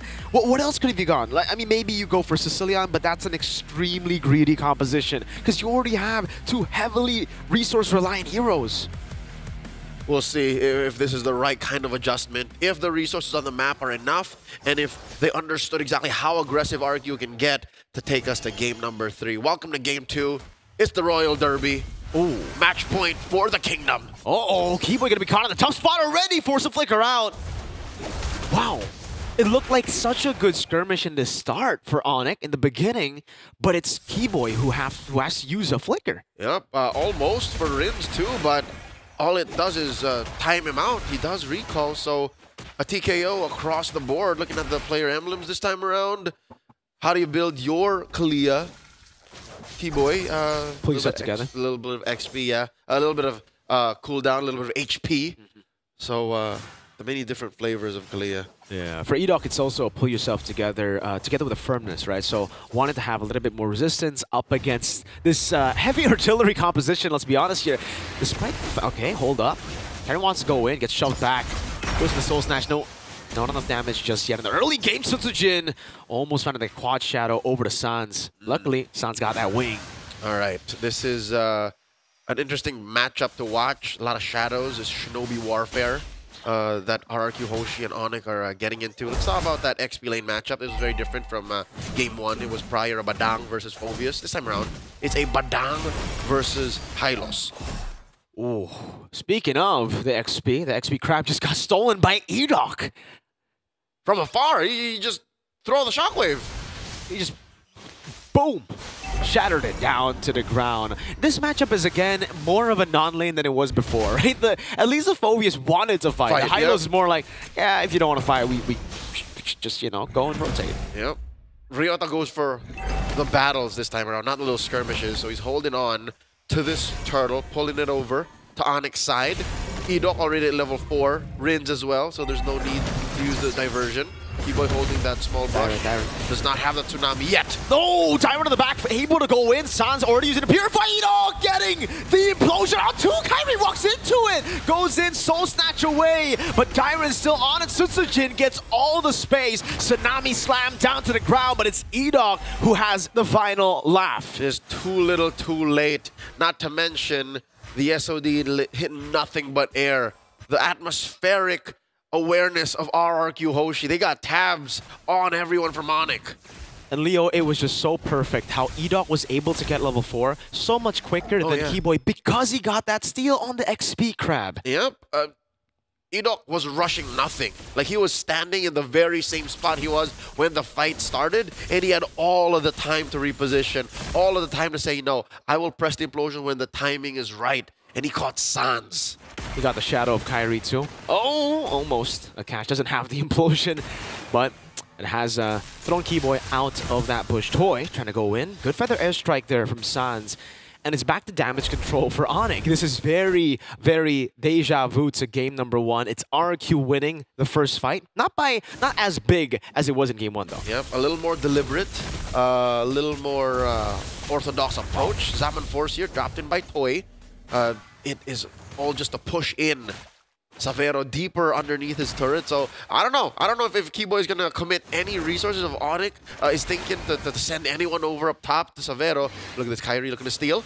Oh, does not get it. Yeah, clutch retribution by Sutsujin. The mercenary gets his coin. Oh, diversion. Oh, Kairi might just be read out. Uh-oh. Sutsujin doesn't get the quad shadow. Gets company in air. Reaction 2 times. Rins able to walk away from Sans' damage. Keyboy wants to go in again. Sutsujin's right there. Gets the shurikens in and actually is able to get Rins out of harm's way. They're going to go for more seals on the jungle. Purple buff has now just spawned in the game. Yep. Interesting and impressive footwork from Rins. You saw how underneath the feathered airstrike, the almost eminent clapback from Onyx, he actually just sidesteps everything. Happy feet. Got that movement down below. Any lesser mage would have just ran away, but that's exactly what Sans was expecting. So, again, clearly, RQ Hoshi studied this matchup, not just from the draft, but even to the players' individual movements. Tsunami Slam! Not too sure if you want to jump on. Edok gets the shove back. Soul Snatch coming down. Also the knockup over as well. Now it's Dyron in the front, getting chunked quite low. Ryota with the DOT Turtle going to be reset as well, but Ryota has already used the Glorious Pathway. Diversion, a stun coming down. They don't know where the diversion's coming. It's going to the back as well. Kairi still able to escape for a bit. Sutsujin now on Keyboy. Dyron, fist crack coming over against Kai with another punch down. Kairi looking for the kill. Will be able to deal with Dyron. Turtle, not even half. Rins caught as well. Keyboy, Tsunami Slam. Nope, just slamming him down to the ground. RRQ Hoshi spent a little too much time trying to secure those kills, but Sutsujin from out of nowhere steals the turtle! The Merc saves the fight, the SOD doesn't land, but Sans together with Keyboy will get what they wanted to. Savero in the mid lane, unable to get a trade, but it's good enough. Onyx are back in the game. The only survivor of that slaughter in the turtle pit. Onyx now up 1,000. Savero was just following in Toy's footsteps, and Toy was there to actually just help RQ Hoshi catch up. Is that a stolen purple buff? For RQ Hoshi, like the big buff wasn't there. Look, it was just the baby buff that Edok and Sutsujin have to take care of. Huh. They left the baby. I think last time I saw it, wasn't it Kairi on it? Maybe exactly. He just had to rush the turtle. I'm thinking, right? I'm assuming right now. Or he didn't take it. No, he didn't. He had to rush the turtle, leaving the purple buff is what I'm thinking right now. All right. That's just how quick RQ are moving around the map. All right. Well, again, given what happened, they were just trying to make ends meet, trying to make deadlines, these rotations that they themselves have set for them to try and make the most of that early snowball. But right now, for the first time in this whole series, Onyx are in control. Although there are some movements on the map, developments that allow for RQ Hoshi to get back into the driver's seat. That's a first push up top by Toy. Edok wants to open up the map again. Ryota did a good job at zoning earlier in that skirmish. If it wasn't for Ryota and the Glorious Pathway seeing the diversion going in and getting the stun right before the diversion went through, it could have been devastating to Kairi. That whole diversion play was a 50-50. Yeah. Arcyoshi already positioned themselves and committed too much to pull out. It would have been worse if they just denied themselves that opportunity. So they took their shot. It's better than not doing it at all. Tsunami slam on the Diren, throwing all at the Padang, but he goes with a fist crack. Toe snatch still taking him down. Kairi able to get the kill. 1-4-0. That's the pickoff. Diversion though. Diren spent so much. Good read by Kaidok! Diversion into the implosion flicker. No hesitation. Keyboy looking for the Tsunami slam. Doesn't have it. Back up just yet. Turtle for free to Sutsujin. And that's the last hurdle of the game. Clutch timing too, as it was about to turn into a Lord. That's happening about 2 minutes from now. This does open up the map, leaving Savero to his own devices, pushing down tier 1 in the bottom lane. Sutsujin securing his purple here. All right, slowly, the pendulum has swung back in RRQ's momentum. The instant decision making, right, from Edok as well. You saw that Kairi initially, it was the instincts, man, coming in, but he was still thinking, all right, do I try to scout in? Do I go in? Once he started thinking, Edok took that time and went in. He knew he had the opportunity, and it was closing quick. Yep, he took a shot again. That seems to be RRQ Hoshi's MO, is when there's a shot, we take it, and here's the diversion into the Rock Golem's bush. I wonder if Onyx knows that there's this many members of the kingdom here, and they rotate out. Oh, they still move down bottom. Who is this? They spot out Keyboy. They're just setting up that push. Yeah, they want to get the turret, leveling things on the board of the bottom lane, something Savero was able to get in trade. Now it's back to even Ryota. Trying to scout Sutsujin. Savero getting a lot of space this game, unlike when he was on the carry, right? This is, again, more Savero's style. He wants to be an individual player, an independent gold laner that looks for farm while the team goes for objectives, looks for picks, yada yada. He builds himself up before he's able to be part of a bigger picture. And even when he misses the SOD, some might argue that might be for the best, you know? Maybe giving him that option to join the fight when he's not ready yet might be detrimental to Onyx. So right now, Arcyoshi setting up a diversion into that L-brush. Beautifully done. San's going to be taken down. Again, it's Toy who gets the kill. What a diversion from Rins. Fist crack over to Ryota. Implosion as well. Keyboy, you don't want to take it. What? He still goes in, gets caught, and gets taken out by the Shinobi. Sutsujin. The yin and yang effect denied Ryota the retreat. And I think Keyboy was thinking, hey, I can heal him. I can fix him. We can make it better. But Arcyoshi says, no, it's too late. And they take 3 for free, converting into a turret, converting into a Lord. And now we're back in Kingdom territory. Just in a snap. You blink, you miss it. Almost. Savero could have created another Savero moment with that play. Unable to get it. I love how Sutsujin was just so calm, though. He did not panic retribution. He's like, it's fine. It's off by an inch. Classic Sutsujin, man. Classic Sutsujin. He doesn't have emotions when he's on cam, when he's playing. But in the gaming house, I've heard that he's a completely different person. I mean, that's how you end up being that way on stage. You take it all out when you're home, so that when the crowd is around, when you're out in public, it's cool.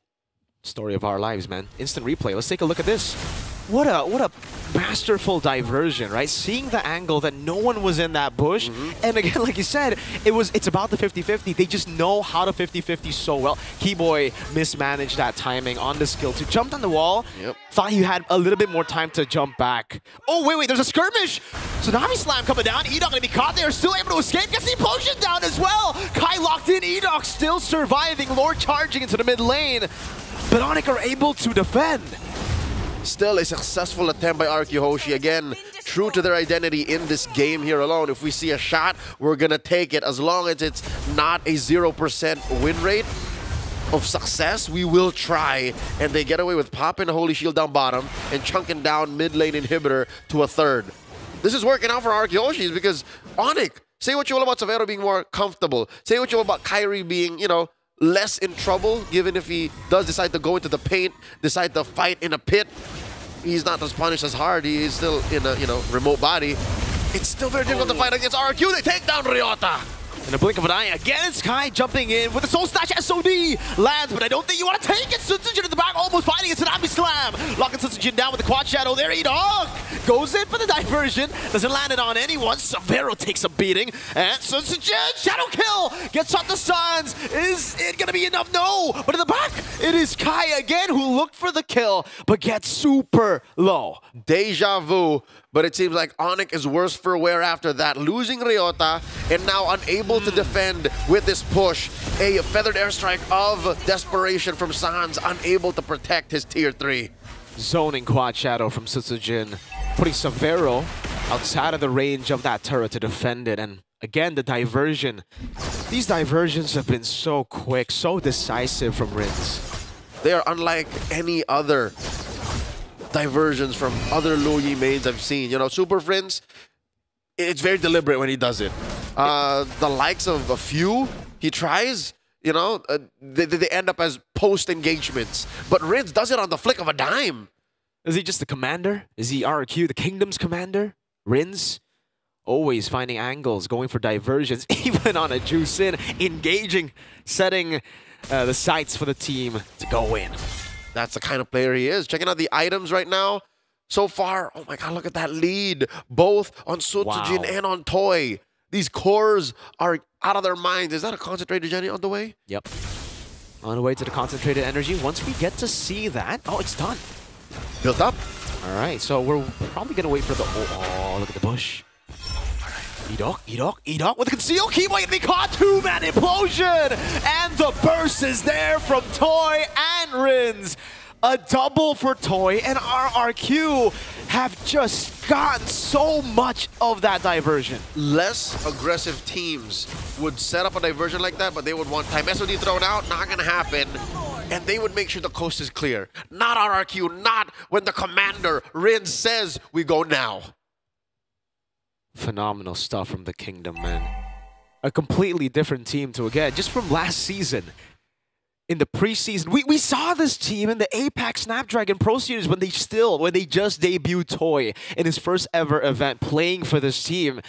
And now they've improved this much. A different configuration actually got a sweep against the then would-be world champions in Onyx Philippines. So this is just that same DNA and they engage. Severo trying to survive there. Toy goes over his Mon Force, goes in straight for the base right now as the Lord is still there. Ryota getting his entire HP evaporated. Shadow kill on the base. Sunsujin gets it. And in the base underneath, they're waiting for minions. Toy gets taken down. Severo is trying his darn hardest, goes in and pins them down. Rins looking for the kill. Rins going to get taken down by Severo. Edok on the base. Onyx have defended.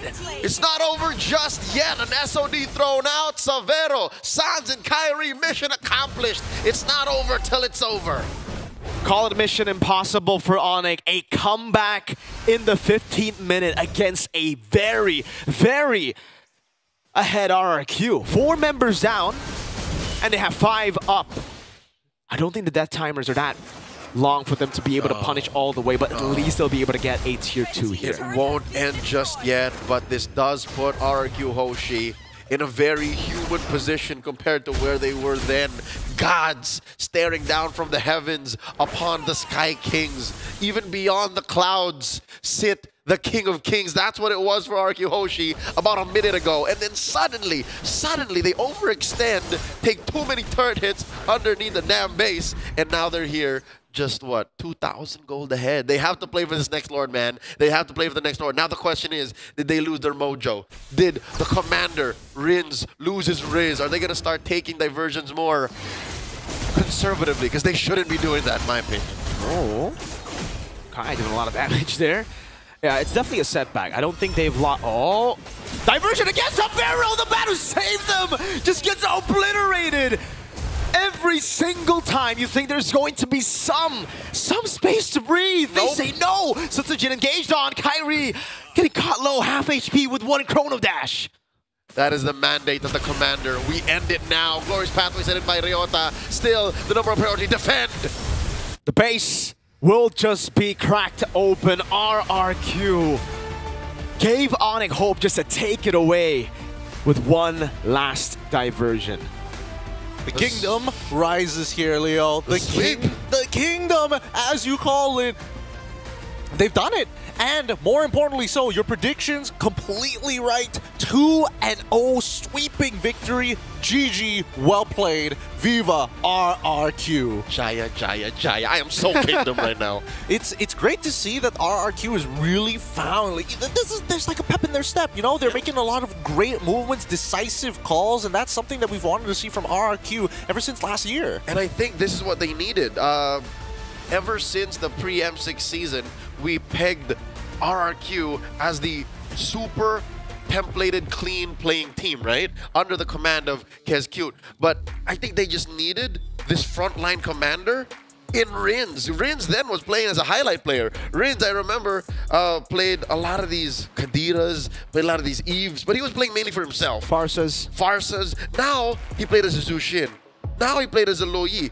And sure, Edok is there to be the brains of the operation, but they needed someone to push everybody forward, and that's what Rins was. He does so much better on picks that are utility, picks that, again, want to go in. Someone who wants to be up close and personal. It's great to see. KezCute, the mastermind of it all, and he's got 5 members to be his strong arm to guide the kingdom to victory. Onyx here, man, I have to admit though, there were a couple unlucky moments for Onyx. Like, it's like, oh, I cleared the bush already. Sans, you can walk by. You're dead. You're gone. Bye-bye. Hide your kids, man. It's really tough to say because if anything, yes, the draft was a bit of an issue, but then coming into the game itself, there were moments that Onyx were able to kind of push back. Actually, I would say more than there being issues in the draft. I think it's a very strong draft by Onyx. It's just RRQ played into it so well and used their kits in odd timings that would undo that equality, that would put Onyx in weird positions. Again, you blink, next thing you know, all 3 inhibitors were down. That's literally what we saw. And I think it's also something that you mentioned in the game, right? It really feels that RRQ have not just drafted better, just a bit, advantage definitely to RRQ, executed better, but it's all due to the planning. It really seemed like they just knew what Onyx were going to do. Their movements on the map, their individual risky takes as well, like their tendencies, their habits were all studied and were all punished by everybody on RRQ. Which is all the more impressive because they studied them in their form now with Ryota and Savero. So they took even that into consideration. I love it. I personally love it a lot because that just goes to show that the level of polish that RRQ Hoshi has is already, you know, prepping them not only to potentially be champions in their own individual MPL, but even for potential M-Series tournaments. So let's keep that in mind as the tournament continues to go on. And honestly, for Onyx, yes, I do agree that RRQ had the advantage here, but at the same time, you could also see when the planning ends, right? Some of these fights that got dragged out even longer, Toy, he doesn't mind it. He fits into the role really nicely because when there's no plan, Toy still has the mechanics to really kind of elevate the team over the top, to make it over the walls. And to really just make it as icing on top of the cake that was so well built and baked by RRQ. Any lesser gold laner would have thought twice about it. Are you sure, Rins, we should be doing this? Are you sure? Because he's their only core. You consider this, Rins is utility. You consider this, Sutujin is cleanup. If Toy were to fall suddenly and fail in his mission to engage, then RRQ has to think about the next plan, Plan B. There was never a Plan B for RRQ. Yeah, there honestly really wasn't. And that's why some of these fights that Onyx won was, okay, the plan was we only planned up to here. Everything that happens after that was either, oh, they made it through, not the cleanest of execution, and now we've got a bit of a problem. We've got to make sure that we get our max value. The old reliable for Toy. He's just the old reliable, right? I mean, once he gets to his item power spikes, he is able to carry. And we've seen it, again, also against Onyx. He was playing Irithel up against CW's Granger, Sans, and Sicilian. He was the difference maker. So not only is he the old reliable, but he could also be the X factor that guarantees the victory in the last portions of the game. Oh boy, man, this is a scary kingdom here. A convincing 2-0 victory over Onyx is going to send shockwaves throughout the MLBB esports community, and more so for the international competitors looking to take an M Series trophy for themselves right after they finish off the Mobile Masters. Even so, at least we're looking at some strong competitors here when we start moving towards playoffs. I mean, RRQ definitely on my list. I want to watch more MPLID now because of RRQ alone. Can't wait for that break to be over. Yeah, boy. They're undefeated in MPLID. So far, they're undefeated here. They have not taken not even a single game loss just yet. Not yet, not yet. And I mean, it's great to see. It's great to see everything kind of, well, the big profit because they've invested so much for such a long time for the side of RRQ. And I mean, the fans are always going to be with them. I know that for a fact because, again, the turnout for RRQ games is always going to be ridiculous. That's the brand they made them for themselves. But this team is something else. It's something else. We'll see whether by the end of the year it's going to be something special, like truly special, to put Indonesia back on that, back on the World Championship map. But until then, this is going to be a fun time. Yeah, it's not just the fact that they've invested so much, but it's also the fact that they've learned so much in the past, from the past, right? I think their time with Arcadia as well, not really trusting him to build what he wanted to build, changing the rosters constantly. They finally understood, all right, you know what? Maybe it is time for us to trust the players, trust the coaching staff, especially this very, very young roster. When they got Edok, Rins, and Dairen, I felt it's finally, if there was a time for them to stick to a roster, this would be it. And then the courage to say, Skylar, thank you for leading us into this new age. Now it's time for Toy. This roster right here, this undefeated roster, like sometimes you would say, teams got lucky in their brackets and their groups. Now they played through the strongest teams and are still undefeated. Oh boy. Oh man, Mobile Masters, man. It's great to see having these like pre-international, well, technically internationals before internationals happen, just to get a little bit of a taste of where everybody's power levels are currently at before we get into the M Series itself, and even their own local leagues. But with that being said, though, before we get, hopefully the interview is going to become on Onsu, because I am curious to know what exactly, like, if they could mimic KezQ, what would he be sound like? Is he a chill dude? Is he the kind that screams at your face behind the scenes, but in front of you is like, pick this? Do that. From what I've seen, Mr. Kez of House Cute, he's pretty friendly. He's just, he's a calm dude. I've never seen him, scrim before, but so he's got that SDL vibe. He's got the SDL. They were actually teammates back in the day. Exactly. See, I had a moment in M6 that talked to both of them. They give off the same vibe. That's I guess why these younger squads, these old franchises with younger players take so well to their coaches. Honestly, it's like the perfect mix, right? Because you have technically these people understand the esports, because they've been in the esports scene for a pretty long time prior to MLBB being the latest and greatest so far, especially within Indonesia. Players who know, or at least who kind of grew up while they were in their young careers, are going to be looking at them and being like, this guy knows what he's going to be talking about. He knows what we have gone through as young players. I can't believe Bigatron let him go. that's loss aversion, Miracle. Like, leave it in the past, all right? Look forward. You now have Etomax. Yeah, you're now a Kingdom fan. Viva RQ.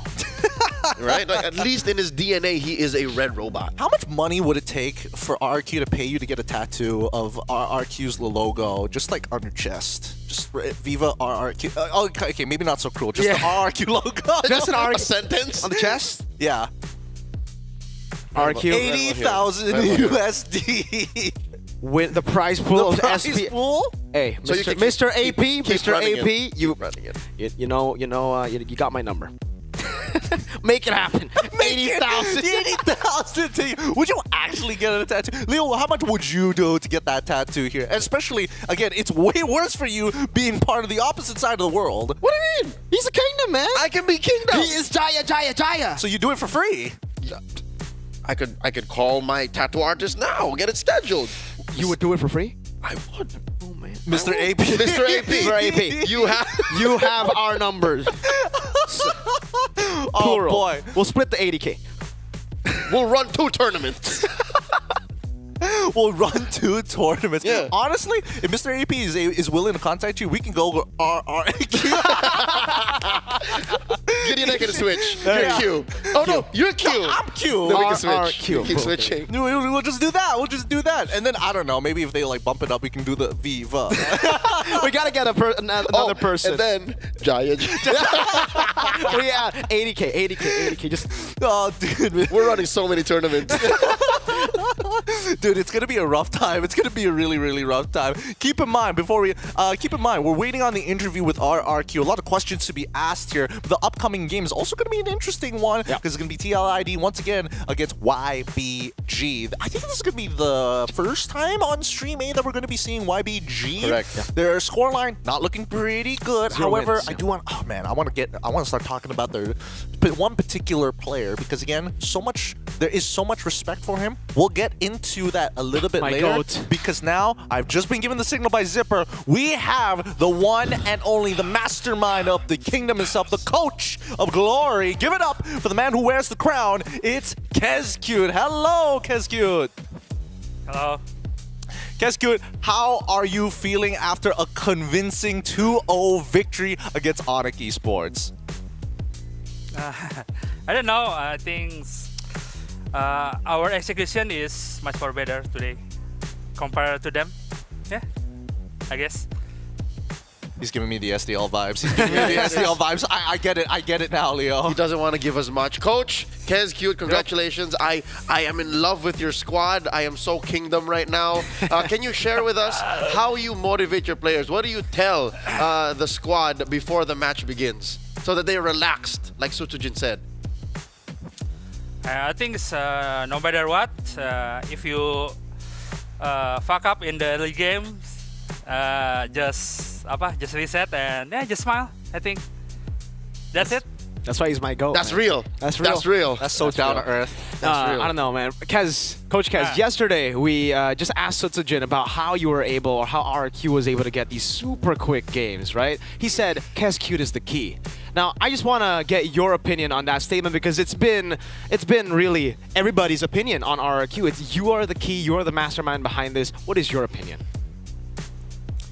I don't know. I think he's just glazing me and he's just glazing you, dude. That's cap. I don't know. I just prepare much more better. I think for this game. Yeah, I don't know. Okay. Well. Kezcute, I'm curious to know.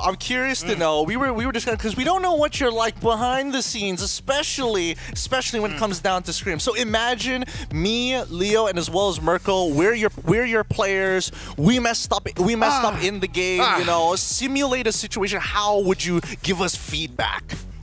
We lost, coach. We're losers. Okay.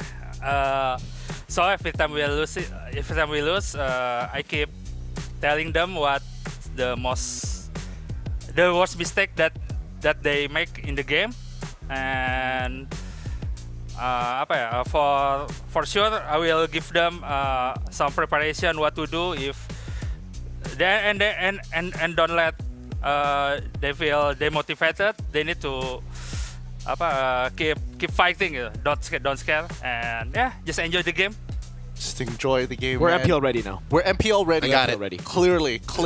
Thank you, Kezcute. Man, I want to see, dude. Kezcute, I wonder what it's like. Are your players... how does he look like angry? That's what I'm trying to figure out. He's too chill, Do you get angry, coach? Do you get angry? I don't know. I think I'm never angry. He never tilts. That's the cute. Maybe you can ask some of our player if I will ever be angry. Dude, if Sutsujin is blazing this man, nobody can get on his bad side. Kezcute, the whole world is watching you right now. What do you have to say to all the RRQ fans and the new RRQ fans internationally? So yeah, for all of our fans in the world that watching us today in the ESL, yeah, keep supporting us. You need to keep remember or tell us to keep improving and keep humble. So I hope we can get the champion in this ESL. Thank you so much, KSQ. Thank you for the interview. We'll send you on your way. You still have some games to play, of course. And honestly, good luck. Great games. We'll see you next time. Thank you. Thank you, Coach. Makasih. Reasonable glaze, by the way. Reasonable glaze. Isn't it not very reasonable to glaze that, man? Real. It's real. That's why I said cap. Like, you're not getting glazed, Coach. They're telling the truth. Yeah. I can't Sujin believe... would never lie. Dude, this man never tilts. This man never tilts. What gets under his skin? Well, I gotta know that. There's gotta be something that makes this man tick. Not losing, I guess, because when we lose, like, remember, we were losing a scrim. He's like, it's okay, guys. Don't get motivated. I think it's just due to his experience, right? He was a player before, and just having that experience, understanding how it feels to be a player, getting coached by someone who is angry at you, who puts pressure on you. Maybe it's just the experience that has molded him to the coach that he is today. He knows. Maybe he's a keyboard warrior. We don't know. It's like vocally no, but I will type some major. He was an ex-player of a certain game. He know that is within the realm of It is known. It is a strongly worded feedback form. Dear Sutsuchi. It's in Check your emails. It's super formal. He writes it down, multiple paragraphs. I saw the orange buff. It's in meme format as well. It's in Shakespearean English. It's classic like that. I love you, Sutsuchi. You know what we're talking about. That's how they communicate in the Are you kingdom. talking about the ult? This was long ago. It was 4 or 5 months ago. M6? Tempest of Blades? Hey, look. Hey, man. He's grown. The mercenary has grown. They're okay? winning, all right? They're winning. They're winning and they're doing really, really good, man. I cannot wait to see how high, or at least where the ceiling is for RRQ, when they're going to find that first plateau. I think a lot of teams, when they get into that, that winning strategy, they're kind of like, I can take it chill. It's all good. We're the best in the world, man.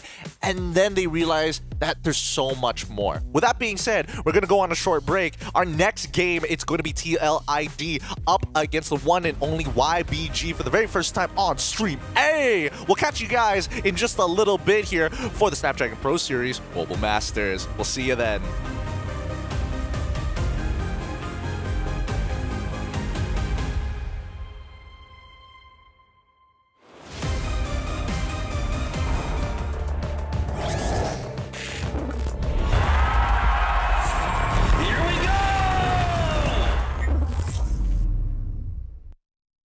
The Snapdragon Pro Series is brought to you by Snapdragon Elite Gaming and DHL. Halo guys, gue Fabian dari tim Liquid Indonesia, role gue jungler. Hari ini gue bakal ngajarin kalian bermain Suyo. Kalau buat emblemnya, gue kalau main Suyo biasanya pakai Trill, kalau nggak Swift ya.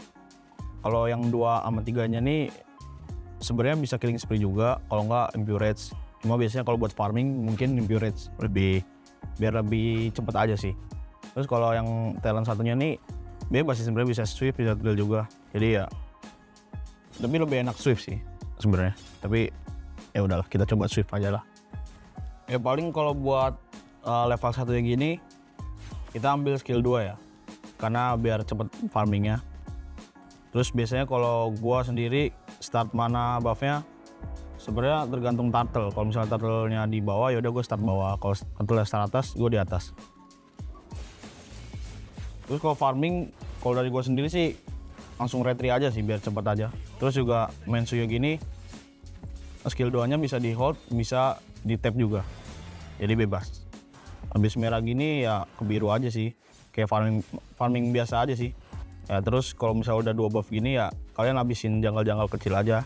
Terus kalau misalnya ada kutu ini Lito, ambil aja. Terus ada orang ya udah kita kill. Terus kalau masih menit 1 gini mungkin ya farming doang sih. Kalau misalnya ada orang yang buat tiging kayak di XP lane, kalau nggak di gold lane gitu, mungkin ya bisa digas. Cuma tergantung pattern kalian. Kalau misalnya pattern kalian ke atas ya udah ke atas aja gitu. Jadi nggak usah mondar-mandir. Terus juga jangan lupa kalau misalnya ada jungle musuh, kalian coba invite aja sih. Biar lumayan kan XP sama gold. Yang turtle udah mau respon guys. Jadi kita ya stay turtle aja sih.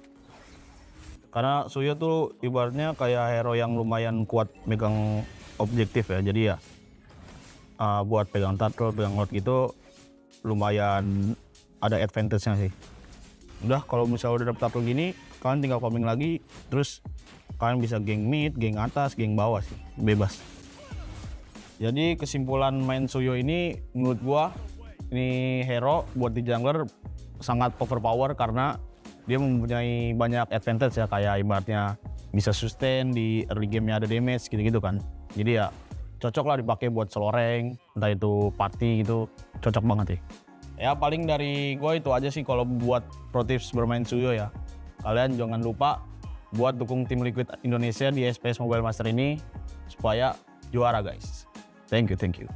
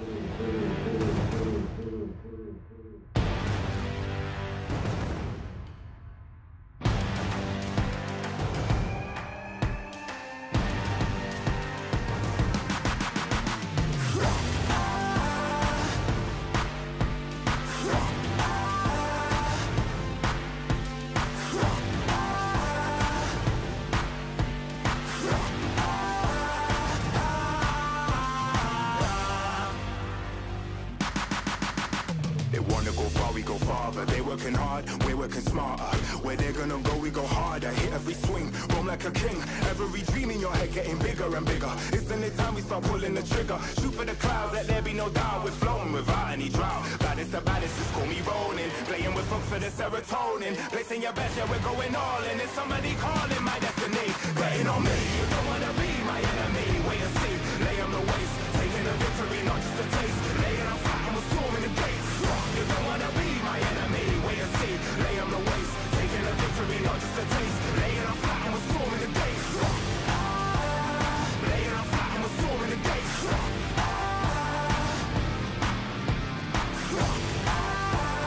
Laying on flat and we're storming the gates.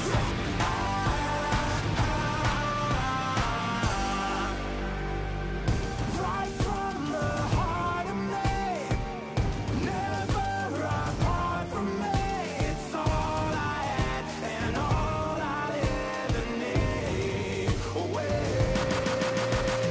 Way too close to call it. Taking a leap and we're going all in. Baddest the baddest before we rolling. Messing with folks for the serotonin. I'm betting on me. You don't wanna be my enemy. Wait and see. Lay on the waist. Taking a victory, not just a taste. Laying on flat and we're storming the gates.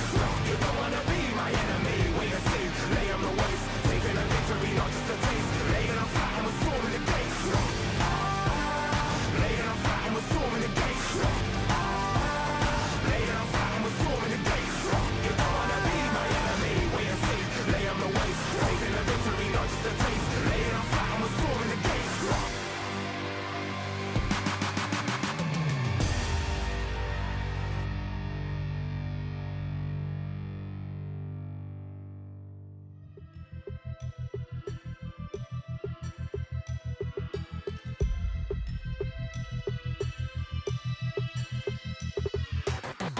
It's a madhouse, it's a madhouse. Had a lot of people showing me some mad doubts. It's a madhouse, it's a madhouse. I got love for the game, I don't cash out. It's a madhouse, it's a madhouse. Everybody with their hands up in the air like whoa. It's a madhouse, it's a madhouse. Shaking all the city, this is how I like my show. I got love for the sweat that I put in. Door with a foot in, proofs in the pudding. Things I did, all them said that I couldn't. Superhero bouncing like a villain, all y'all rooting, you the fan now. Yeah, you understand now what it took to be the champion that I am now. Head in the sky, it's about the time you land now. And let's see who of us has got the better plan now. Who has got the better plan now? Who has got the better plan? Who has got the better plan now?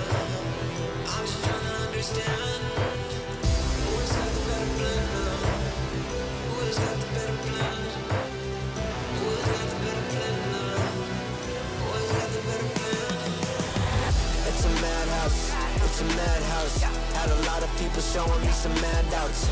It's a madhouse, it's a madhouse. I got love for the game, I don't cash out. It's a madhouse, it's a madhouse. Everybody with their hands up in the air like whoa. It's a madhouse, it's a madhouse. Shaking all the city, this is how I like my show. How I like my show.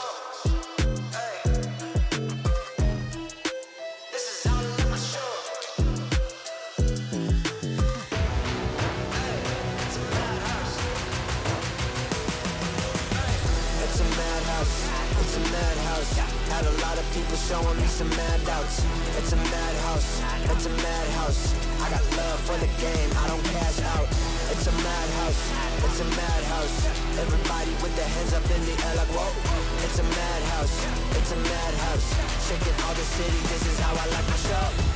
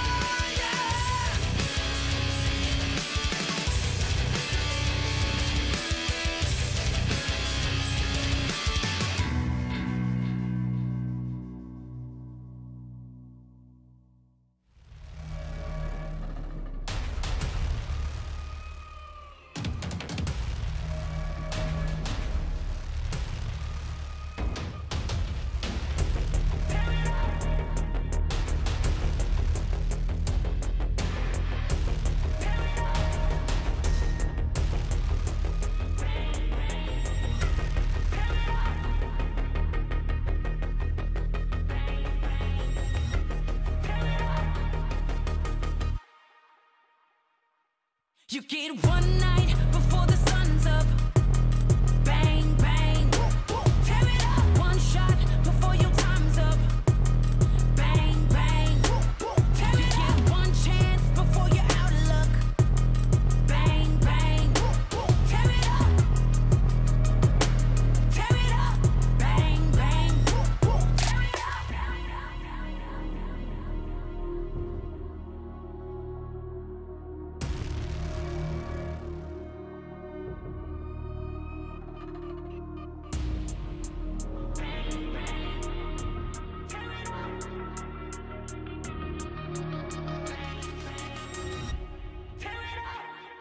You get one night before the sun's up.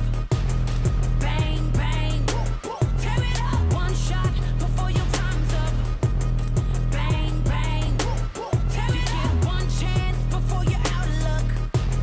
Bang, bang, tear it up. Tear it up. Bang, bang, tear it up. One army, we unbreakable. Won't ever beat us. We too strong. Take a stand, raise all of your fists.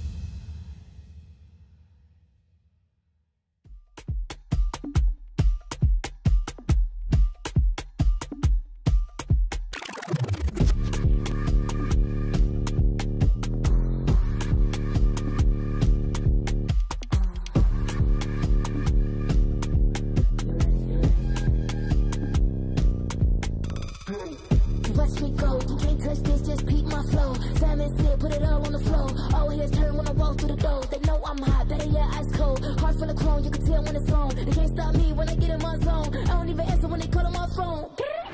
Baby, myself, I ain't make no wrongs. Play with me, I don't condone. I'm way too up, but I'm so far gone. Play with me, I don't condone. The man down doing up, beating up the beat till it's blowing up, chewing up. Look at me, look at her, moving, she tickle me, wiggle me, looking good. Got the remedy, into me, big boss energy, complimentary. They can never be jealousy when they stare at me. They like legacy, gotta leave them white when I still make them look. Watch me, you wanna taste like what you see, come get close. Watch me, tell me love, I got you on, what you gon' do? Watch me, I'm in your high, blood, that's right, ready or not. Watch me, watch me, watch me, watch me, watch me, watch me, watch me, watch me, watch me, pretty, watch me do it, watch me slow. Watch me, make me silly, take control, make me go. Watch me, tell me, watch me, with my legs, if you roll.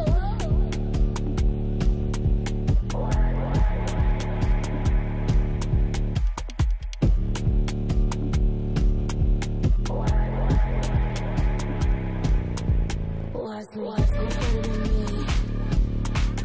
Cocky, you like it free. Watch me, who's better than me? Watch me, you like it free.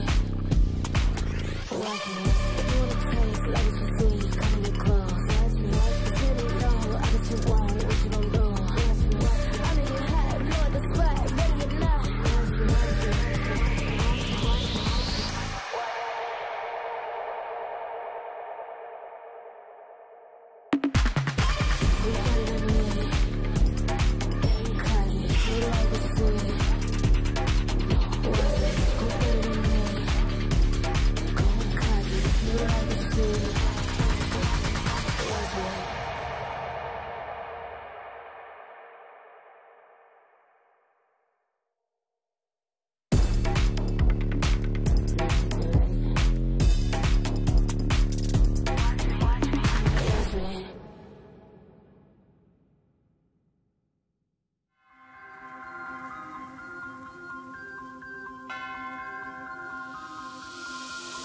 Yo.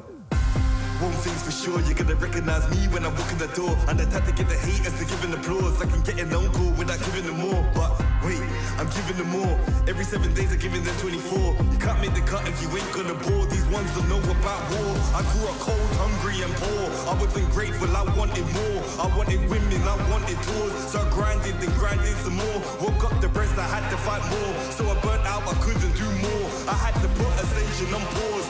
Now I'm back like I want no war.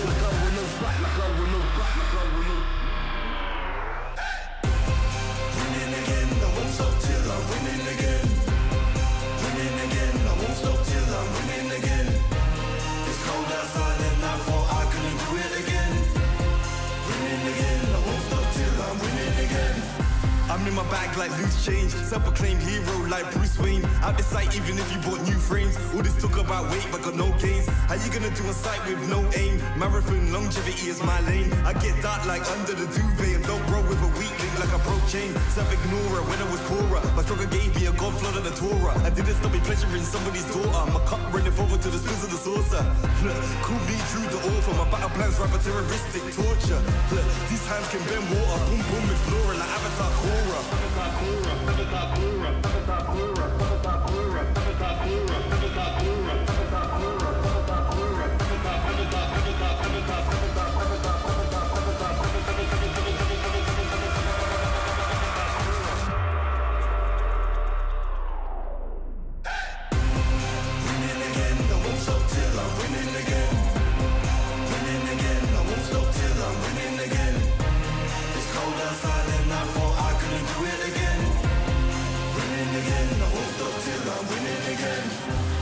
I rhyme like nursery, still my style, you will reimburse me. Plus 30, big hands and they're sturdy. I'm Drew the first, I'm back like anniversary. I came back worthy, like I swam in lava till it no longer burns me. I walked the desert for my ego's perjury, working for that zone where you can't outwork me. I'm a big man, but I ain't 32. I came to the front line with like 32. I'm a Rex, that's a shout out to 32. I'm a danger and I play 32. I'm just so 20, 32. Ahead of my time, so I'm hard like room. Flows the bomb like I shook the room. I stay lit like Christmas and hot like June. Winning again. stop till I'm winning again. Winning again, I won't stop till I win. It's cold outside and I thought I couldn't do it again. Winning again, I won't stop till I'm winning again. Winning again, I won't stop till I'm winning again. Winning again, I won't stop till I'm winning again. It's cold outside and I thought I couldn't do it again. Winning again, I won't stop till I'm winning again.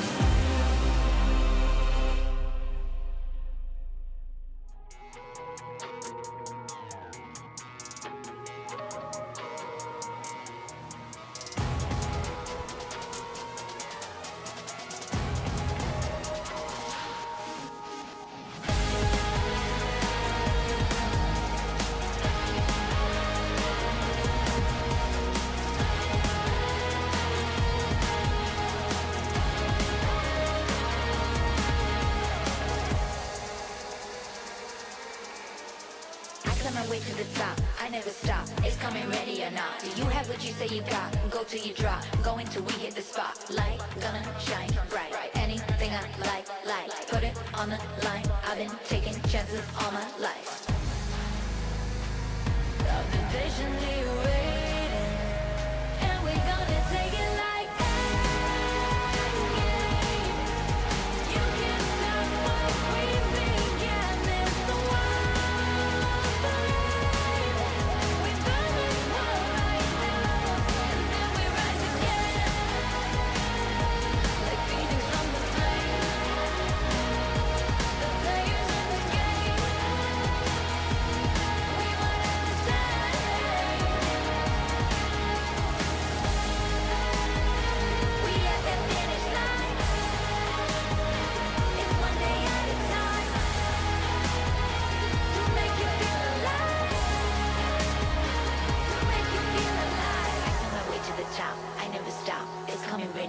do you have what you say you got? Go till you drop. Going till we in the spot. I climb my way to the top. I never stop. It's coming ready and not. Do you have what you say you got? Go till you drop. Going till we in the spot. The game.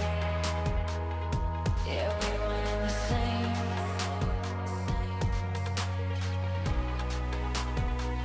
I've been patiently waiting, and we're gonna take it like that. You can't stop what we began. There's no we promise we'll rise down, and then we rise again, like phoenix from the flame. The players in the game, we want to say.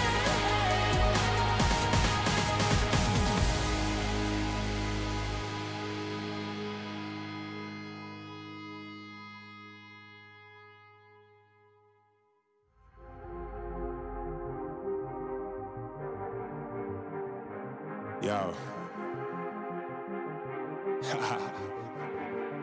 I don't think they're ready for it. On the loose, on the loose, on the loose, on the loose. With the beast, on the loose, say the truth, on the loose. Off the chain, it's all the gauge. Yeah, getting wild, yeah, we out the cage. It's getting wild out here. One by one, we watch them all falling. It's getting wild out here. But I'ma be the last one standing. You can't stop what's begun. You can't stop a revolution. Come in, come in. It's getting wild out here. Yeah, it's getting wild, it's getting wild. Eating them, beast, eating them, feast. Fire the most, tire the least. See them admitting defeat, and they so useless. I'm so ruthless. New phone, who this? Give no reply to excuses. Got no bite, man, I'm toothless. Living a lie and the truth is, got this power, bringing it. Play my anthem, singing it. Every mountain, ringing it high. I soar, I rise, reborn. Strapped, I'm back like never before. Taking my final form.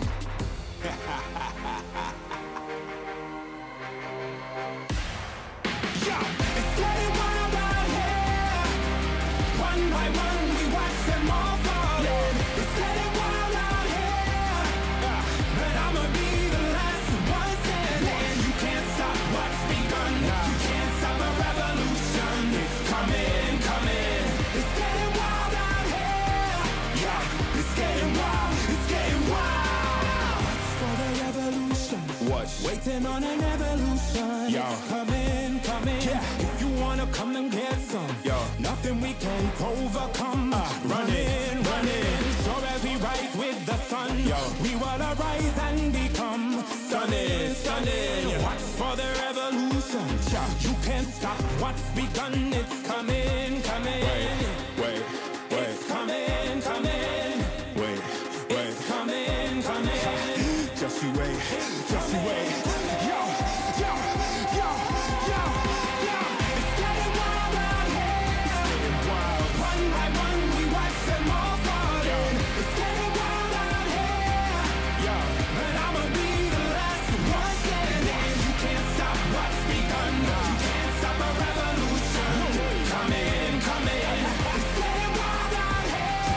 It's getting wild.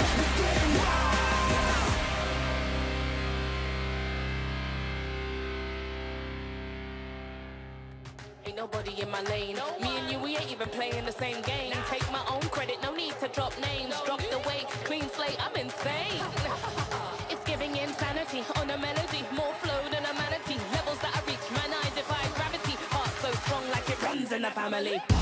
I've got the haters out of breath. Ain't talking about then and when I got them distressed. Giving palpitation when I say it with my chest. Do the calculation, it's time to invest. Acquiesce that I am the empress. Going so sick, someone call the vet. I just can't be tamed, that I'm the Loch Ness. So blessed, they can't comprehend.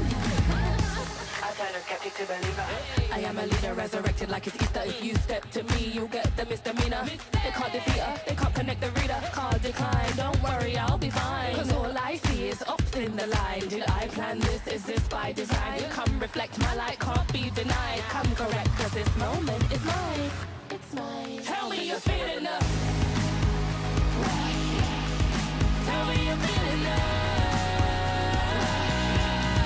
Do it like nobody does. Sipping that haterade, right to the finish line. Tell me you're feeling love. Tell me you're feeling love. Do it like nobody does. Sipping that haterade, right to the finish line.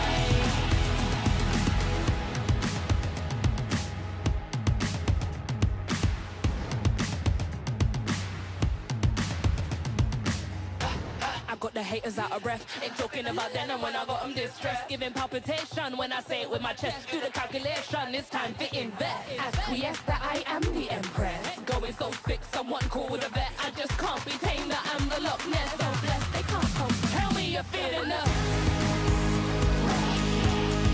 Tell me you're feeling love. Do it like nobody does. Sipping that haterade, right to the finish line. Tell me you're feeling love. Sipping that haterade,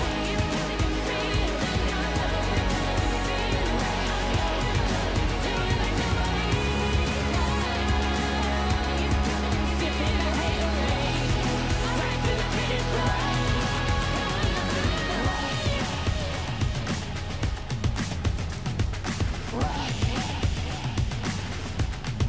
Tell me you're feeling love.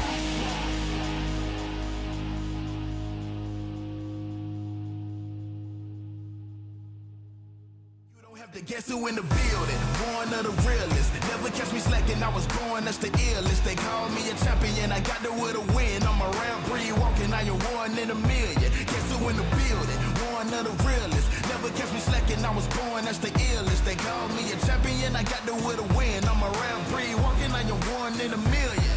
Yeah. I am back in the place. Don't have to guess who in the building, cause I'm back in your face. Ready for anybody coming, I am here on my toes. Never was settled for defeat, cause I'm raising the stakes. Yeah, and I'm not coming to play. I got my game face on and I'm ready to shake. You see my name will be known everywhere in the world, cause I'm a king, get it strong and I never will break. Hey, one of the chosen, going that's the illest, watch me kill it like a poster. Never catch me slipping on my pippin', I'm the coldest. The best I ever do it, I'ma show you how I know it. Notice, I am on my way. I'm here to handle business, I ain't come here to play. I see they in their feelings, I don't care what they say. I am one in a million. You don't have to guess who in the building. One of the realest. Never catch me slacking, I was born as the illest. They call me a champion, I got there with a win. I'm a rare breed walking, I am one in a million. Guess who in the building? One of the realest. Never catch me slacking, I was born as the illest. They call me a champion, I got there with a win. I'm a rare breed walking, I am one in a million. I'm a rare breed walking, I am one in a million. I'm a rare breed walking, I am one in a million. And I'm at it again. I'm a bad man walking around and tell all your friends. And whoever wanna test me, I am standing my ground. As they come closer, I am focused as I smart with a grin. Yeah. Cause they know I'm a fool, and they know I'm that dude. I don't follow their rules, never bow to their principles, never choke when I move, never fold under pressure, never vouching to lose. Yeah, I am on my way. I'm here to handle business, I ain't come here to play. I see they in their feelings, I don't care what they say. Cause I'm one in a million. You don't have to guess who in the building. One of the realest. Never catch me slacking, I was born as the illest. They call me a champion, I got there with a win. I'm a rare breed walking, I am one in a million. Guess who in the building?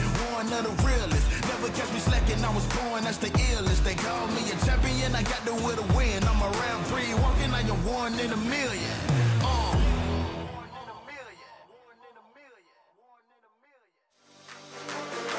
We on the way. We came to play. We on the way. Showtime. Let the games begin. You can't stop us. I came to win. You can't stop us. It's only us in the end. You can't stop us. We the best in the world, and that's a promise. Let the games begin. You can't stop us. I came to win. You can't stop us. It's only us in the end. You can't stop us. We the best in the world, and that's a promise. Yeah.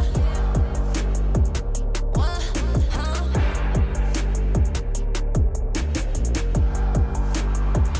They can't beat us now.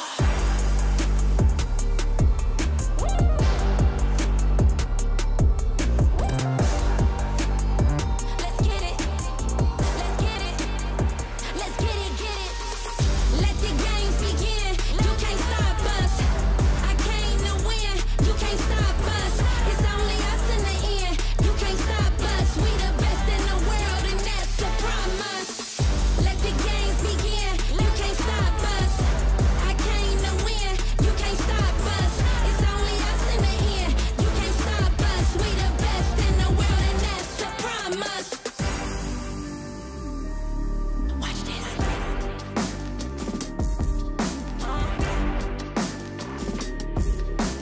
3, 2, 1, let's go.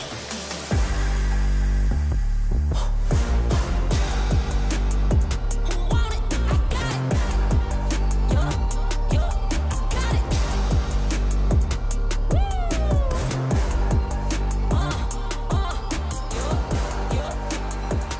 Let's go. Let the games begin. You can't stop us. I came to win. You can't stop us. It's only us in the end. You can't stop us. We the best in the world, and that's a promise. Let the games begin. You can't stop us. I came to win. You can't stop us. It's only us in the end. You can't stop us. We the best in the world, and that's a promise.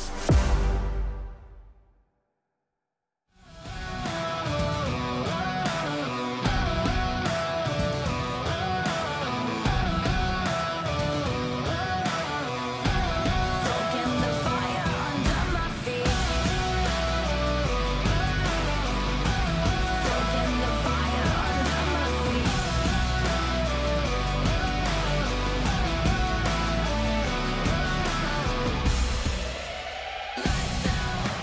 This is what we came for. Watch out. What we got you can't handle. Step out. 'Cause we don't ever stand still. No doubt.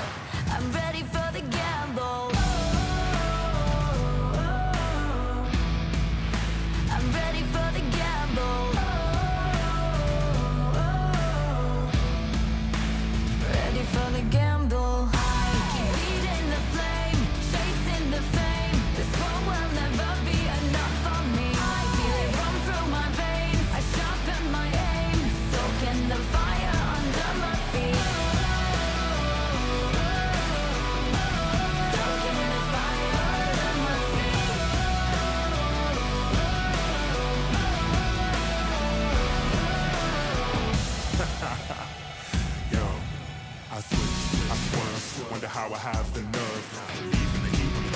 Too hot and I'm lighting the match now. Blasting off our rocket.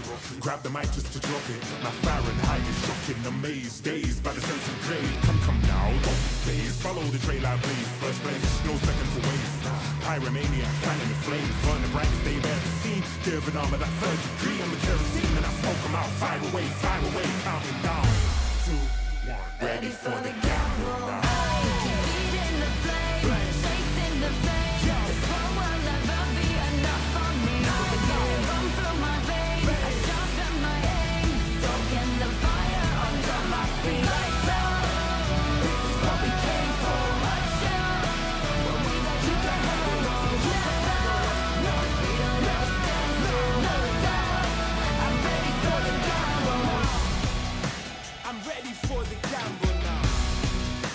Ready for the gamble. Watch out. Top out. Lights out.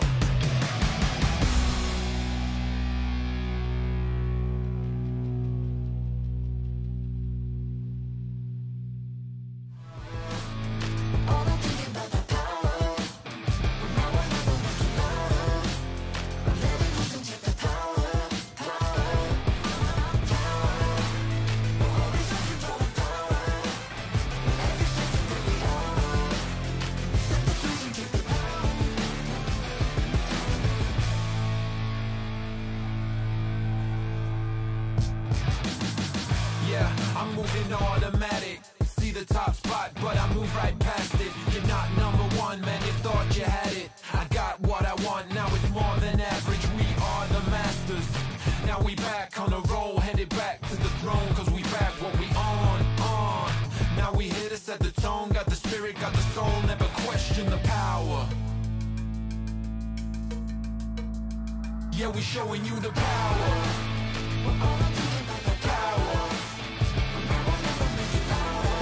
Make it loud.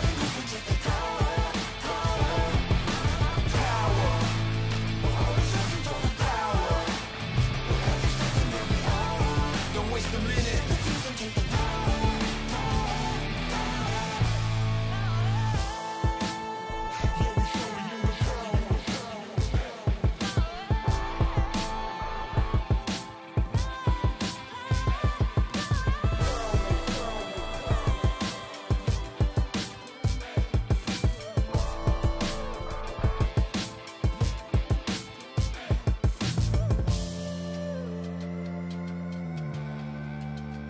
Yeah, we showing you the power.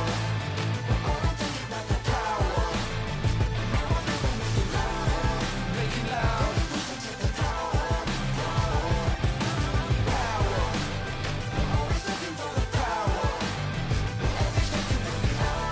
Don't waste a minute. Yeah, I'm moving automatic. See the top spot, but I move right past it. You're not number one, man, you thought you had it. I got what I want, now it's more than average. We are the masters. Now we back on the roll, headed back to the throne, cause we back what we on. Now we here to set the tone, got the spirit, got the soul, never question the power.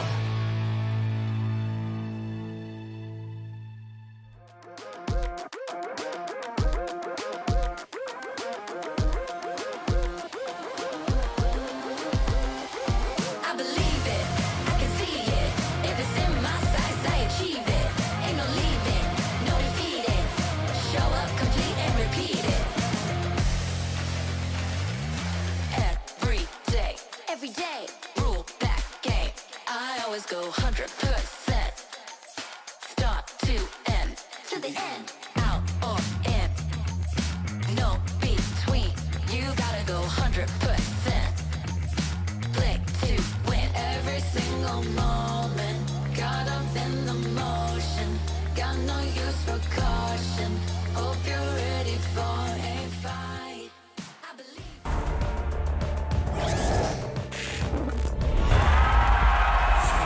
Here we go! The Snapdragon Pro Series is brought to you by Snapdragon Elite Gaming and DHL.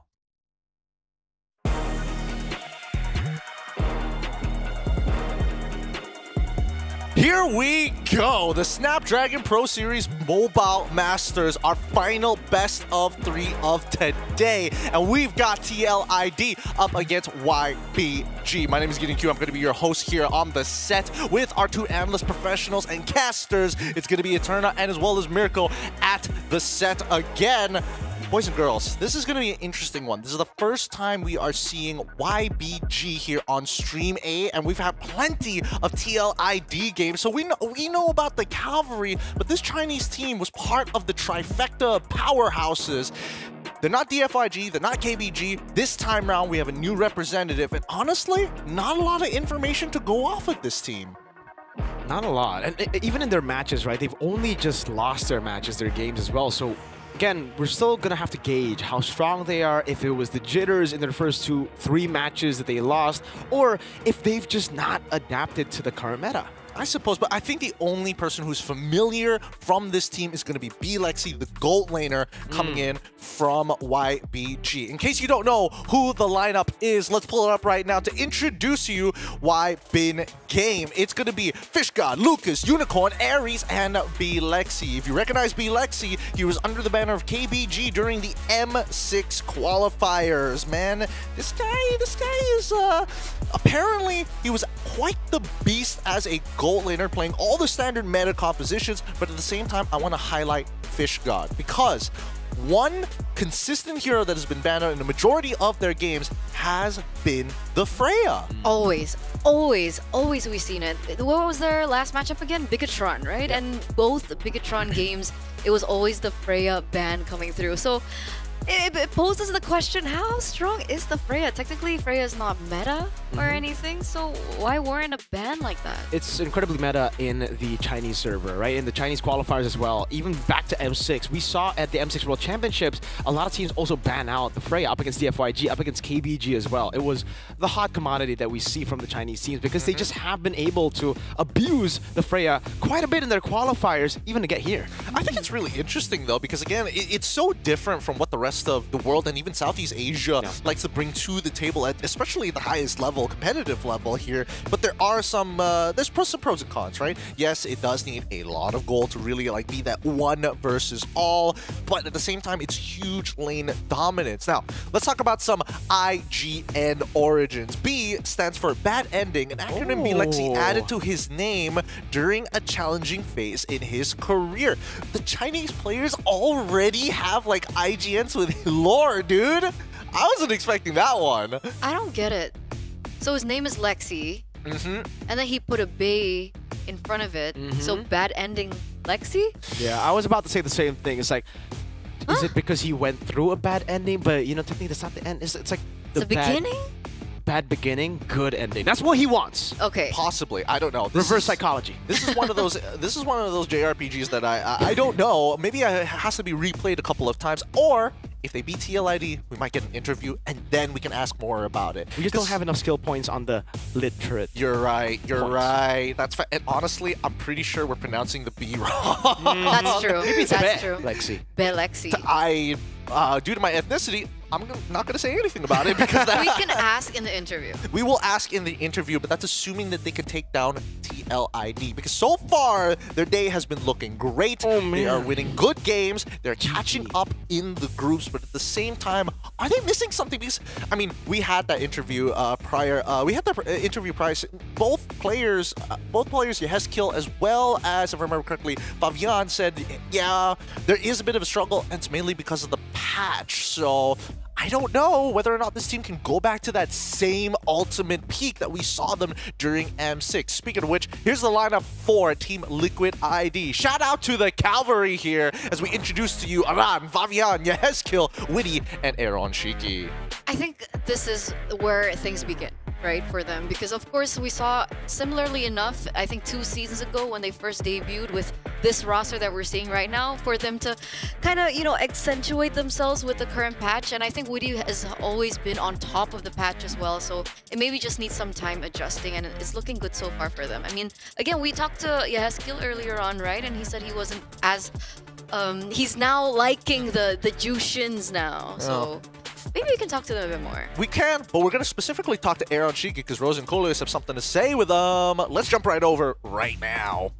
Sangat excited buat nanti di babak playoff ya. Tapi Ron, di match ini kalian kan juga bakal bertemu dengan salah satu perwakilan dari region China, which is itu YBG. Tadi juga Yaskil udah bilang, kayaknya kita bakal nge-ban Freya-nya. Apa bener Ron? Nggak takut apa katanya mau pakai Popol Kupa buat lawan Freya? Karena Freya-nya jago, jadi kita harus ban. Ya, ban Freya. Okay, so previously just now we actually asked Yaskil on what their plans is going up against YBG, and he mentioned that they're going to be banning the Freya. And he said it's because their Freya is good, so we just ban it. Respect the opponents, right? Yes, of course. Oke, ada nggak yang mau disampaikan ke sebelah? Nanti siapa tahu Coleus bisa ngomong Mandarin kan di sana. Good luck, have fun. That's it. Yes, of course. Good luck, have fun. Good luck, have fun. Oke, itulah dia interviewnya. Kita bakal lempar lagi ke panelis. Thanks so much, Rose, and as well as Coleus. And as you can see, there's going to be so much respect for Freya. What are we missing here? I hope. Just maybe Mr. SDL is going to be like, just one game. We'll win the first one, and then let's open it up and see what happens. It's a very SDL thing to do, to be fair, right? So St. Lucas, please, we want to see how good this Freya is, right? Because we've heard about it, we've seen it in the Chinese server, but we haven't gotten a taste of Freya in an international event just yet. I've seen it in my ranked games. I don't want to talk about it. He backed out so fast. You can see just flashing lights of all the stars lost because of this Freya. Or maybe even one. Kind of depends on which side of the spectrum he was on that time. But even so, it would be nice to see overall. But I am curious because this is the very first time we're going to be seeing them on Stream A. They have two Filipino players technically, with Lucas and as well as Aries, who have joined this squadron as well, which seems to be the way that a lot of these Chinese teams are looking to prop up their own esports scene, since again they are very, very fresh. What are your thoughts about this Eterna? Because again, out of all the potential imports from across Southeast Asia and even around the world, it looks like the Filipinos are the way to go. That has been working out for a lot of these regions, right? I think even your region, Malaysia, have we'll picked take up anybody. that, right? They've picked up a few imports of their own, and they have been looking good. I guess the change and exchange of knowledge, as well as like these little tidbits that the PH currently hold, is very important for them. It's like a what do you call it? A student exchange. A student exchange kind of situation. I like that. I like that. Since we were talking about lore earlier, we do need to talk about, well, the fact that TLID, everybody's using their actual name as their IGN, except for Aaron Shiki. Kind of weird. Don't know why he's like that. But let's have a word with YBG. I'm curious to know what they're going to say. Let's jump over to the interview. So first of all, how's Jakarta so far? 他就是现在就是问印尼，暂时你觉得是这个国家你觉得是怎样？我觉得这个国家看起来让人很舒服。He says it looks very comfortable, and he's been very comfortable in Jakarta so far. Wow. Jadi kalau tanya gimana nih Jakarta ketika memang dia udah stay di sini, dan dia bilang dia ngerasa sangat amat nyaman ya untuk sejauh ini. And from what I see from your previous matches, your opponents is always banning Freya. What do you think about it? Why they keep banning your Freya? 对，他就是要问你的其他的团队全部都在 ban 掉 Freya， 为什么他们会要 ban 掉 Freya？ 你以为是原因是什么？我觉得其他队伍对我们做了很多的功课，因为我们在自己的赛区是比较常用这个英雄的，然后也打出了不错的效果。Okay, so he says all the other teams have been doing their homework, and he feels like the other teams know that they always commonly pick this hero, so they have been banning it off and picking it off from him. Jadi memang tadi Coleus juga nanya, kan sejauh ini benar-benar tim yang menghadapi YBG itu selalu nge-ban Freya. Kayak kenapa mereka selalu nge-ban Freya-nya? Dan dia bilang ini benar-benar semua tim tuh ngejalanin PR-nya mereka, dan that's why itu benar-benar Freya selalu di-ban. Dan mungkin karena memang Bilixi ini juga menjadi playmaker dari timnya itu sendiri. And last question is, do you have any message that you want to say to your opponents, TLID? 你要有跟你的其他团队的 TLID 的人有讲什么 message 吗？让我们打一场精彩的比赛。he wants to make sure that they want to have a good match and a very interesting match. Oke, jadi kalau tadi tanya juga, ada nggak nih pesan-pesan buat teman-teman dari tim Liquid Indonesia? Dan dia bilang, pokoknya kasih aja match yang seru karena mereka juga bakal memberikan yang terbaik. Mungkin itu aja, jadi thank you so much for the interview and let's throw back to the panelists. Thanks, Moman and Coolios. That's B Lexi from YBG. You heard it here first, St. Lucas. Please, let's make it interesting. Make it an experience. Make it competitive. Let that Freya through. Dear Lord, we got to see what all the fuss is about, man. What's it about? What's it about? How can we, I don't know. Maybe, I don't, if we do get to see it today, I might even try it in my own ranked games in the EXP lane. I don't know. Just not with me.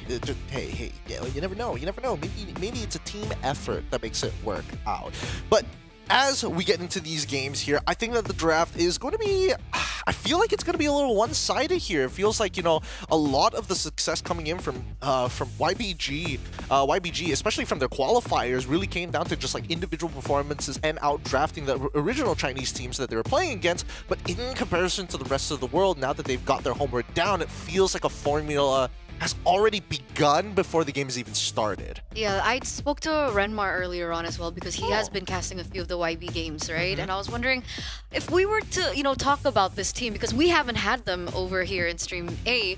What would we talk about and what stood out to you the most? And I think the main thing that he was talking about earlier on was the fact that this is a team that loves their pickoffs. So they found a lot of success on the Chos, on the Jawheads. And I'm wondering, with that being such a template, whether or not that's going to be easily read out by TLID. Yeah, or if it's just going to be denied away from them, right? Yeah. Because for TLID, they have been able to find a lot of success through those pick-off picks as well. Up against Bigatron, Witty picked up Jawhead 3 games in a row over the Suyo as well, but then they adapted. St. Lucas told Fabian, OP, Suyo, pick, done.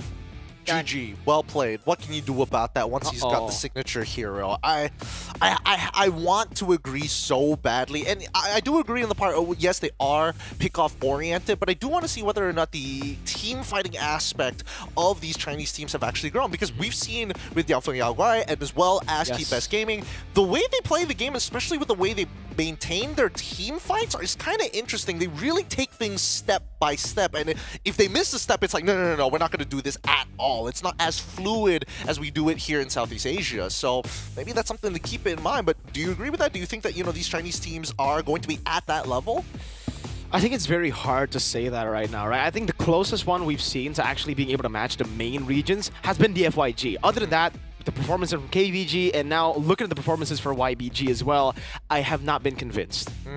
All right, let's look at the predictions so far. Here at the set, this is what we have decided. 2-0s all across the board for TLID. Obviously, the both of us are going to be a little bit more biased towards TLID's side, but even for Miracle as well, it feels like, well, the Chinese competitive side hasn't caught up just yet until, dude, if we get this wrong, it's like a bittersweetness of like, yeah, I like TLID, but at the same time, China's like rising up, so it's like, oh, it'll be a little painful, but how would they do it? Especially against TLID, we've had plenty of games to kind of break down their weaknesses and strengths.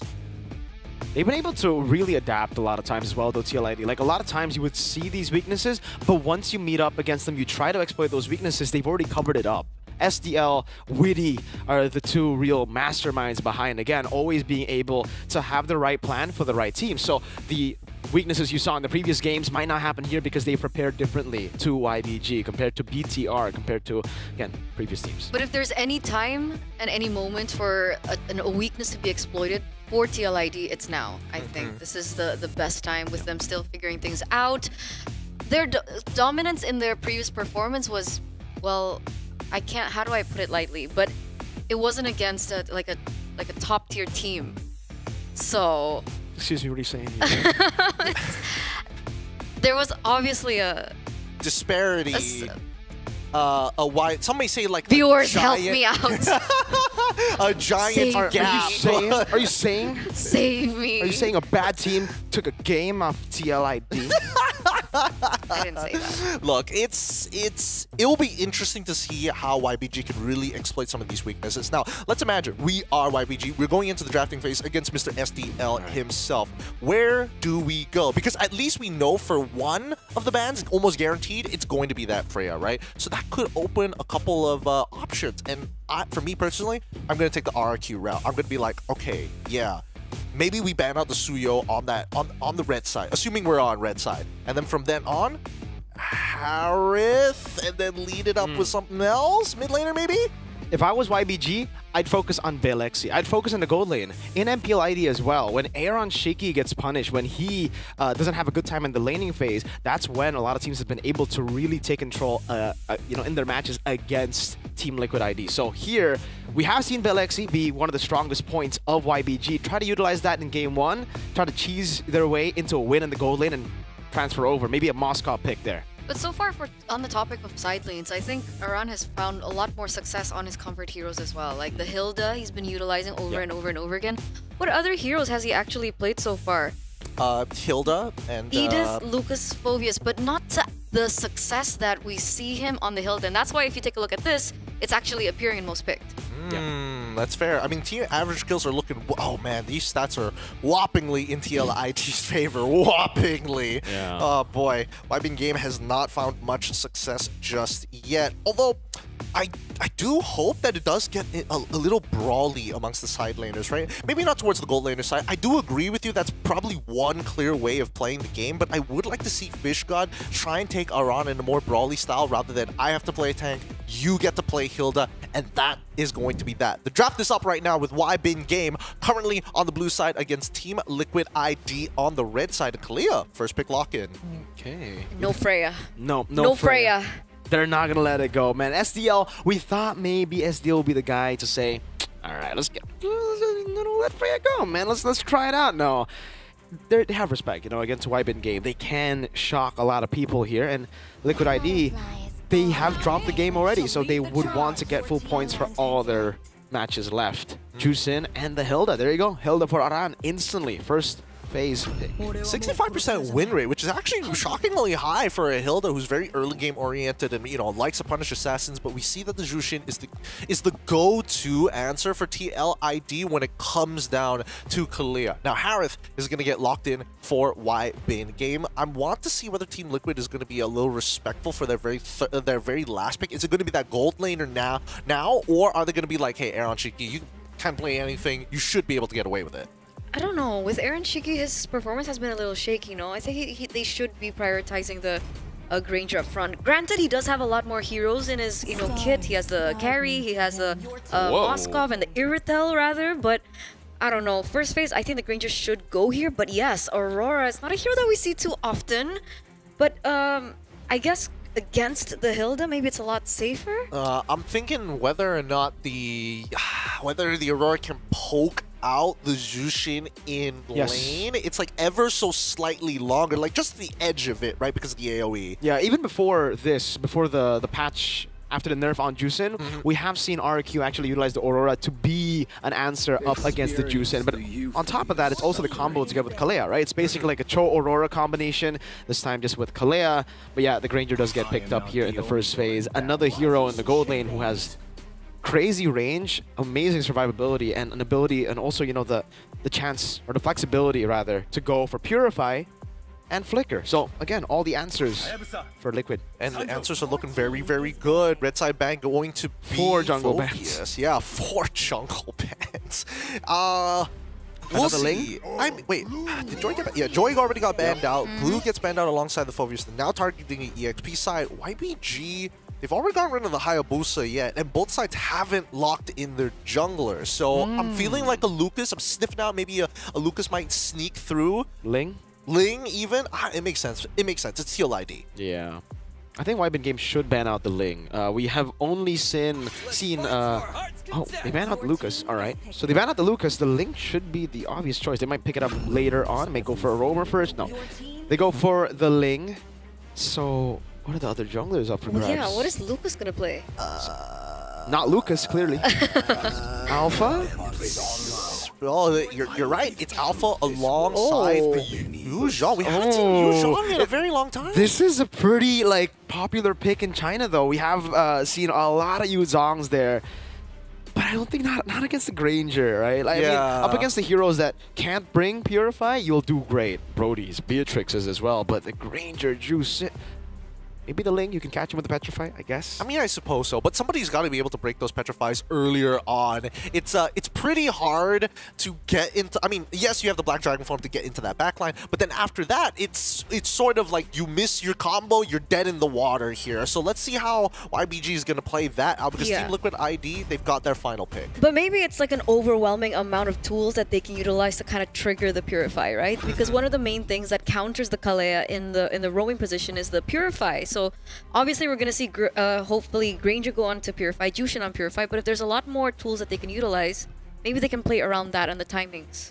And now the fulfilled requirements for the side of TLID. If they want to skirmish, they can absolutely do so, but map control and information is going to be the name of the game for TLID. I don't think they have many ways to punish it unless YBG decide, hey, Kalia, just grab the first person you see. Let's burst them down as we start heading into this game number 1 of our final series of today. YBin game versus Team Liquid ID. Mirko Eterna, it's your time. All right, thank you so much, Gideon. Let's get into it right now. Ladies and gentlemen, our final game of the day here at the Snapdragon Pro Series Mobile Masters. And we're going to close it out once again with TLID and YBN games. Here's the thing, though.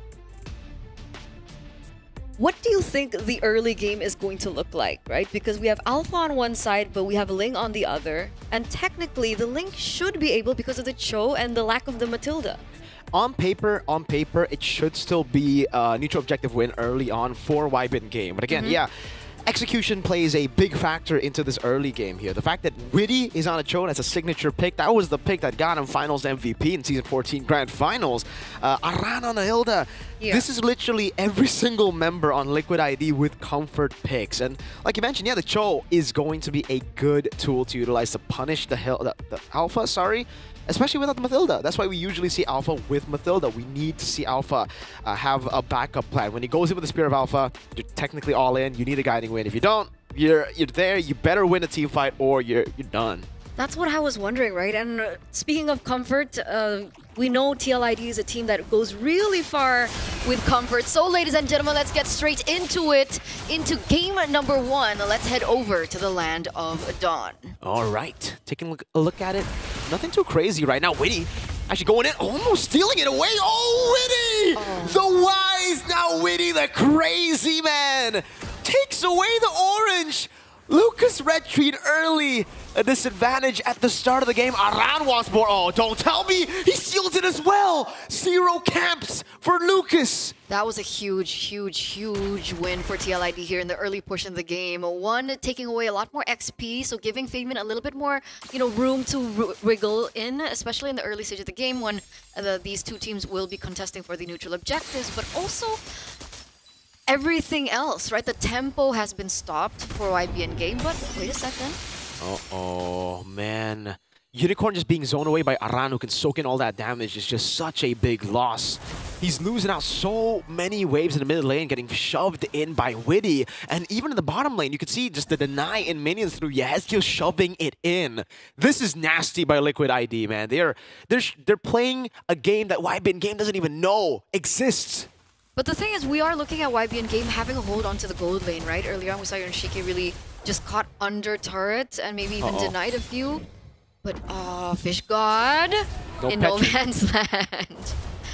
First blood. No Petri, no ways to really disengage. Yehezkiel could have caught the kill, I think, alone. Ares, man, trying to make the most out of it. A full wave, gonna be denied again. That's level 4 for Aran, Yehezkiel, and Fabian's gonna get level 5 before Lucas gets level 4. Witty's walking up again, has the Jikundo, will try to go in again. Aran is right there too. Orange buff going to be reset as well as Turtle will be taken for free. No contest. This might be another steal. Crimson Beacon now knocking him up. Lucas unable to get level 4. Hezkiel just bullies him. Orange buff taken by Aran. It's a disaster. 1,900 gold lead already for TLID in the first 2 minutes of the game. And everything else just really can't describe how dominating and how controlling TLID are in this. It's classic TLID, right? Usually we see maybe the Khalid Hilda combination, but the idea is the same, right? They go very aggressive into the enemy jungle, and they do exactly this. Look at the pressure! No Unicorn barely gets out alive. Level 4 at 2 minutes, an alpha. We were talking about the early game, going to the alpha, but this is what I was saying, Eterna.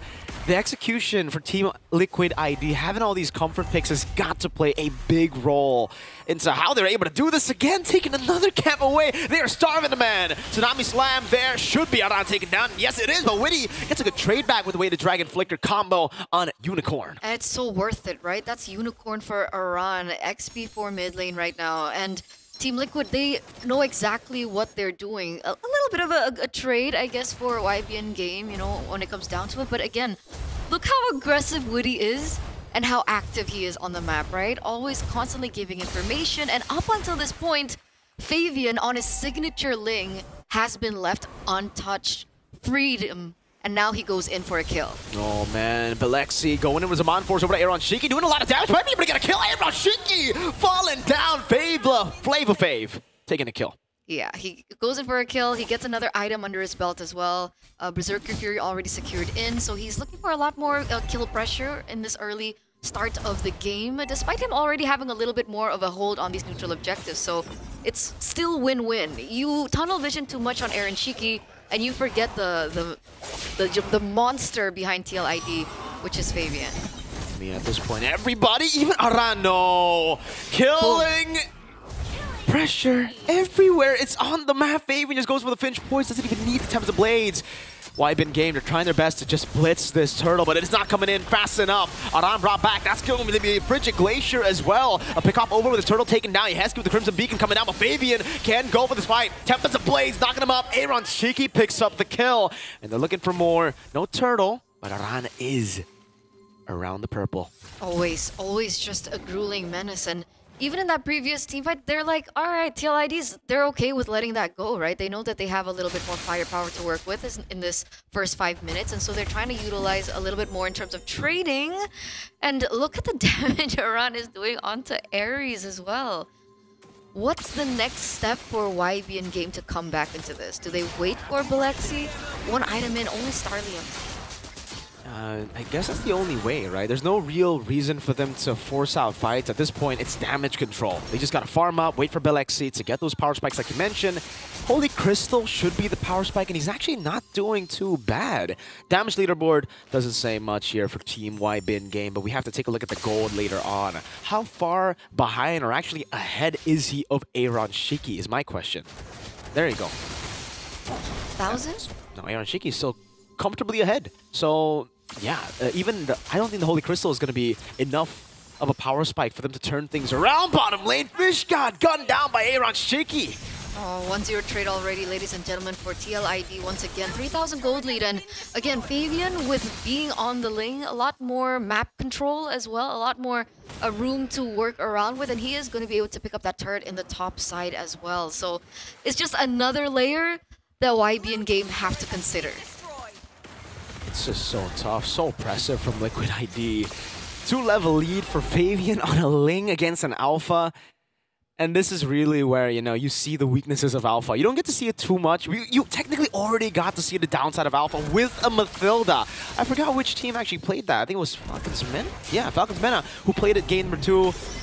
Even with the Mathilda, you're not as strong as you were before. Now without a Mathilda, oh man, no mobility. You go in, you're dead. Especially considering, oh, not even Dragon can fly around. He's gonna get gunned down from the skies, man. And all the while, Aran is just playing information. He wasn't even in that turtle fight. Aran. Neither was Witty. He was running laps. around. Again, look, he's going around again. He's going around again on the purple buff, forcing a retribution from Lucas, who's not on Lucas. He's on an alpha. His name's Lucas. Oh, yeah, you're right. Yeah, he's Lucas, but not Lucas. He's Lucas Alpha. Lucas, but not Lucas.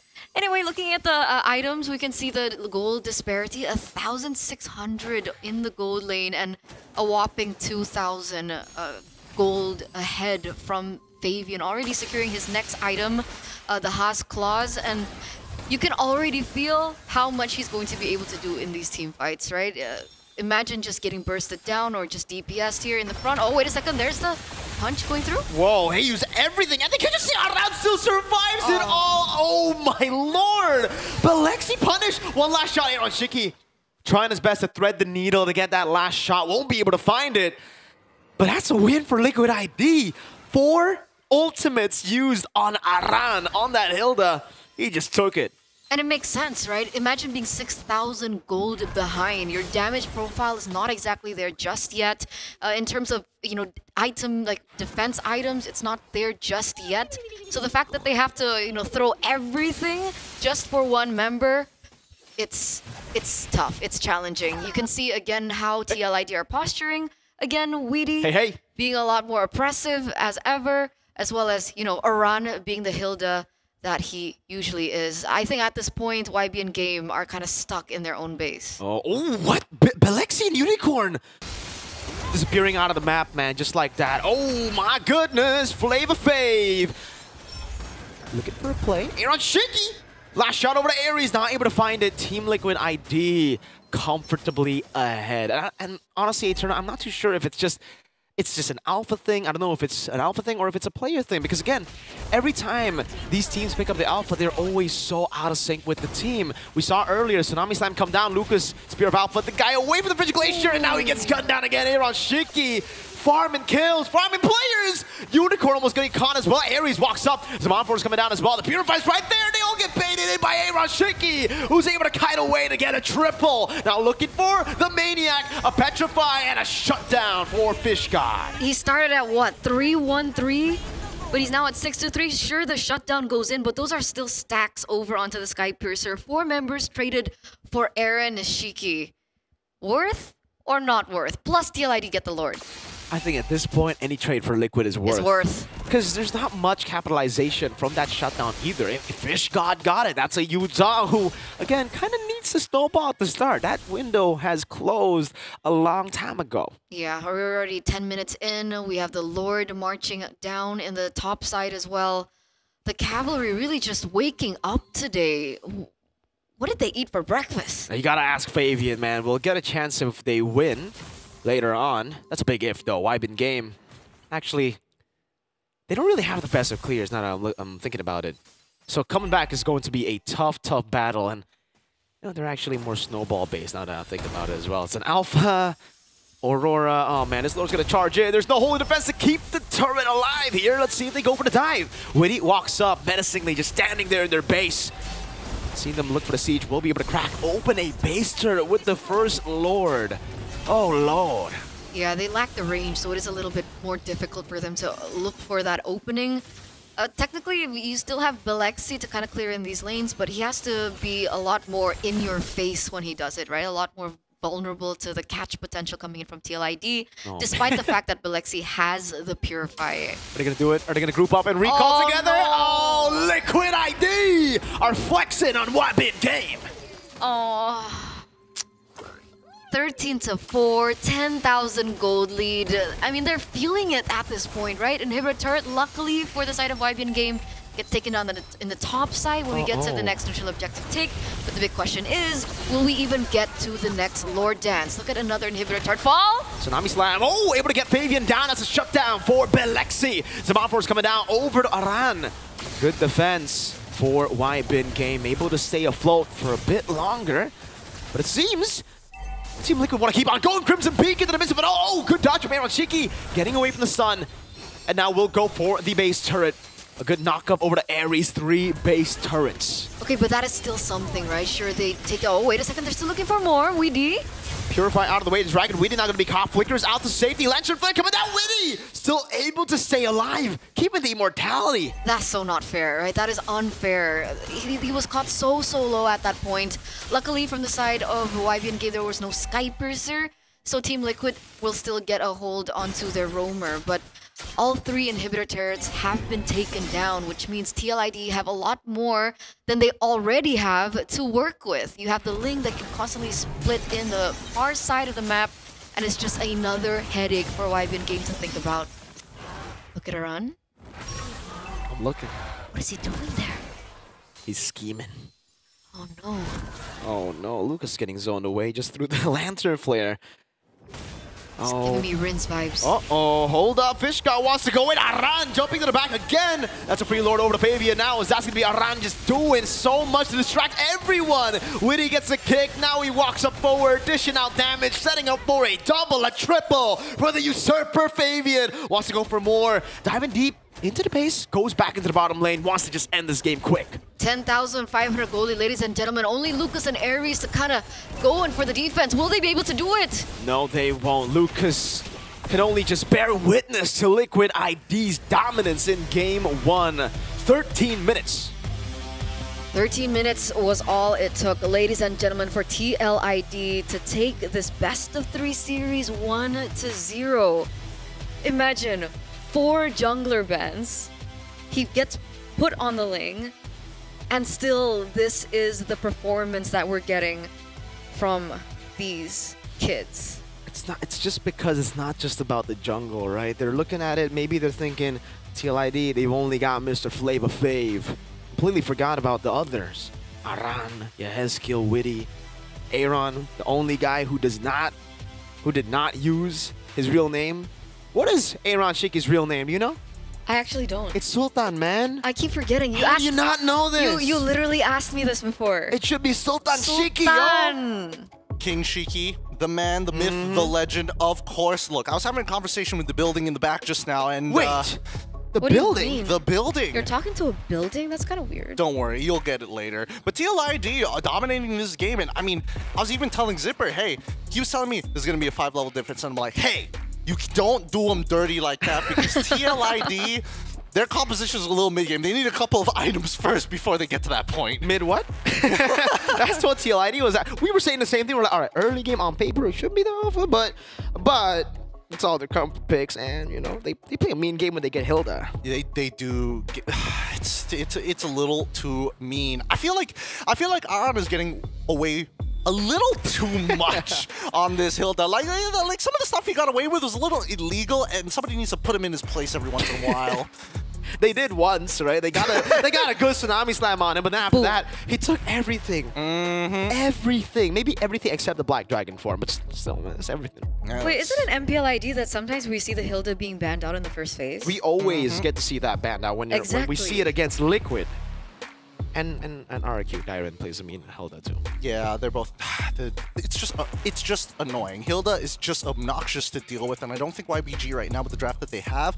I think they just let in with the comfort picks, of course, because what else could they do at that point, right? It begs the question whether or not it is their version of what the meta should look like, or whether it's just the limitation of the hero pool. It's a little tough to say at this point. What do you guys think? I think it could be what you said the second time, right? It might be a limitation of that because, I don't know, maybe their meta is just different. Yeah. I said it in the game, right? When they did what they did early on, taking the orange, taking the camps, the entire bot side jungle was taken by Witty and Aran.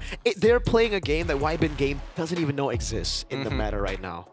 Yeah, it's rough. It's rough to play, especially with Aaron Shiki able to bait the way that he did. Hey, to be fair, he did get killed 3v1, 3v1 against B-Lexi. So we know the Chinese can push buttons. Yeah, he's not untouchable. Oh yeah, but he definitely is Granger Danger. This game is Granger Danger. Hide your kids, hide your wife. Detonata. Detonata from halfway across the map here. Whoa, Fabian. Whoa, calm down, Fabian. Whoa. What did he just say? What I think he said? What did he say? He said Popo, and then Aaron Shiki was like Popo Koopa, and then a cut. Yeah, for sure. Popo Koopa. Yeah. For the Freya, right? Yeah. Maybe. We'll see. We'll see whether Mr. SDL allows it to go through. Because, I mean, after getting so much confidence, and you know, I feel like no matter what we say about TLID, like coming back into form, there's always that part of them that's a little playful, that's a little cheeky, that wants to like, oh, let's dabble a little bit. Let's see how far we can go in the deep end of the pool. And I like that because we haven't seen that shade of TLID for quite some time. The last time we saw that cheekiness was M6. Yeah. It's almost like his name is Aaron Cheeky, not Aaron Cheeky. Aaron Cheeky. He should be Aaron Cheeky. I think he performs better when he has that confidence to trash talk, to showboat as well. We got the 5-man recall. We can still see a glimpse of the previous confident Liquid ID.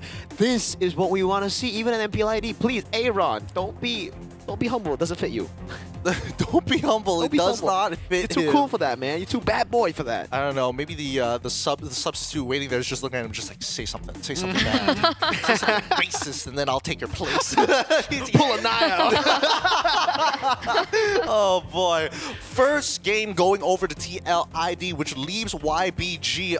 Man, they need to think about how they want to play the game because again, it's clear that they don't have the experience, and especially teams who are an emerging region learning the ways of the game. You think that, oh yeah, you know what? It's so easy to get into the late game. It's like, what, 10, 13 minutes and you're already with your core items? No, there's so much more to the complexities of that early game as well. Something which I hope YBG takes advantage of, but even so, I feel like with the meta heroes that we have now, it's a little hard to do that. Maybe start with taking the Hilda? I mean, if we're talking about early game, then maybe choose a jungler in the first phase, right? Because I think leaving it up to the alpha was like way too difficult for them to deal with. Banning out 5 junglers when you haven't picked up a jungler for yourself is one of the it's a decision, one of the decisions of all time. Yeah. One of the decisions. All right. With that being said, we're going to go on a short break. Much to discuss here when it comes down to YBG versus TLID, currently at match point. And when we come back, we might see the conclusion or an equalization here at the SPS Mobile Masters. We'll see you right after this.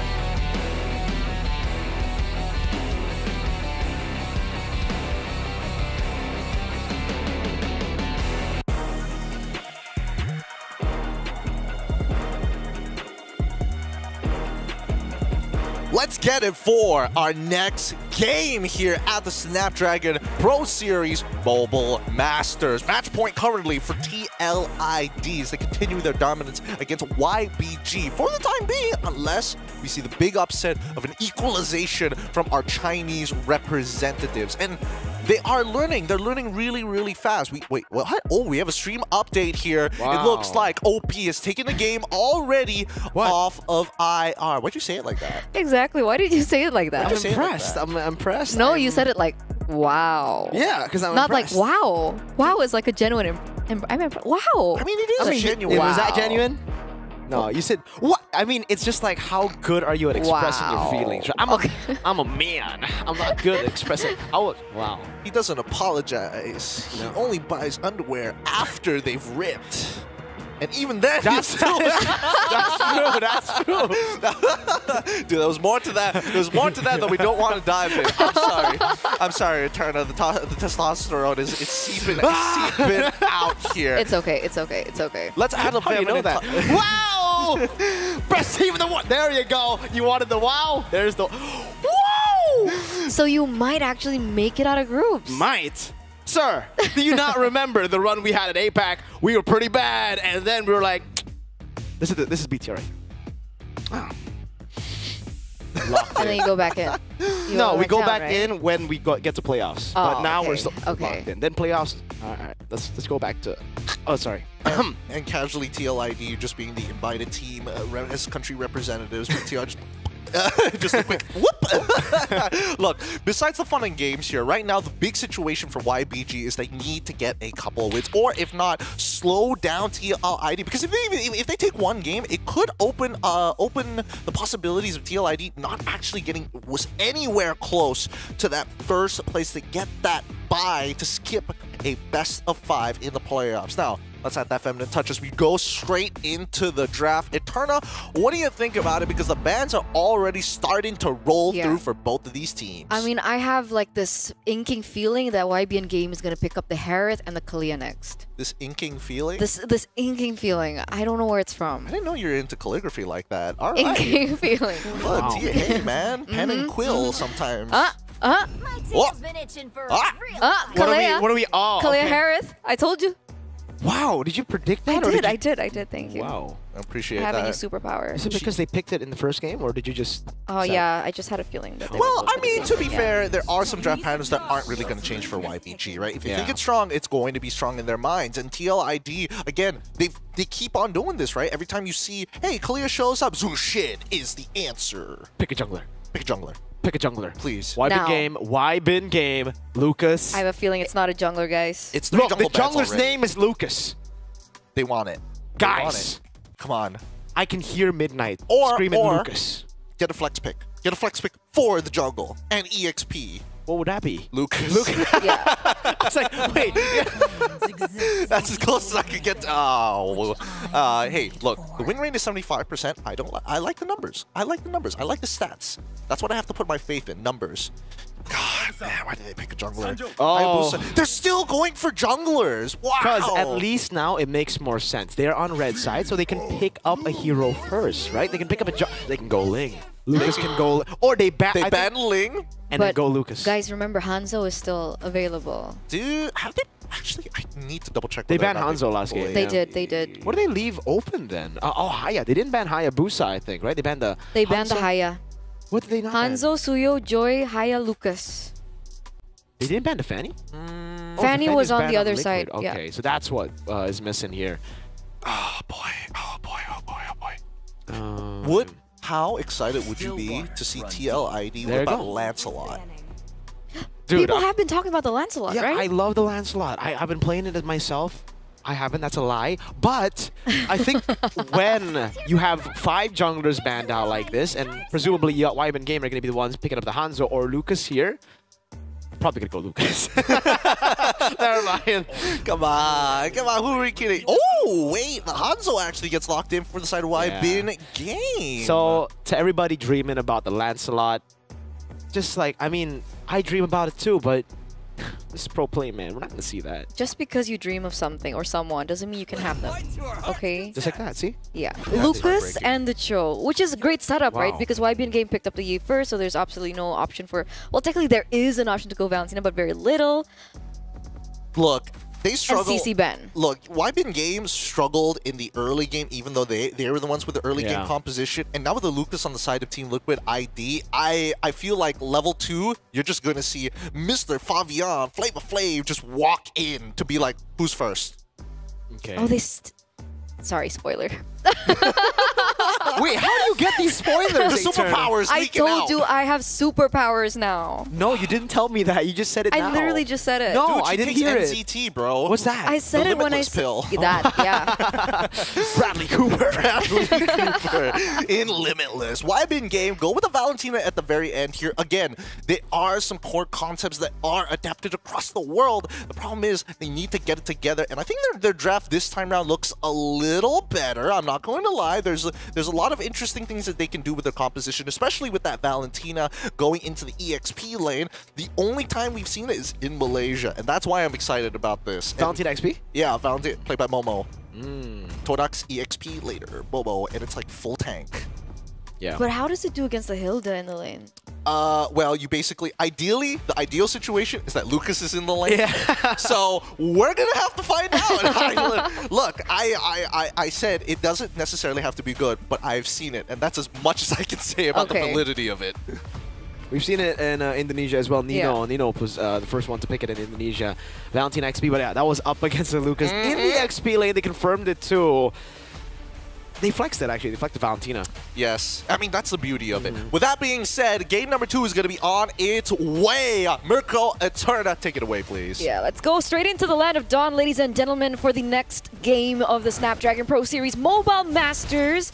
Match point in for TLID right now as they are leading 1 point. We will see. Will YBN Game be able to force a game number 3, or will it be a clean sweep 2-0? What do you think it's going to be? That's a good question. That's a good question. Because usually when we're talking back into the Valentina concept is we've seen the Valentina being flexed into the roam despite the Lucas being in the EXP, but not the other way around. Do you get what I mean? The question was, what do you think about 2-0? Yes, but I mean, on that concept, it makes me doubt the success rate of this Valentina. So maybe it could be TLID 2-0. Well, Aran's doing. Oh my goodness. Okay. Oh, we get some time to talk about things, man. All right. Whew. Now let's talk about the Valentina pick again. Yeah. So no flex potential, and you know he's putting XP. Aran's already doing his thing here up against the Valentina. So the Valentina clearly can't hold the Hilda down, and so does that make it like you could be good against the Lucas, but if you're horrible against your laner, if you can't keep your laner at bay, and if you're just forced to farm, well, Aran does what Aran does best, which is coming in. Well, as Mr. Mo Saong would say, come on the jungle. That's the problem, right? Because technically the Valentina doesn't do as well when it comes down to clear. Sure, she has some dashes to work around with, but I don't think she matches the Hilda clear speed, does she? Look, all I can say is I love the idea of coming on into the jungle, baby. It's just one of those things where you just walk right up and just take what you want, and then you leave them with nothing. Biting their dust. That's the way to do it. That's the way, boys. Look, the way that I see it is that as much as Hilda is going to be able to dominate this lane, for now, level 2 is probably where it's at, right? You're going to need a little bit of help, and I'm going to assume that Ares is going to show up in the lane at some point, because if he doesn't, you're not beating Aran. He's got the concussive blast as well. That wave is going to be done for, especially for the first 6 to 7 minutes of the game. So I'm wondering what happens when we hit that level 4 point. When Fish God, let's say, gets his hands on a particular set of ults that is available to him from the side of TLID, can that change the course of the laning phase? No, the laning phase will stay the same, I think, because you can't get the Sacred Beast when you're in XP while the jungler is not present in the XP lane, Yeah, that's right? why you jump around and look for him. Yeah, but then you have to kind of like lose out on Prio in the lane, then Hilda does. Again, you get the Sacred Beast, you go back to lane, and the Hilda's already cleared the wave, so you can go into the enemy jungle again. So it's like, we gotta play another game of tag here. Yeah, it's just an endless game of duck duck. There's no real winning to it, and there's no real benefit to it, especially if timing is wrong. It's and just worse duck, duck, no goose. It literally is just duck duck. And not to mention, there's also the possibility that Fabian just doesn't show up. It's just like, oh, you get priority in the lane. Guess what? I started on your side of the map anyways, and I'm not invading. I'm not giving you a free ult unless you come over to these neutral objectives like Turtle or Lord, in which case, Aran still outpushes him. So the only adaptation will be, hey, Unicorn, show up in lane. Either Unicorn shows up in lane with Ares, or they do like a cheeky little lane swap after the bonuses from the lanes are gone. Even then, I don't think it's enough, right? If let's say Unicorn rotates over to XP, Aran's just gonna walk in the bush, he gets healing again, and then he would just burn out the resources from Unicorn. Unicorn loses a lot of prio in mid, and it just becomes an endless cycle of who loses prio next. So what's the main winning condition for YBN game now? Do they just play for Belexi? Allow Fish God to kind of struggle in that EXP lane? Pray that there's a god above. Play for neutral objectives. That's the best thing, right? I guess the best thing to play it with. The optimal route is still Fish God entering the team fights, getting the Sacred Beast while Fabian is on the Turtle. I think the only... Okay, sacrifice neutral objectives, go for structures. That's probably the only way I can think about it, especially for the early game. But that being said, it looks like we're going back into the game. All right, let's get back in. Thank you so much, Gideon Q, for coming through. As we are resuming 1 minute in, we're looking at the rotations coming through, and we're just seeing Aran being a nuisance. He should be punished here. Yeah, oh, he walks back in the bush, gets out for a bit, but now it's going to be the punish coming in from Fabian. Not even on Sacred Beast form just yet. Ares, dodging away from the shot, but Lucas. Oi, witty, Jikundo flicker, a bit awkward there. YBN game with a winning trade. They are going to be able to get that 1-0 in the first few minutes. Oh, what's this? If they lose this match, it's so over. It's not just over, it's so over. Last chance for YBG if they want to keep playing. Wait, if they lose this, does that mean they're out for playoff contention? Is that what this means? Yeah, I think it is. Ladies and gentlemen, YBG are going to be playing for their tournament lives here. A single game loss here, one more game loss will be the end of their tournament run. That's it. This increases the stakes tenfold, and I think YBN game know this. Yeah, they do, but what can they do against this Hilda? Fish God wanted to walk up again, playing for the neutral objective, setting up to get the Sacred Beast, but he gets cancelled. Bonk in the face. Ares is next on the chopping block, doesn't have the Tsunami Slam, so gets poked by Aran again. Meanwhile, Fabian's not even concerned about this neutral objective. And then, you know, even with the choice of emblems, even with the choice of the sub-emblems for Fish God as well, for the Valentina, it's not enough sustain to get him through the day against Aran. Look at him go once again. Fish God trying to do his best. Oh! Lexi! Jikundo. That's the power of Kung Fu from Witty. Gets the kill with a punch. Or was that a kick? Maybe a kick, but he disappears, ladies and gentlemen. And Tsunami Slam over to Witty. Still able to escape with the Jikundo. No way! Shunpu out of the immobility field. Oh, it gets from bad to worse for YBN game. Those are resources already burnt out for the side of YBG right before they go for the turtle. So that's information given over to TLID. Fabian now at level 6. We see that Lucas is actually also on level 6. So it's a 50-50 now. Which Lucas? I'm confused myself. Okay. Fabian, yeah. Witty that guy. walks up. That guy, Witty, is looking for a pick. Doesn't want to go on Fish God. Fish God, oh man, I know what Fabian's doing. He's not revealing himself. He doesn't want to give the Sacred Beast over to Fish God. They want to poke Fish God first before this happens. Into the zoning. All right. Ares, what's the call? Tsunami Slam is the call with flicker forward. Witty should be taken out. No, whoa! Soul Snatch coming down. Lucas able to get the kill, but then Lucas on the other side. Flavor Fave is right there. Lucas shadow form back down and out to Aran again. Real world manipulation. Aran slammed down to the ground, but it's outside of the RWM. It's a win for Liquid ID as Lucas Fabian on the Lucas gets the green camp up top in Lucas's jungle. Yeah. You get it, right? Yeah, I get it. Yeah, 1-for-1 trade there, and it looks like TLID will be able to pick up the neutral objective as well, plus the camp steals that you mentioned earlier on. Witty goes in for another kick. Uh-oh, Unicorn with a flicker, but the Lancer Flare grants it back over to Fabian on the Lucas. Yeah, Haskell seems a lot more comfortable on this Jushin, especially today, right? He's getting up in your face. It's very Rins-esque, I think, with the way that he's playing. It's good. It's a good. Oh, but this isn't good. Oh my goodness, that damage! Oh my lord, Lucas! Able to escape, now goes back in. Aran will heal off of that damage. Is Aran building damage? He's not. He's not, and he's dealing that much? That's Hilda. Is he ahead in gold? Oh yeah, by a whole lot, I believe. Witty, we're gonna go up again. Level leaderboard, 2 levels ahead. Fabian against Lucas. Uh-oh. YBG. Fish God finally got that Sacred Beast. Let's see what he can do with it. It looks like Lucas should be able to clear out those camps. We're seeing a lot more trade backs here in the mid lane. He has to be able to clear out the lane as well. Still though, 2,000 gold lead being held in by TLID. And I guess the saving grace now is for Balexi, but he himself was also taken down in the early portion of the game. And look at the zoning. They're going to be able to pick up a turret in addition to everything else. TLID, 3,000 gold lead. And a structure up top, taken down. Lancer Flare, Ares, Tsunami Slam over to Aran. Not the best choice. Aran's gonna run over again. Witty gonna be caught in the bad spot, still able to go for the Shampoo, and flickers out of the immobility field once again. Now it's Flavor Fave jumping in on the Lucas. That's Fish God with the Sacred Beast too. Flavor Fave dealing a bit too much damage. Lexi gunned down by Aaron Shiki. And Aran is still just regenning in that bush. Witty is so sneaky, right? Elusive. He goes in, elusive, I like that word. He goes in, looks for an opening, and is still able to get out. Plus, he also is the one to, trigger all these resources coming out from YBN Game, just enough for the rest of the members of TLID to follow through. And the fact that he doesn't die is so tilting. YBN Game, again, losing structures left, right, and center.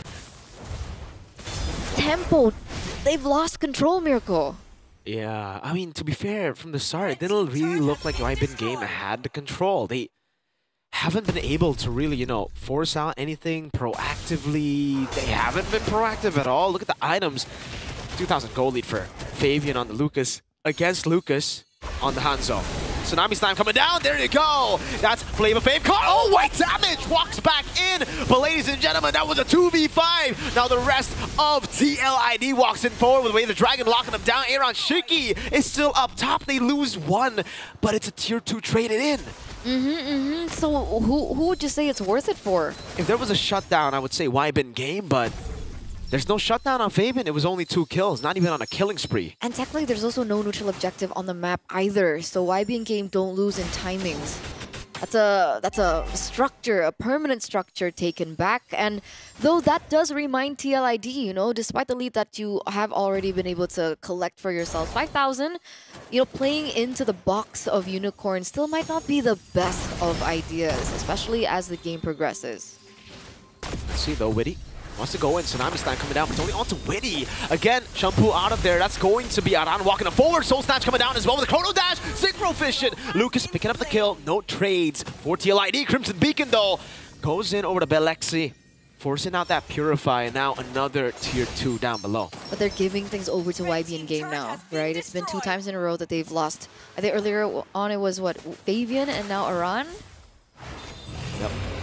1 by 1. They are giving away kills. But they've been trading with tier 2, so I don't think it's been that bad. They got a tier 2 up top, then earlier down below, and now they still have more tempo, way more than YBN Game. Sure, but remember, Hanzo rather, is catching up, right? Already with the Corrosion Scythe, plus the DHS earlier on, like we saw. Oh, wait a second, Witty gets an opening! No Purify to be used. Unicorn gunned down. Now in the midst of it all, it's going to be Witty. Still able to survive for quite a bit. Fish God stealing with Sacred Beast. Fabian with his own. Jumping in up against the Valentina. But still, it's enough. Aran still staying alive. And now the Crimson Beacon to light that crazy bright light on Mr. Man. Triple kill in the 9th minute of the game, ladies and gentlemen, for the untouchable. Still untouchable, still in this game. 402 Sky Piercer already built into his kit. And this seems like a very similar story as we saw in game number 1. Deja vu, maybe? Look at his skill. He's starting at 360. That's 360 Yehezkiel right there. That is a scary mythical creature. I'm scared. You scared of 360 Yehezkiel? Yeah.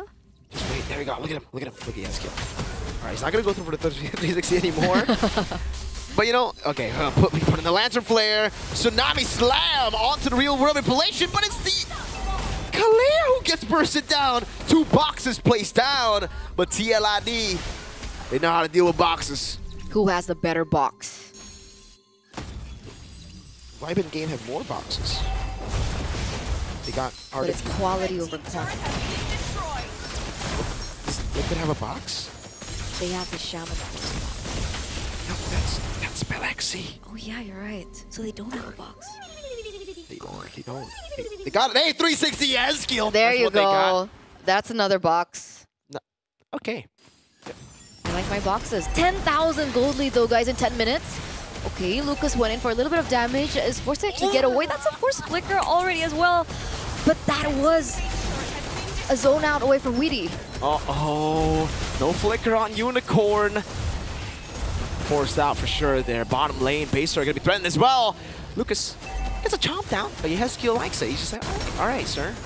Goes back and clears the wave. Another shove into the base turret again. Look at that poke from Aaron Shiki. Witty still has the Flicker, goes in and he finds Fish God. No Sacred Beast to play with. That gives Fabian all the room to go in if he does. He's still playing it slow though. Doesn't want to go in just yet. He already used the Sacred Beast earlier. Witty, another G Kundo coming down. Aaron Shiki, godlike in this game. Yeah, another kill given over to the side of TLID and in particular onto Aaron Shiki. That's a lot more. Tsunami Slam does none. Aaron Shiki buys the Immortality in time. Now Soul Snatch coming down. Immortality's popped now as the Crimson Beacon walks in. Belexi against all of them, trying to go with Chrono Dashes. But in the end, it's the Usurper who takes him down. Lucas versus Fish God, who has Lucas's ult. That's going to be Lucas jumping in with the Hanzo. Soul Snatch over. Fish God still holding Lucas' ultimate, looking for to go for it. But Fabian will save his. Oh, and they still are able to defend. Ladies and gentlemen, YBN game, they lose all 3 inhibitor turrets, but they're still able to prolong their life in the game. TLID, unfortunately, unable to close this. As Fish God, everyone else doing work here, that means TLID have to go back to the drawing board, and they have to wait on for the next Lord to spawn into the game. It looks like TLID are the first ones to it. Already... Yes, he'll stop. That's 360 Yehez, bro. He don't stop. He keep going. Witty. Yeah, Ares is looking for an opportunity. Conceal play already utilized. Yeah. That's what Witty the Wise just said right there. Lucas is still a level below Fabian though. Could this be a problem? I think Belexi, we have to take a look at his items here. He has a Starlium Scythe, Feather of Heaven, and the Holy Crystal. I think at this point he might need the Divine Glaive to really hit his power spike. There's some beefy boys again. Aran and Witty. Oh, you can see that. See how, but already built up. Witty looking at the pick into the back line. Again, Fish God might just be caught. That's the way the Dragon not used up just yet right now. As Witty still holds on to it. Will be taken down. Fish God and Witty. Zaman Force for Belexi. He's trying to deal enough damage. Aaron Shiki's still kind of away. Gets lifted up for Aaron to get that Rhapsody. That's Sonata. Flavor Fay from the side. That's a double for Flavor Fay. Ladies and gentlemen, one member left standing. This is the tournament life of YBN game that we are looking at right now. Will Lucas be able to do this alone? Win a crown, fool! Lucas forced back in the base. They might just go for this kill. Aaron Shiki is certainly hungry for it, but the rest of the team is not. They will get the game. 13 minutes, action-packed sweep. But unfortunately for YBN game, it is over for them. That's the final stamp for YBN Gaming, taken over by the Cavalry, stampeded as their chances have been dashed away at Mobile Masters by none other than Team Liquid Indonesia. GG, well played. A 2-0 sweep coming in for this squad. Flavor Flav knowing that it doesn't matter how many bans, he's still got a deep, very deep hero pool. Didn't work. It didn't work. At the end of the day, you know, they did it twice in a row. They looked for loopholes in TLID, and they heavily respected Fabian, but it did not work. But it's great to see them You know, a GG performance coming through. Very interesting picks as well. Something that we haven't seen in quite some time. So a huge breath of fresh air, I think, for YBG. Definitely. 19-7. You can take a look at the items one more time here. And, oh yeah, Hezkiel. Is that an Immortality second item? It is. It is. He wanted to bait him out. He wanted to make something happen. I was thinking whether or not he would rather the Winter Crown. Just be like, oh no, I'm gonna purify in your face. Maybe if his Immortality got popped, he would probably sell all of it for a Winter Crown. Probably. Even so, man, YBG, they've got mechanics for sure, but the flow of the game hasn't been gotten down or ingrained into them just yet. A lot to learn here from Mobile Masters, and honestly, a very important takeaway when they go back to their own individual region. Hopefully, this is going to bring up the region as a whole. We still didn't see Freya, man. No. I think for the Chinese teams, we will never see Freya. It'll be respected by every team. Not until the Chinese teams have gotten to the level of play where they're kind of forced to be like, man, we got to ban something else here. We, the Freya, whatever. We can't allow some other possibility to come through into the draft. If there's no threat, then I think that teams like TLID can get away with this, right? 417,000 worth of damage dealt. 221,000 of that coming in from TLID, and Favian was more than happy to brawl down with YBG. So I guess at the very end, that Valentina last pick for Fishcott just wasn't it, right? No. It's not as simple as this is a counter to this. Because in the lane, it was so brutal against Iran as well. It really was. With that being said, actually, we do have an interview with TLID's very own Favian down the road. But I think that YBG... they've got some... I was giving them credit for having some core concepts down, and then this comes through, and I'm like, I think this is a little out of the space, you know? Really grasping at certain ideas, but not understanding it fully. It's just really tough, in my opinion. It really just feels like YBG are just... It feels like they're behind. They're really behind when it comes to the metagame, just rotation-wise. Because this game was certainly an improvement in the drafts compared to game number one. I think game number one, we could definitely take a look at the drafts and say, all right, they got out-drafted. But here, I think they had a pretty okay draft. It wasn't horrible by all means. It wasn't unplayable. It wasn't unplayable. It was certainly playable, and I think even Team Liquid ID felt that, right? It was more of a fight here in game number two as they were fighting for their tournament lives, but unfortunately, the rotations, it was always late. They always tried to match the Hilda, which is something that they just shouldn't do.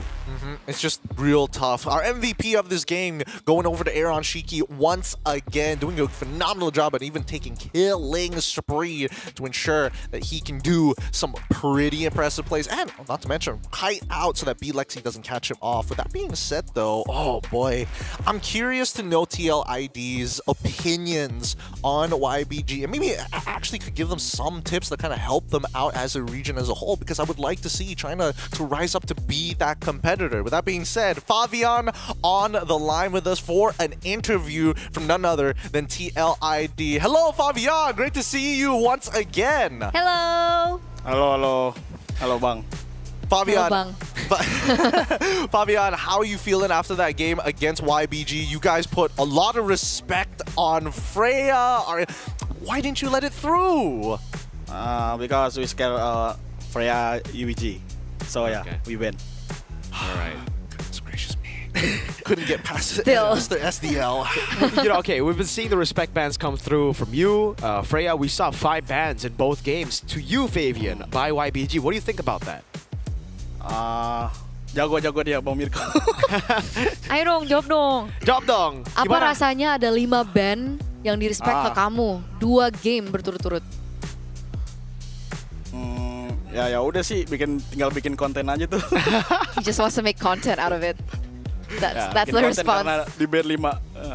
A true businessman. True businessman. Playing professionally and making content at the same time. 2 birds with 1 stone.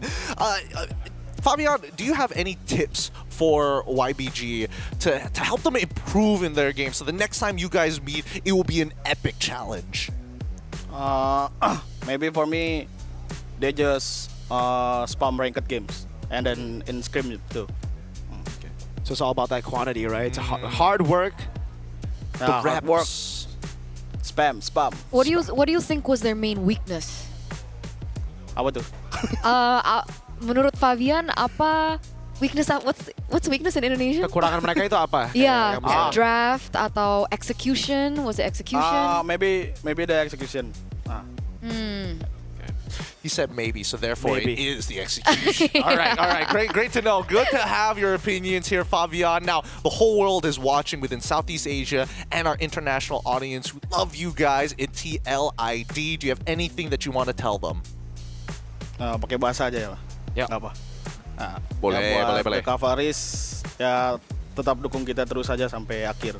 Semoga kita bisa konsisten terus. Thank you. Thank you so much, Fabian. We're gonna let it be. We're gonna leave it here. You've had a long day of games. Thank you so much, Fabian. See you later, my guy. Congratulations. Bye-bye. Bye-bye.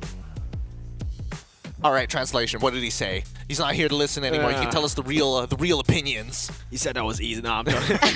He said to the Cavalries, keep on supporting him. You know, the classic pro player end statement. I completely forgot what weakness is in Indonesia. It's like, yeah, kekurangan. Hey, now you know what? This is me in my everyday life. In 2 different languages. I told you my Indonesian's better. Valid point. One America, 0 return. Don't worry, no one does that in 2025. I don't know why I just did that. Yeah, but TLID's better on the ranking. All right. Calm down, Gen Zers. All right. Okay. We've already said I'm Gen experienced. Z. Yeah, of course. Wait, when were you born? Turned 2. When? What is Gen Z at this point? Is it? You know what? Because if you're Gen Z, he's Gen Z. What are you talking? I've always been. What? I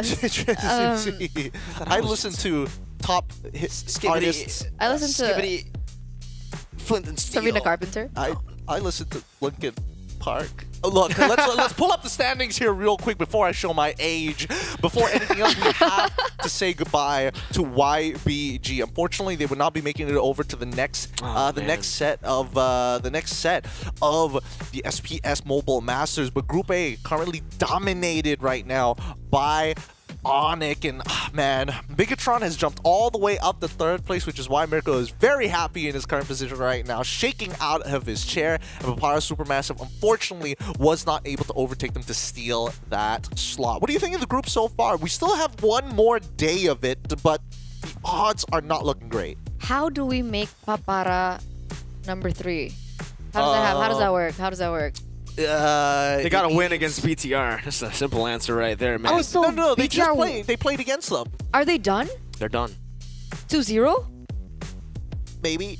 To all them doubters, say what you want now. Okay, you can put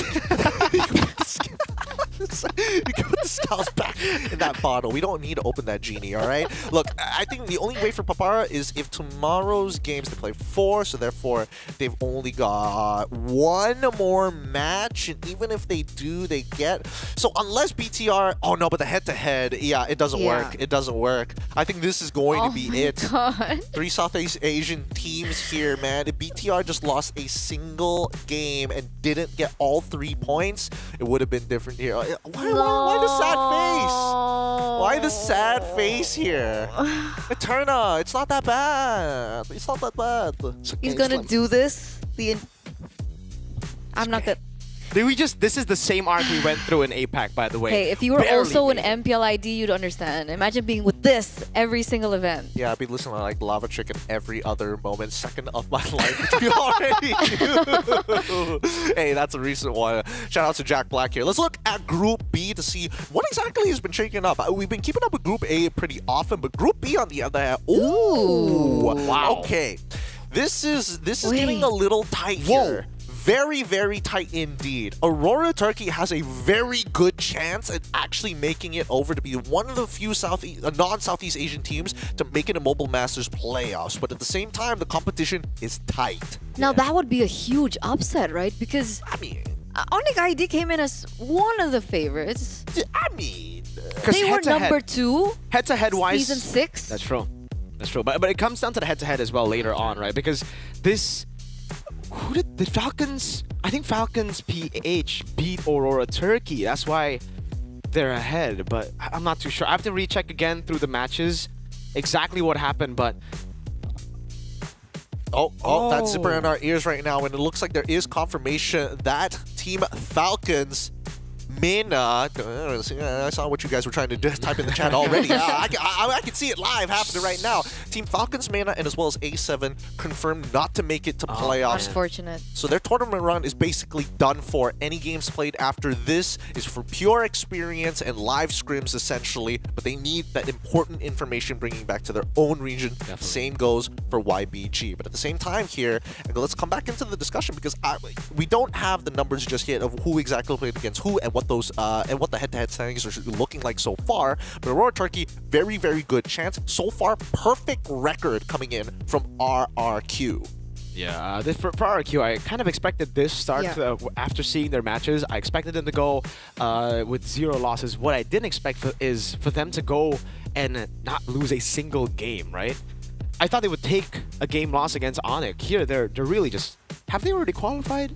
I mean, they basically qualified. The question is whether they maintain their top spot here. Yeah. It's really a battle of who gets that free bye for the playoffs to skip that best of 5. And not to mention, I'm surprised because even for me, I was thinking that like Team Falcons, they should have this in the bag. Maybe they drop a game, sure, but not like an entire series. But coming into second place here, they're still in the runnings. I got to double check whether they've already faced off against RRQ, which I'm not 100% sure. No.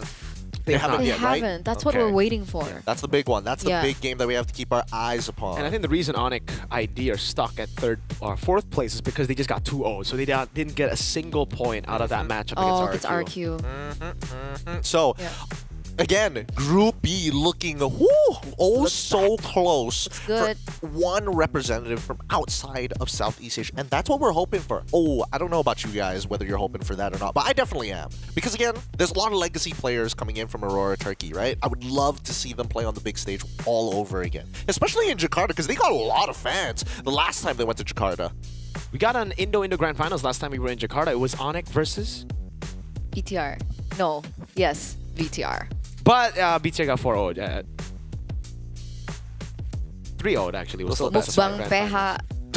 They did mukbang PH, but they couldn't mukbang Onyx. Not after Guys, that. help us make the show better by taking the survey at esl.gg/SPS viewer survey-EN. You can scan the QR code if that's too long. I totally understand. It's a modern day, modern era. Just scan the QR code and let us know how we can do as a production better, how we can make the show more entertaining for you guys, and of course, how we're doing here on Stream A because we're the best stream. And don't forget, go into all the other streams, spam that A, send it in, let them know. A stream, best stream. Now, quick shout out to ESL. I'm wearing their merch right now. You can follow us on their social media at ESL MLBB on X, the everything app. Of course, Instagram too, as well as Facebook. If you're, I don't know, 50 and above, jeez.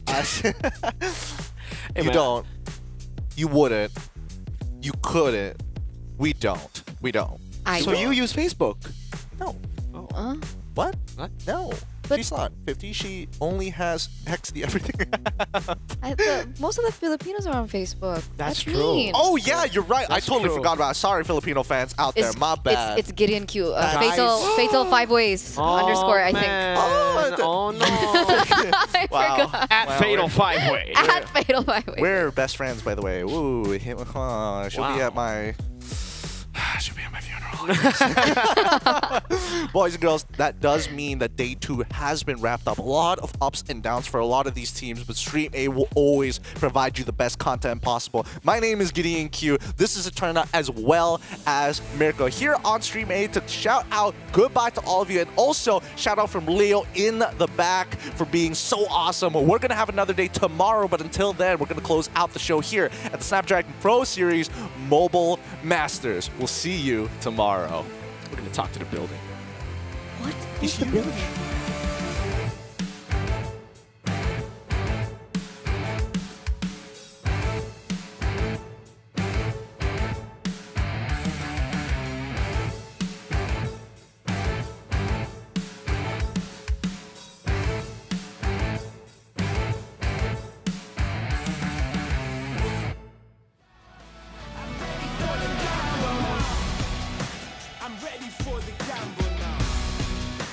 Ready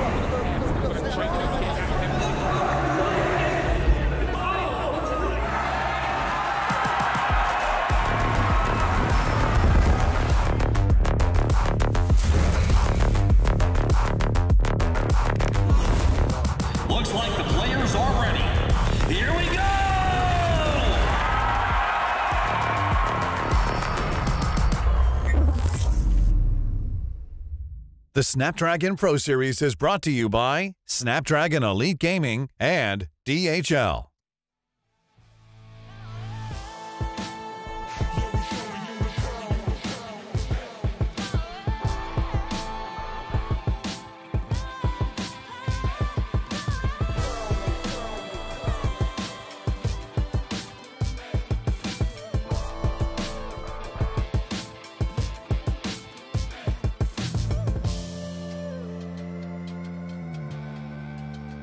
Yeah, we showing you the power.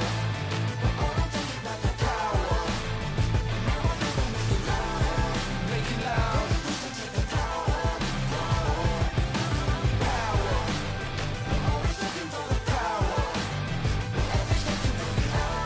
Don't waste a minute. Yeah, I'm moving automatic. See the top spot, but I move right past it. You're not number one, man, you thought you had it. I got what I want, now it's more than average. We are the masters. Now we back on the roll, headed back to the throne, cause we back what we on. Now we here to set the tone, got the spirit, got the soul, never question the power.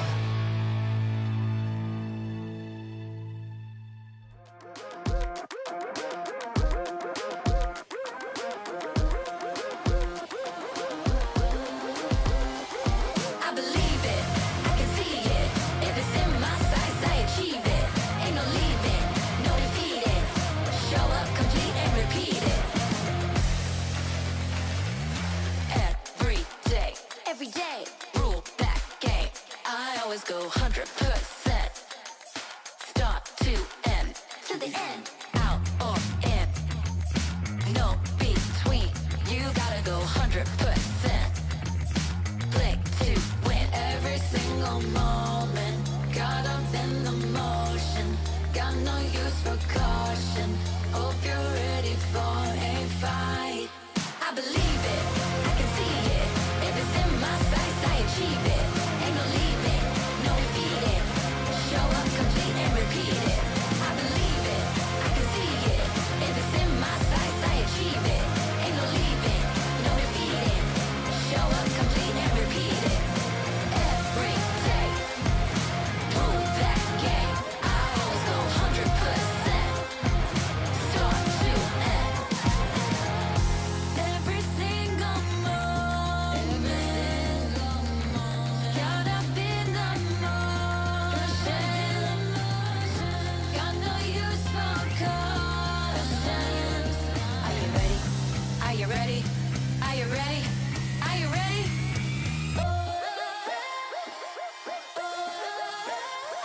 I believe